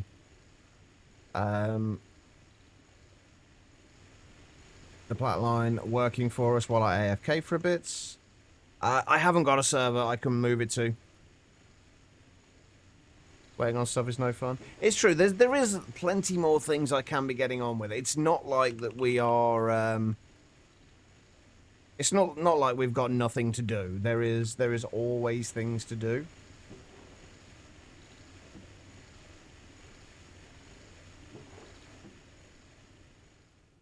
That's not too bad. It could be a whole lot worse.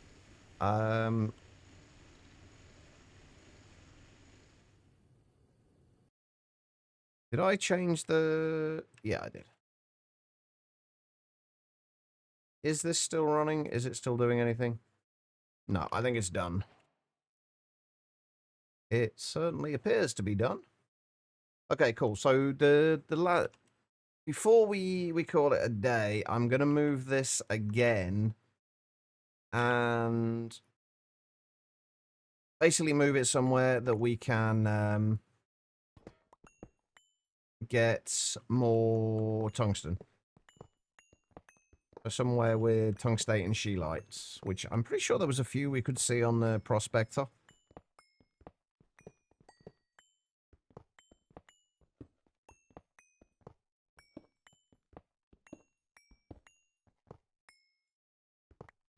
Alright. Let's see. Speaking of prospector, where is it? There it is. Okay. So we're looking for these. The scheelite and tungstate. Scheelite, lithium, tungstate veins.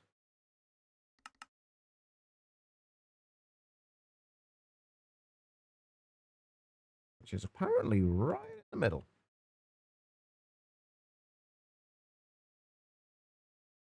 Should be all we need from here.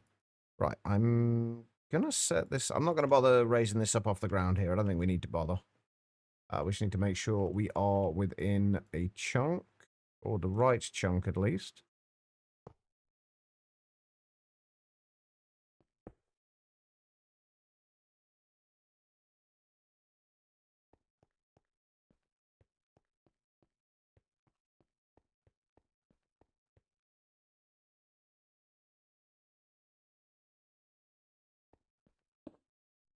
Alright, so let's grab the wrench, flip that around.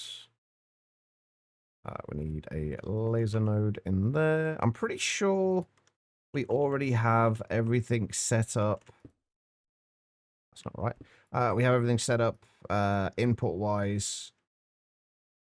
So nothing's just going into ME, like no random stuff is going into our ME system. I think we're fine for that. That should give us drilling fluids. We've got the ender chest there, ender chest there.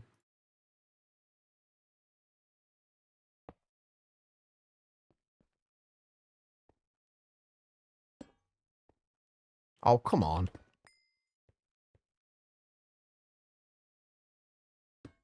There we go. And somehow we've got to place this. This is the most awkward one to place. Because we can't rotate it. Oh, come on. There we go. Right. That's better.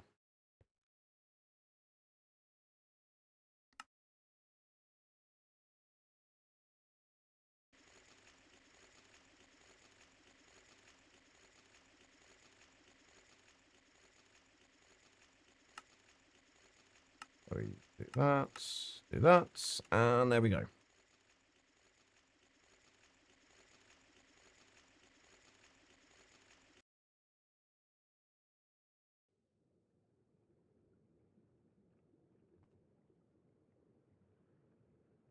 I mean, that's not overly surprising, Freefall. You would probably find a similar thing, I would guess, with vanilla dark oak forests. I can't say for certain, but I would guess you'd find a similar thing. I might be wrong, though. Right, so how are we doing for ruthenium? We're up to 130, over 2 stacks of ruthenium now. Quite a bit of palladium. Things are going pretty well.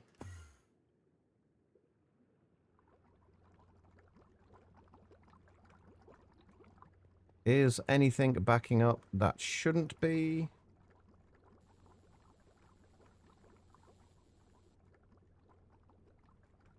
Doesn't look like it. We've not got a lot of osmium. Wait, why have we not got a lot of osmium? Is this... Oh, so we're not extracting... Wait, what? Why is that not... Oh. Okay.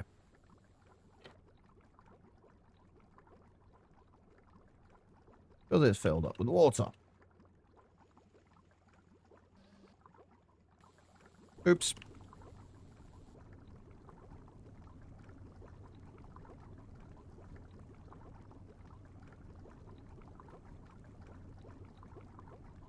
Okay, so we've got a lot of iridium metal residue backed up.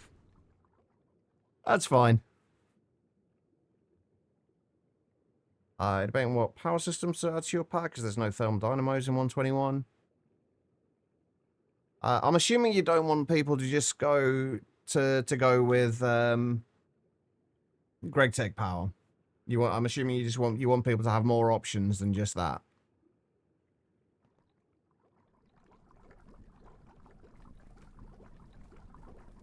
Okay, these are all sorting out now. Okay, that's good. We should still have... Yeah, we still got plenty of naphtha in there. And the light fuel... We're still keeping up with the light fuel regardless. Even at HV, we're getting a shitload of this.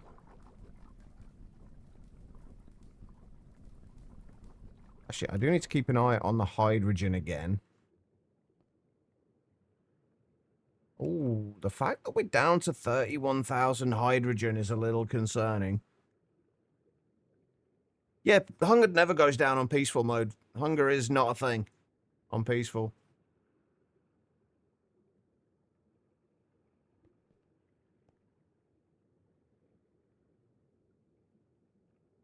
All right, we are doing all right here now, I think. Okay, so Platline is now sorted. It could be a little bit more efficient, but it is basically sorted at this point. Wait, what quest have I completed? Oh, boron dust, okay. And then, oh, we also need this apparently for tough alloy, which we need for... what do we need the tough alloy for? Getting into nuclear craft. Okay. I keep forgetting nuclear craft is in this.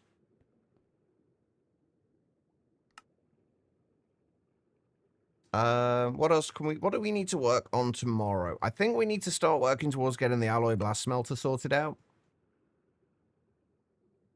Because we're going to need that for a bunch of things. And we also need to start working on getting this. What's actually holding us back from this at the moment? We can make IV circuits. We should have enough iridium now to make the iridium rods. We're going to need more tungsten. But that's very much doable.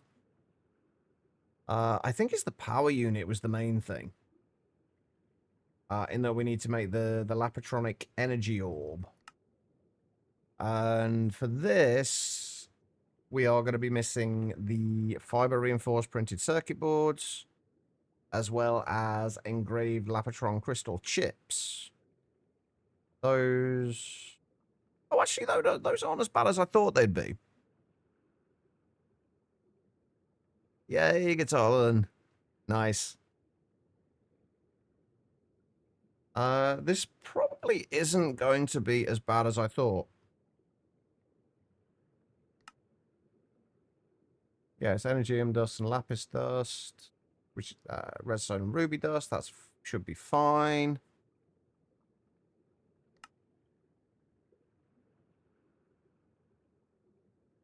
And that gives you the engraved Lapatron crystal chips. We do need 24 of those, though, which is, what, 8 recipes? So we need 8 Lapatron crystals, which 16 HP circuits, like, that's really not a problem at all. The fiber reinforced printed circuit boards. Just need anneal copper foil. Reinforced epoxy resin sheets, which is epoxy resin and either borosilicate glass fibers or raw carbon fibers. Okay, that's actually not bad at all. That is all very much doable. So we'll hopefully have the Omni Breaker tomorrow. It does mean that we are going to need an IV assembler, though. Which is probably going to be the difficult bit, because we're going to need to get all of this stuff sorted out. Okay, it's actually not going to be that bad. But we need to get all that sorted out. I am going to AFK a little bit after the stream and let some of the ores process. And probably add some of more of the tungstate and scheelite through so we can get more tungsten.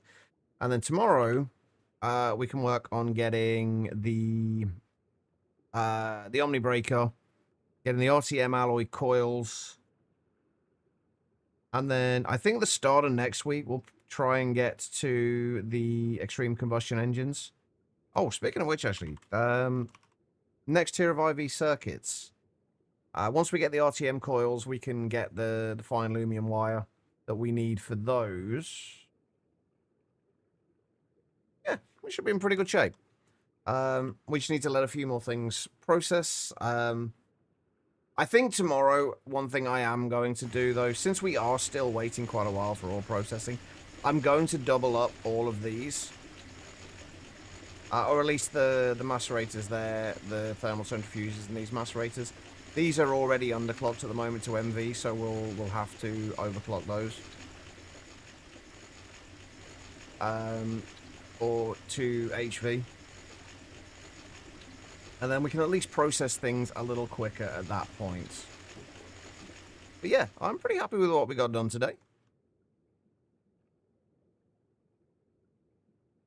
Not super happy that they activate recurring payment with the codes. Wait, how do they activate recurring payments? If you haven't added payment information, I'm guessing you had payment information in there in the past that they've used.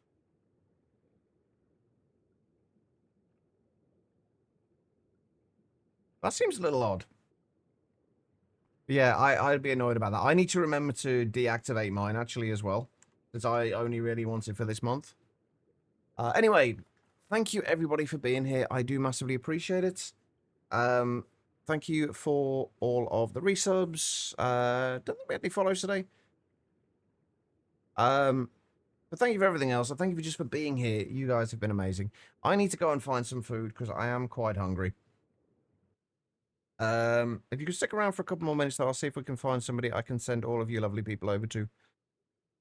If anyone is live, I will probably be raiding and running, though, because I do need to get to the shops. Assuming there is anyone we can raid. Which... not really. Okay, well... I will be back tomorrow, hopefully around about the same time. And we can get some more progress made. And yeah, I hope you all have an amazing rest of your day. And I will see you all soon.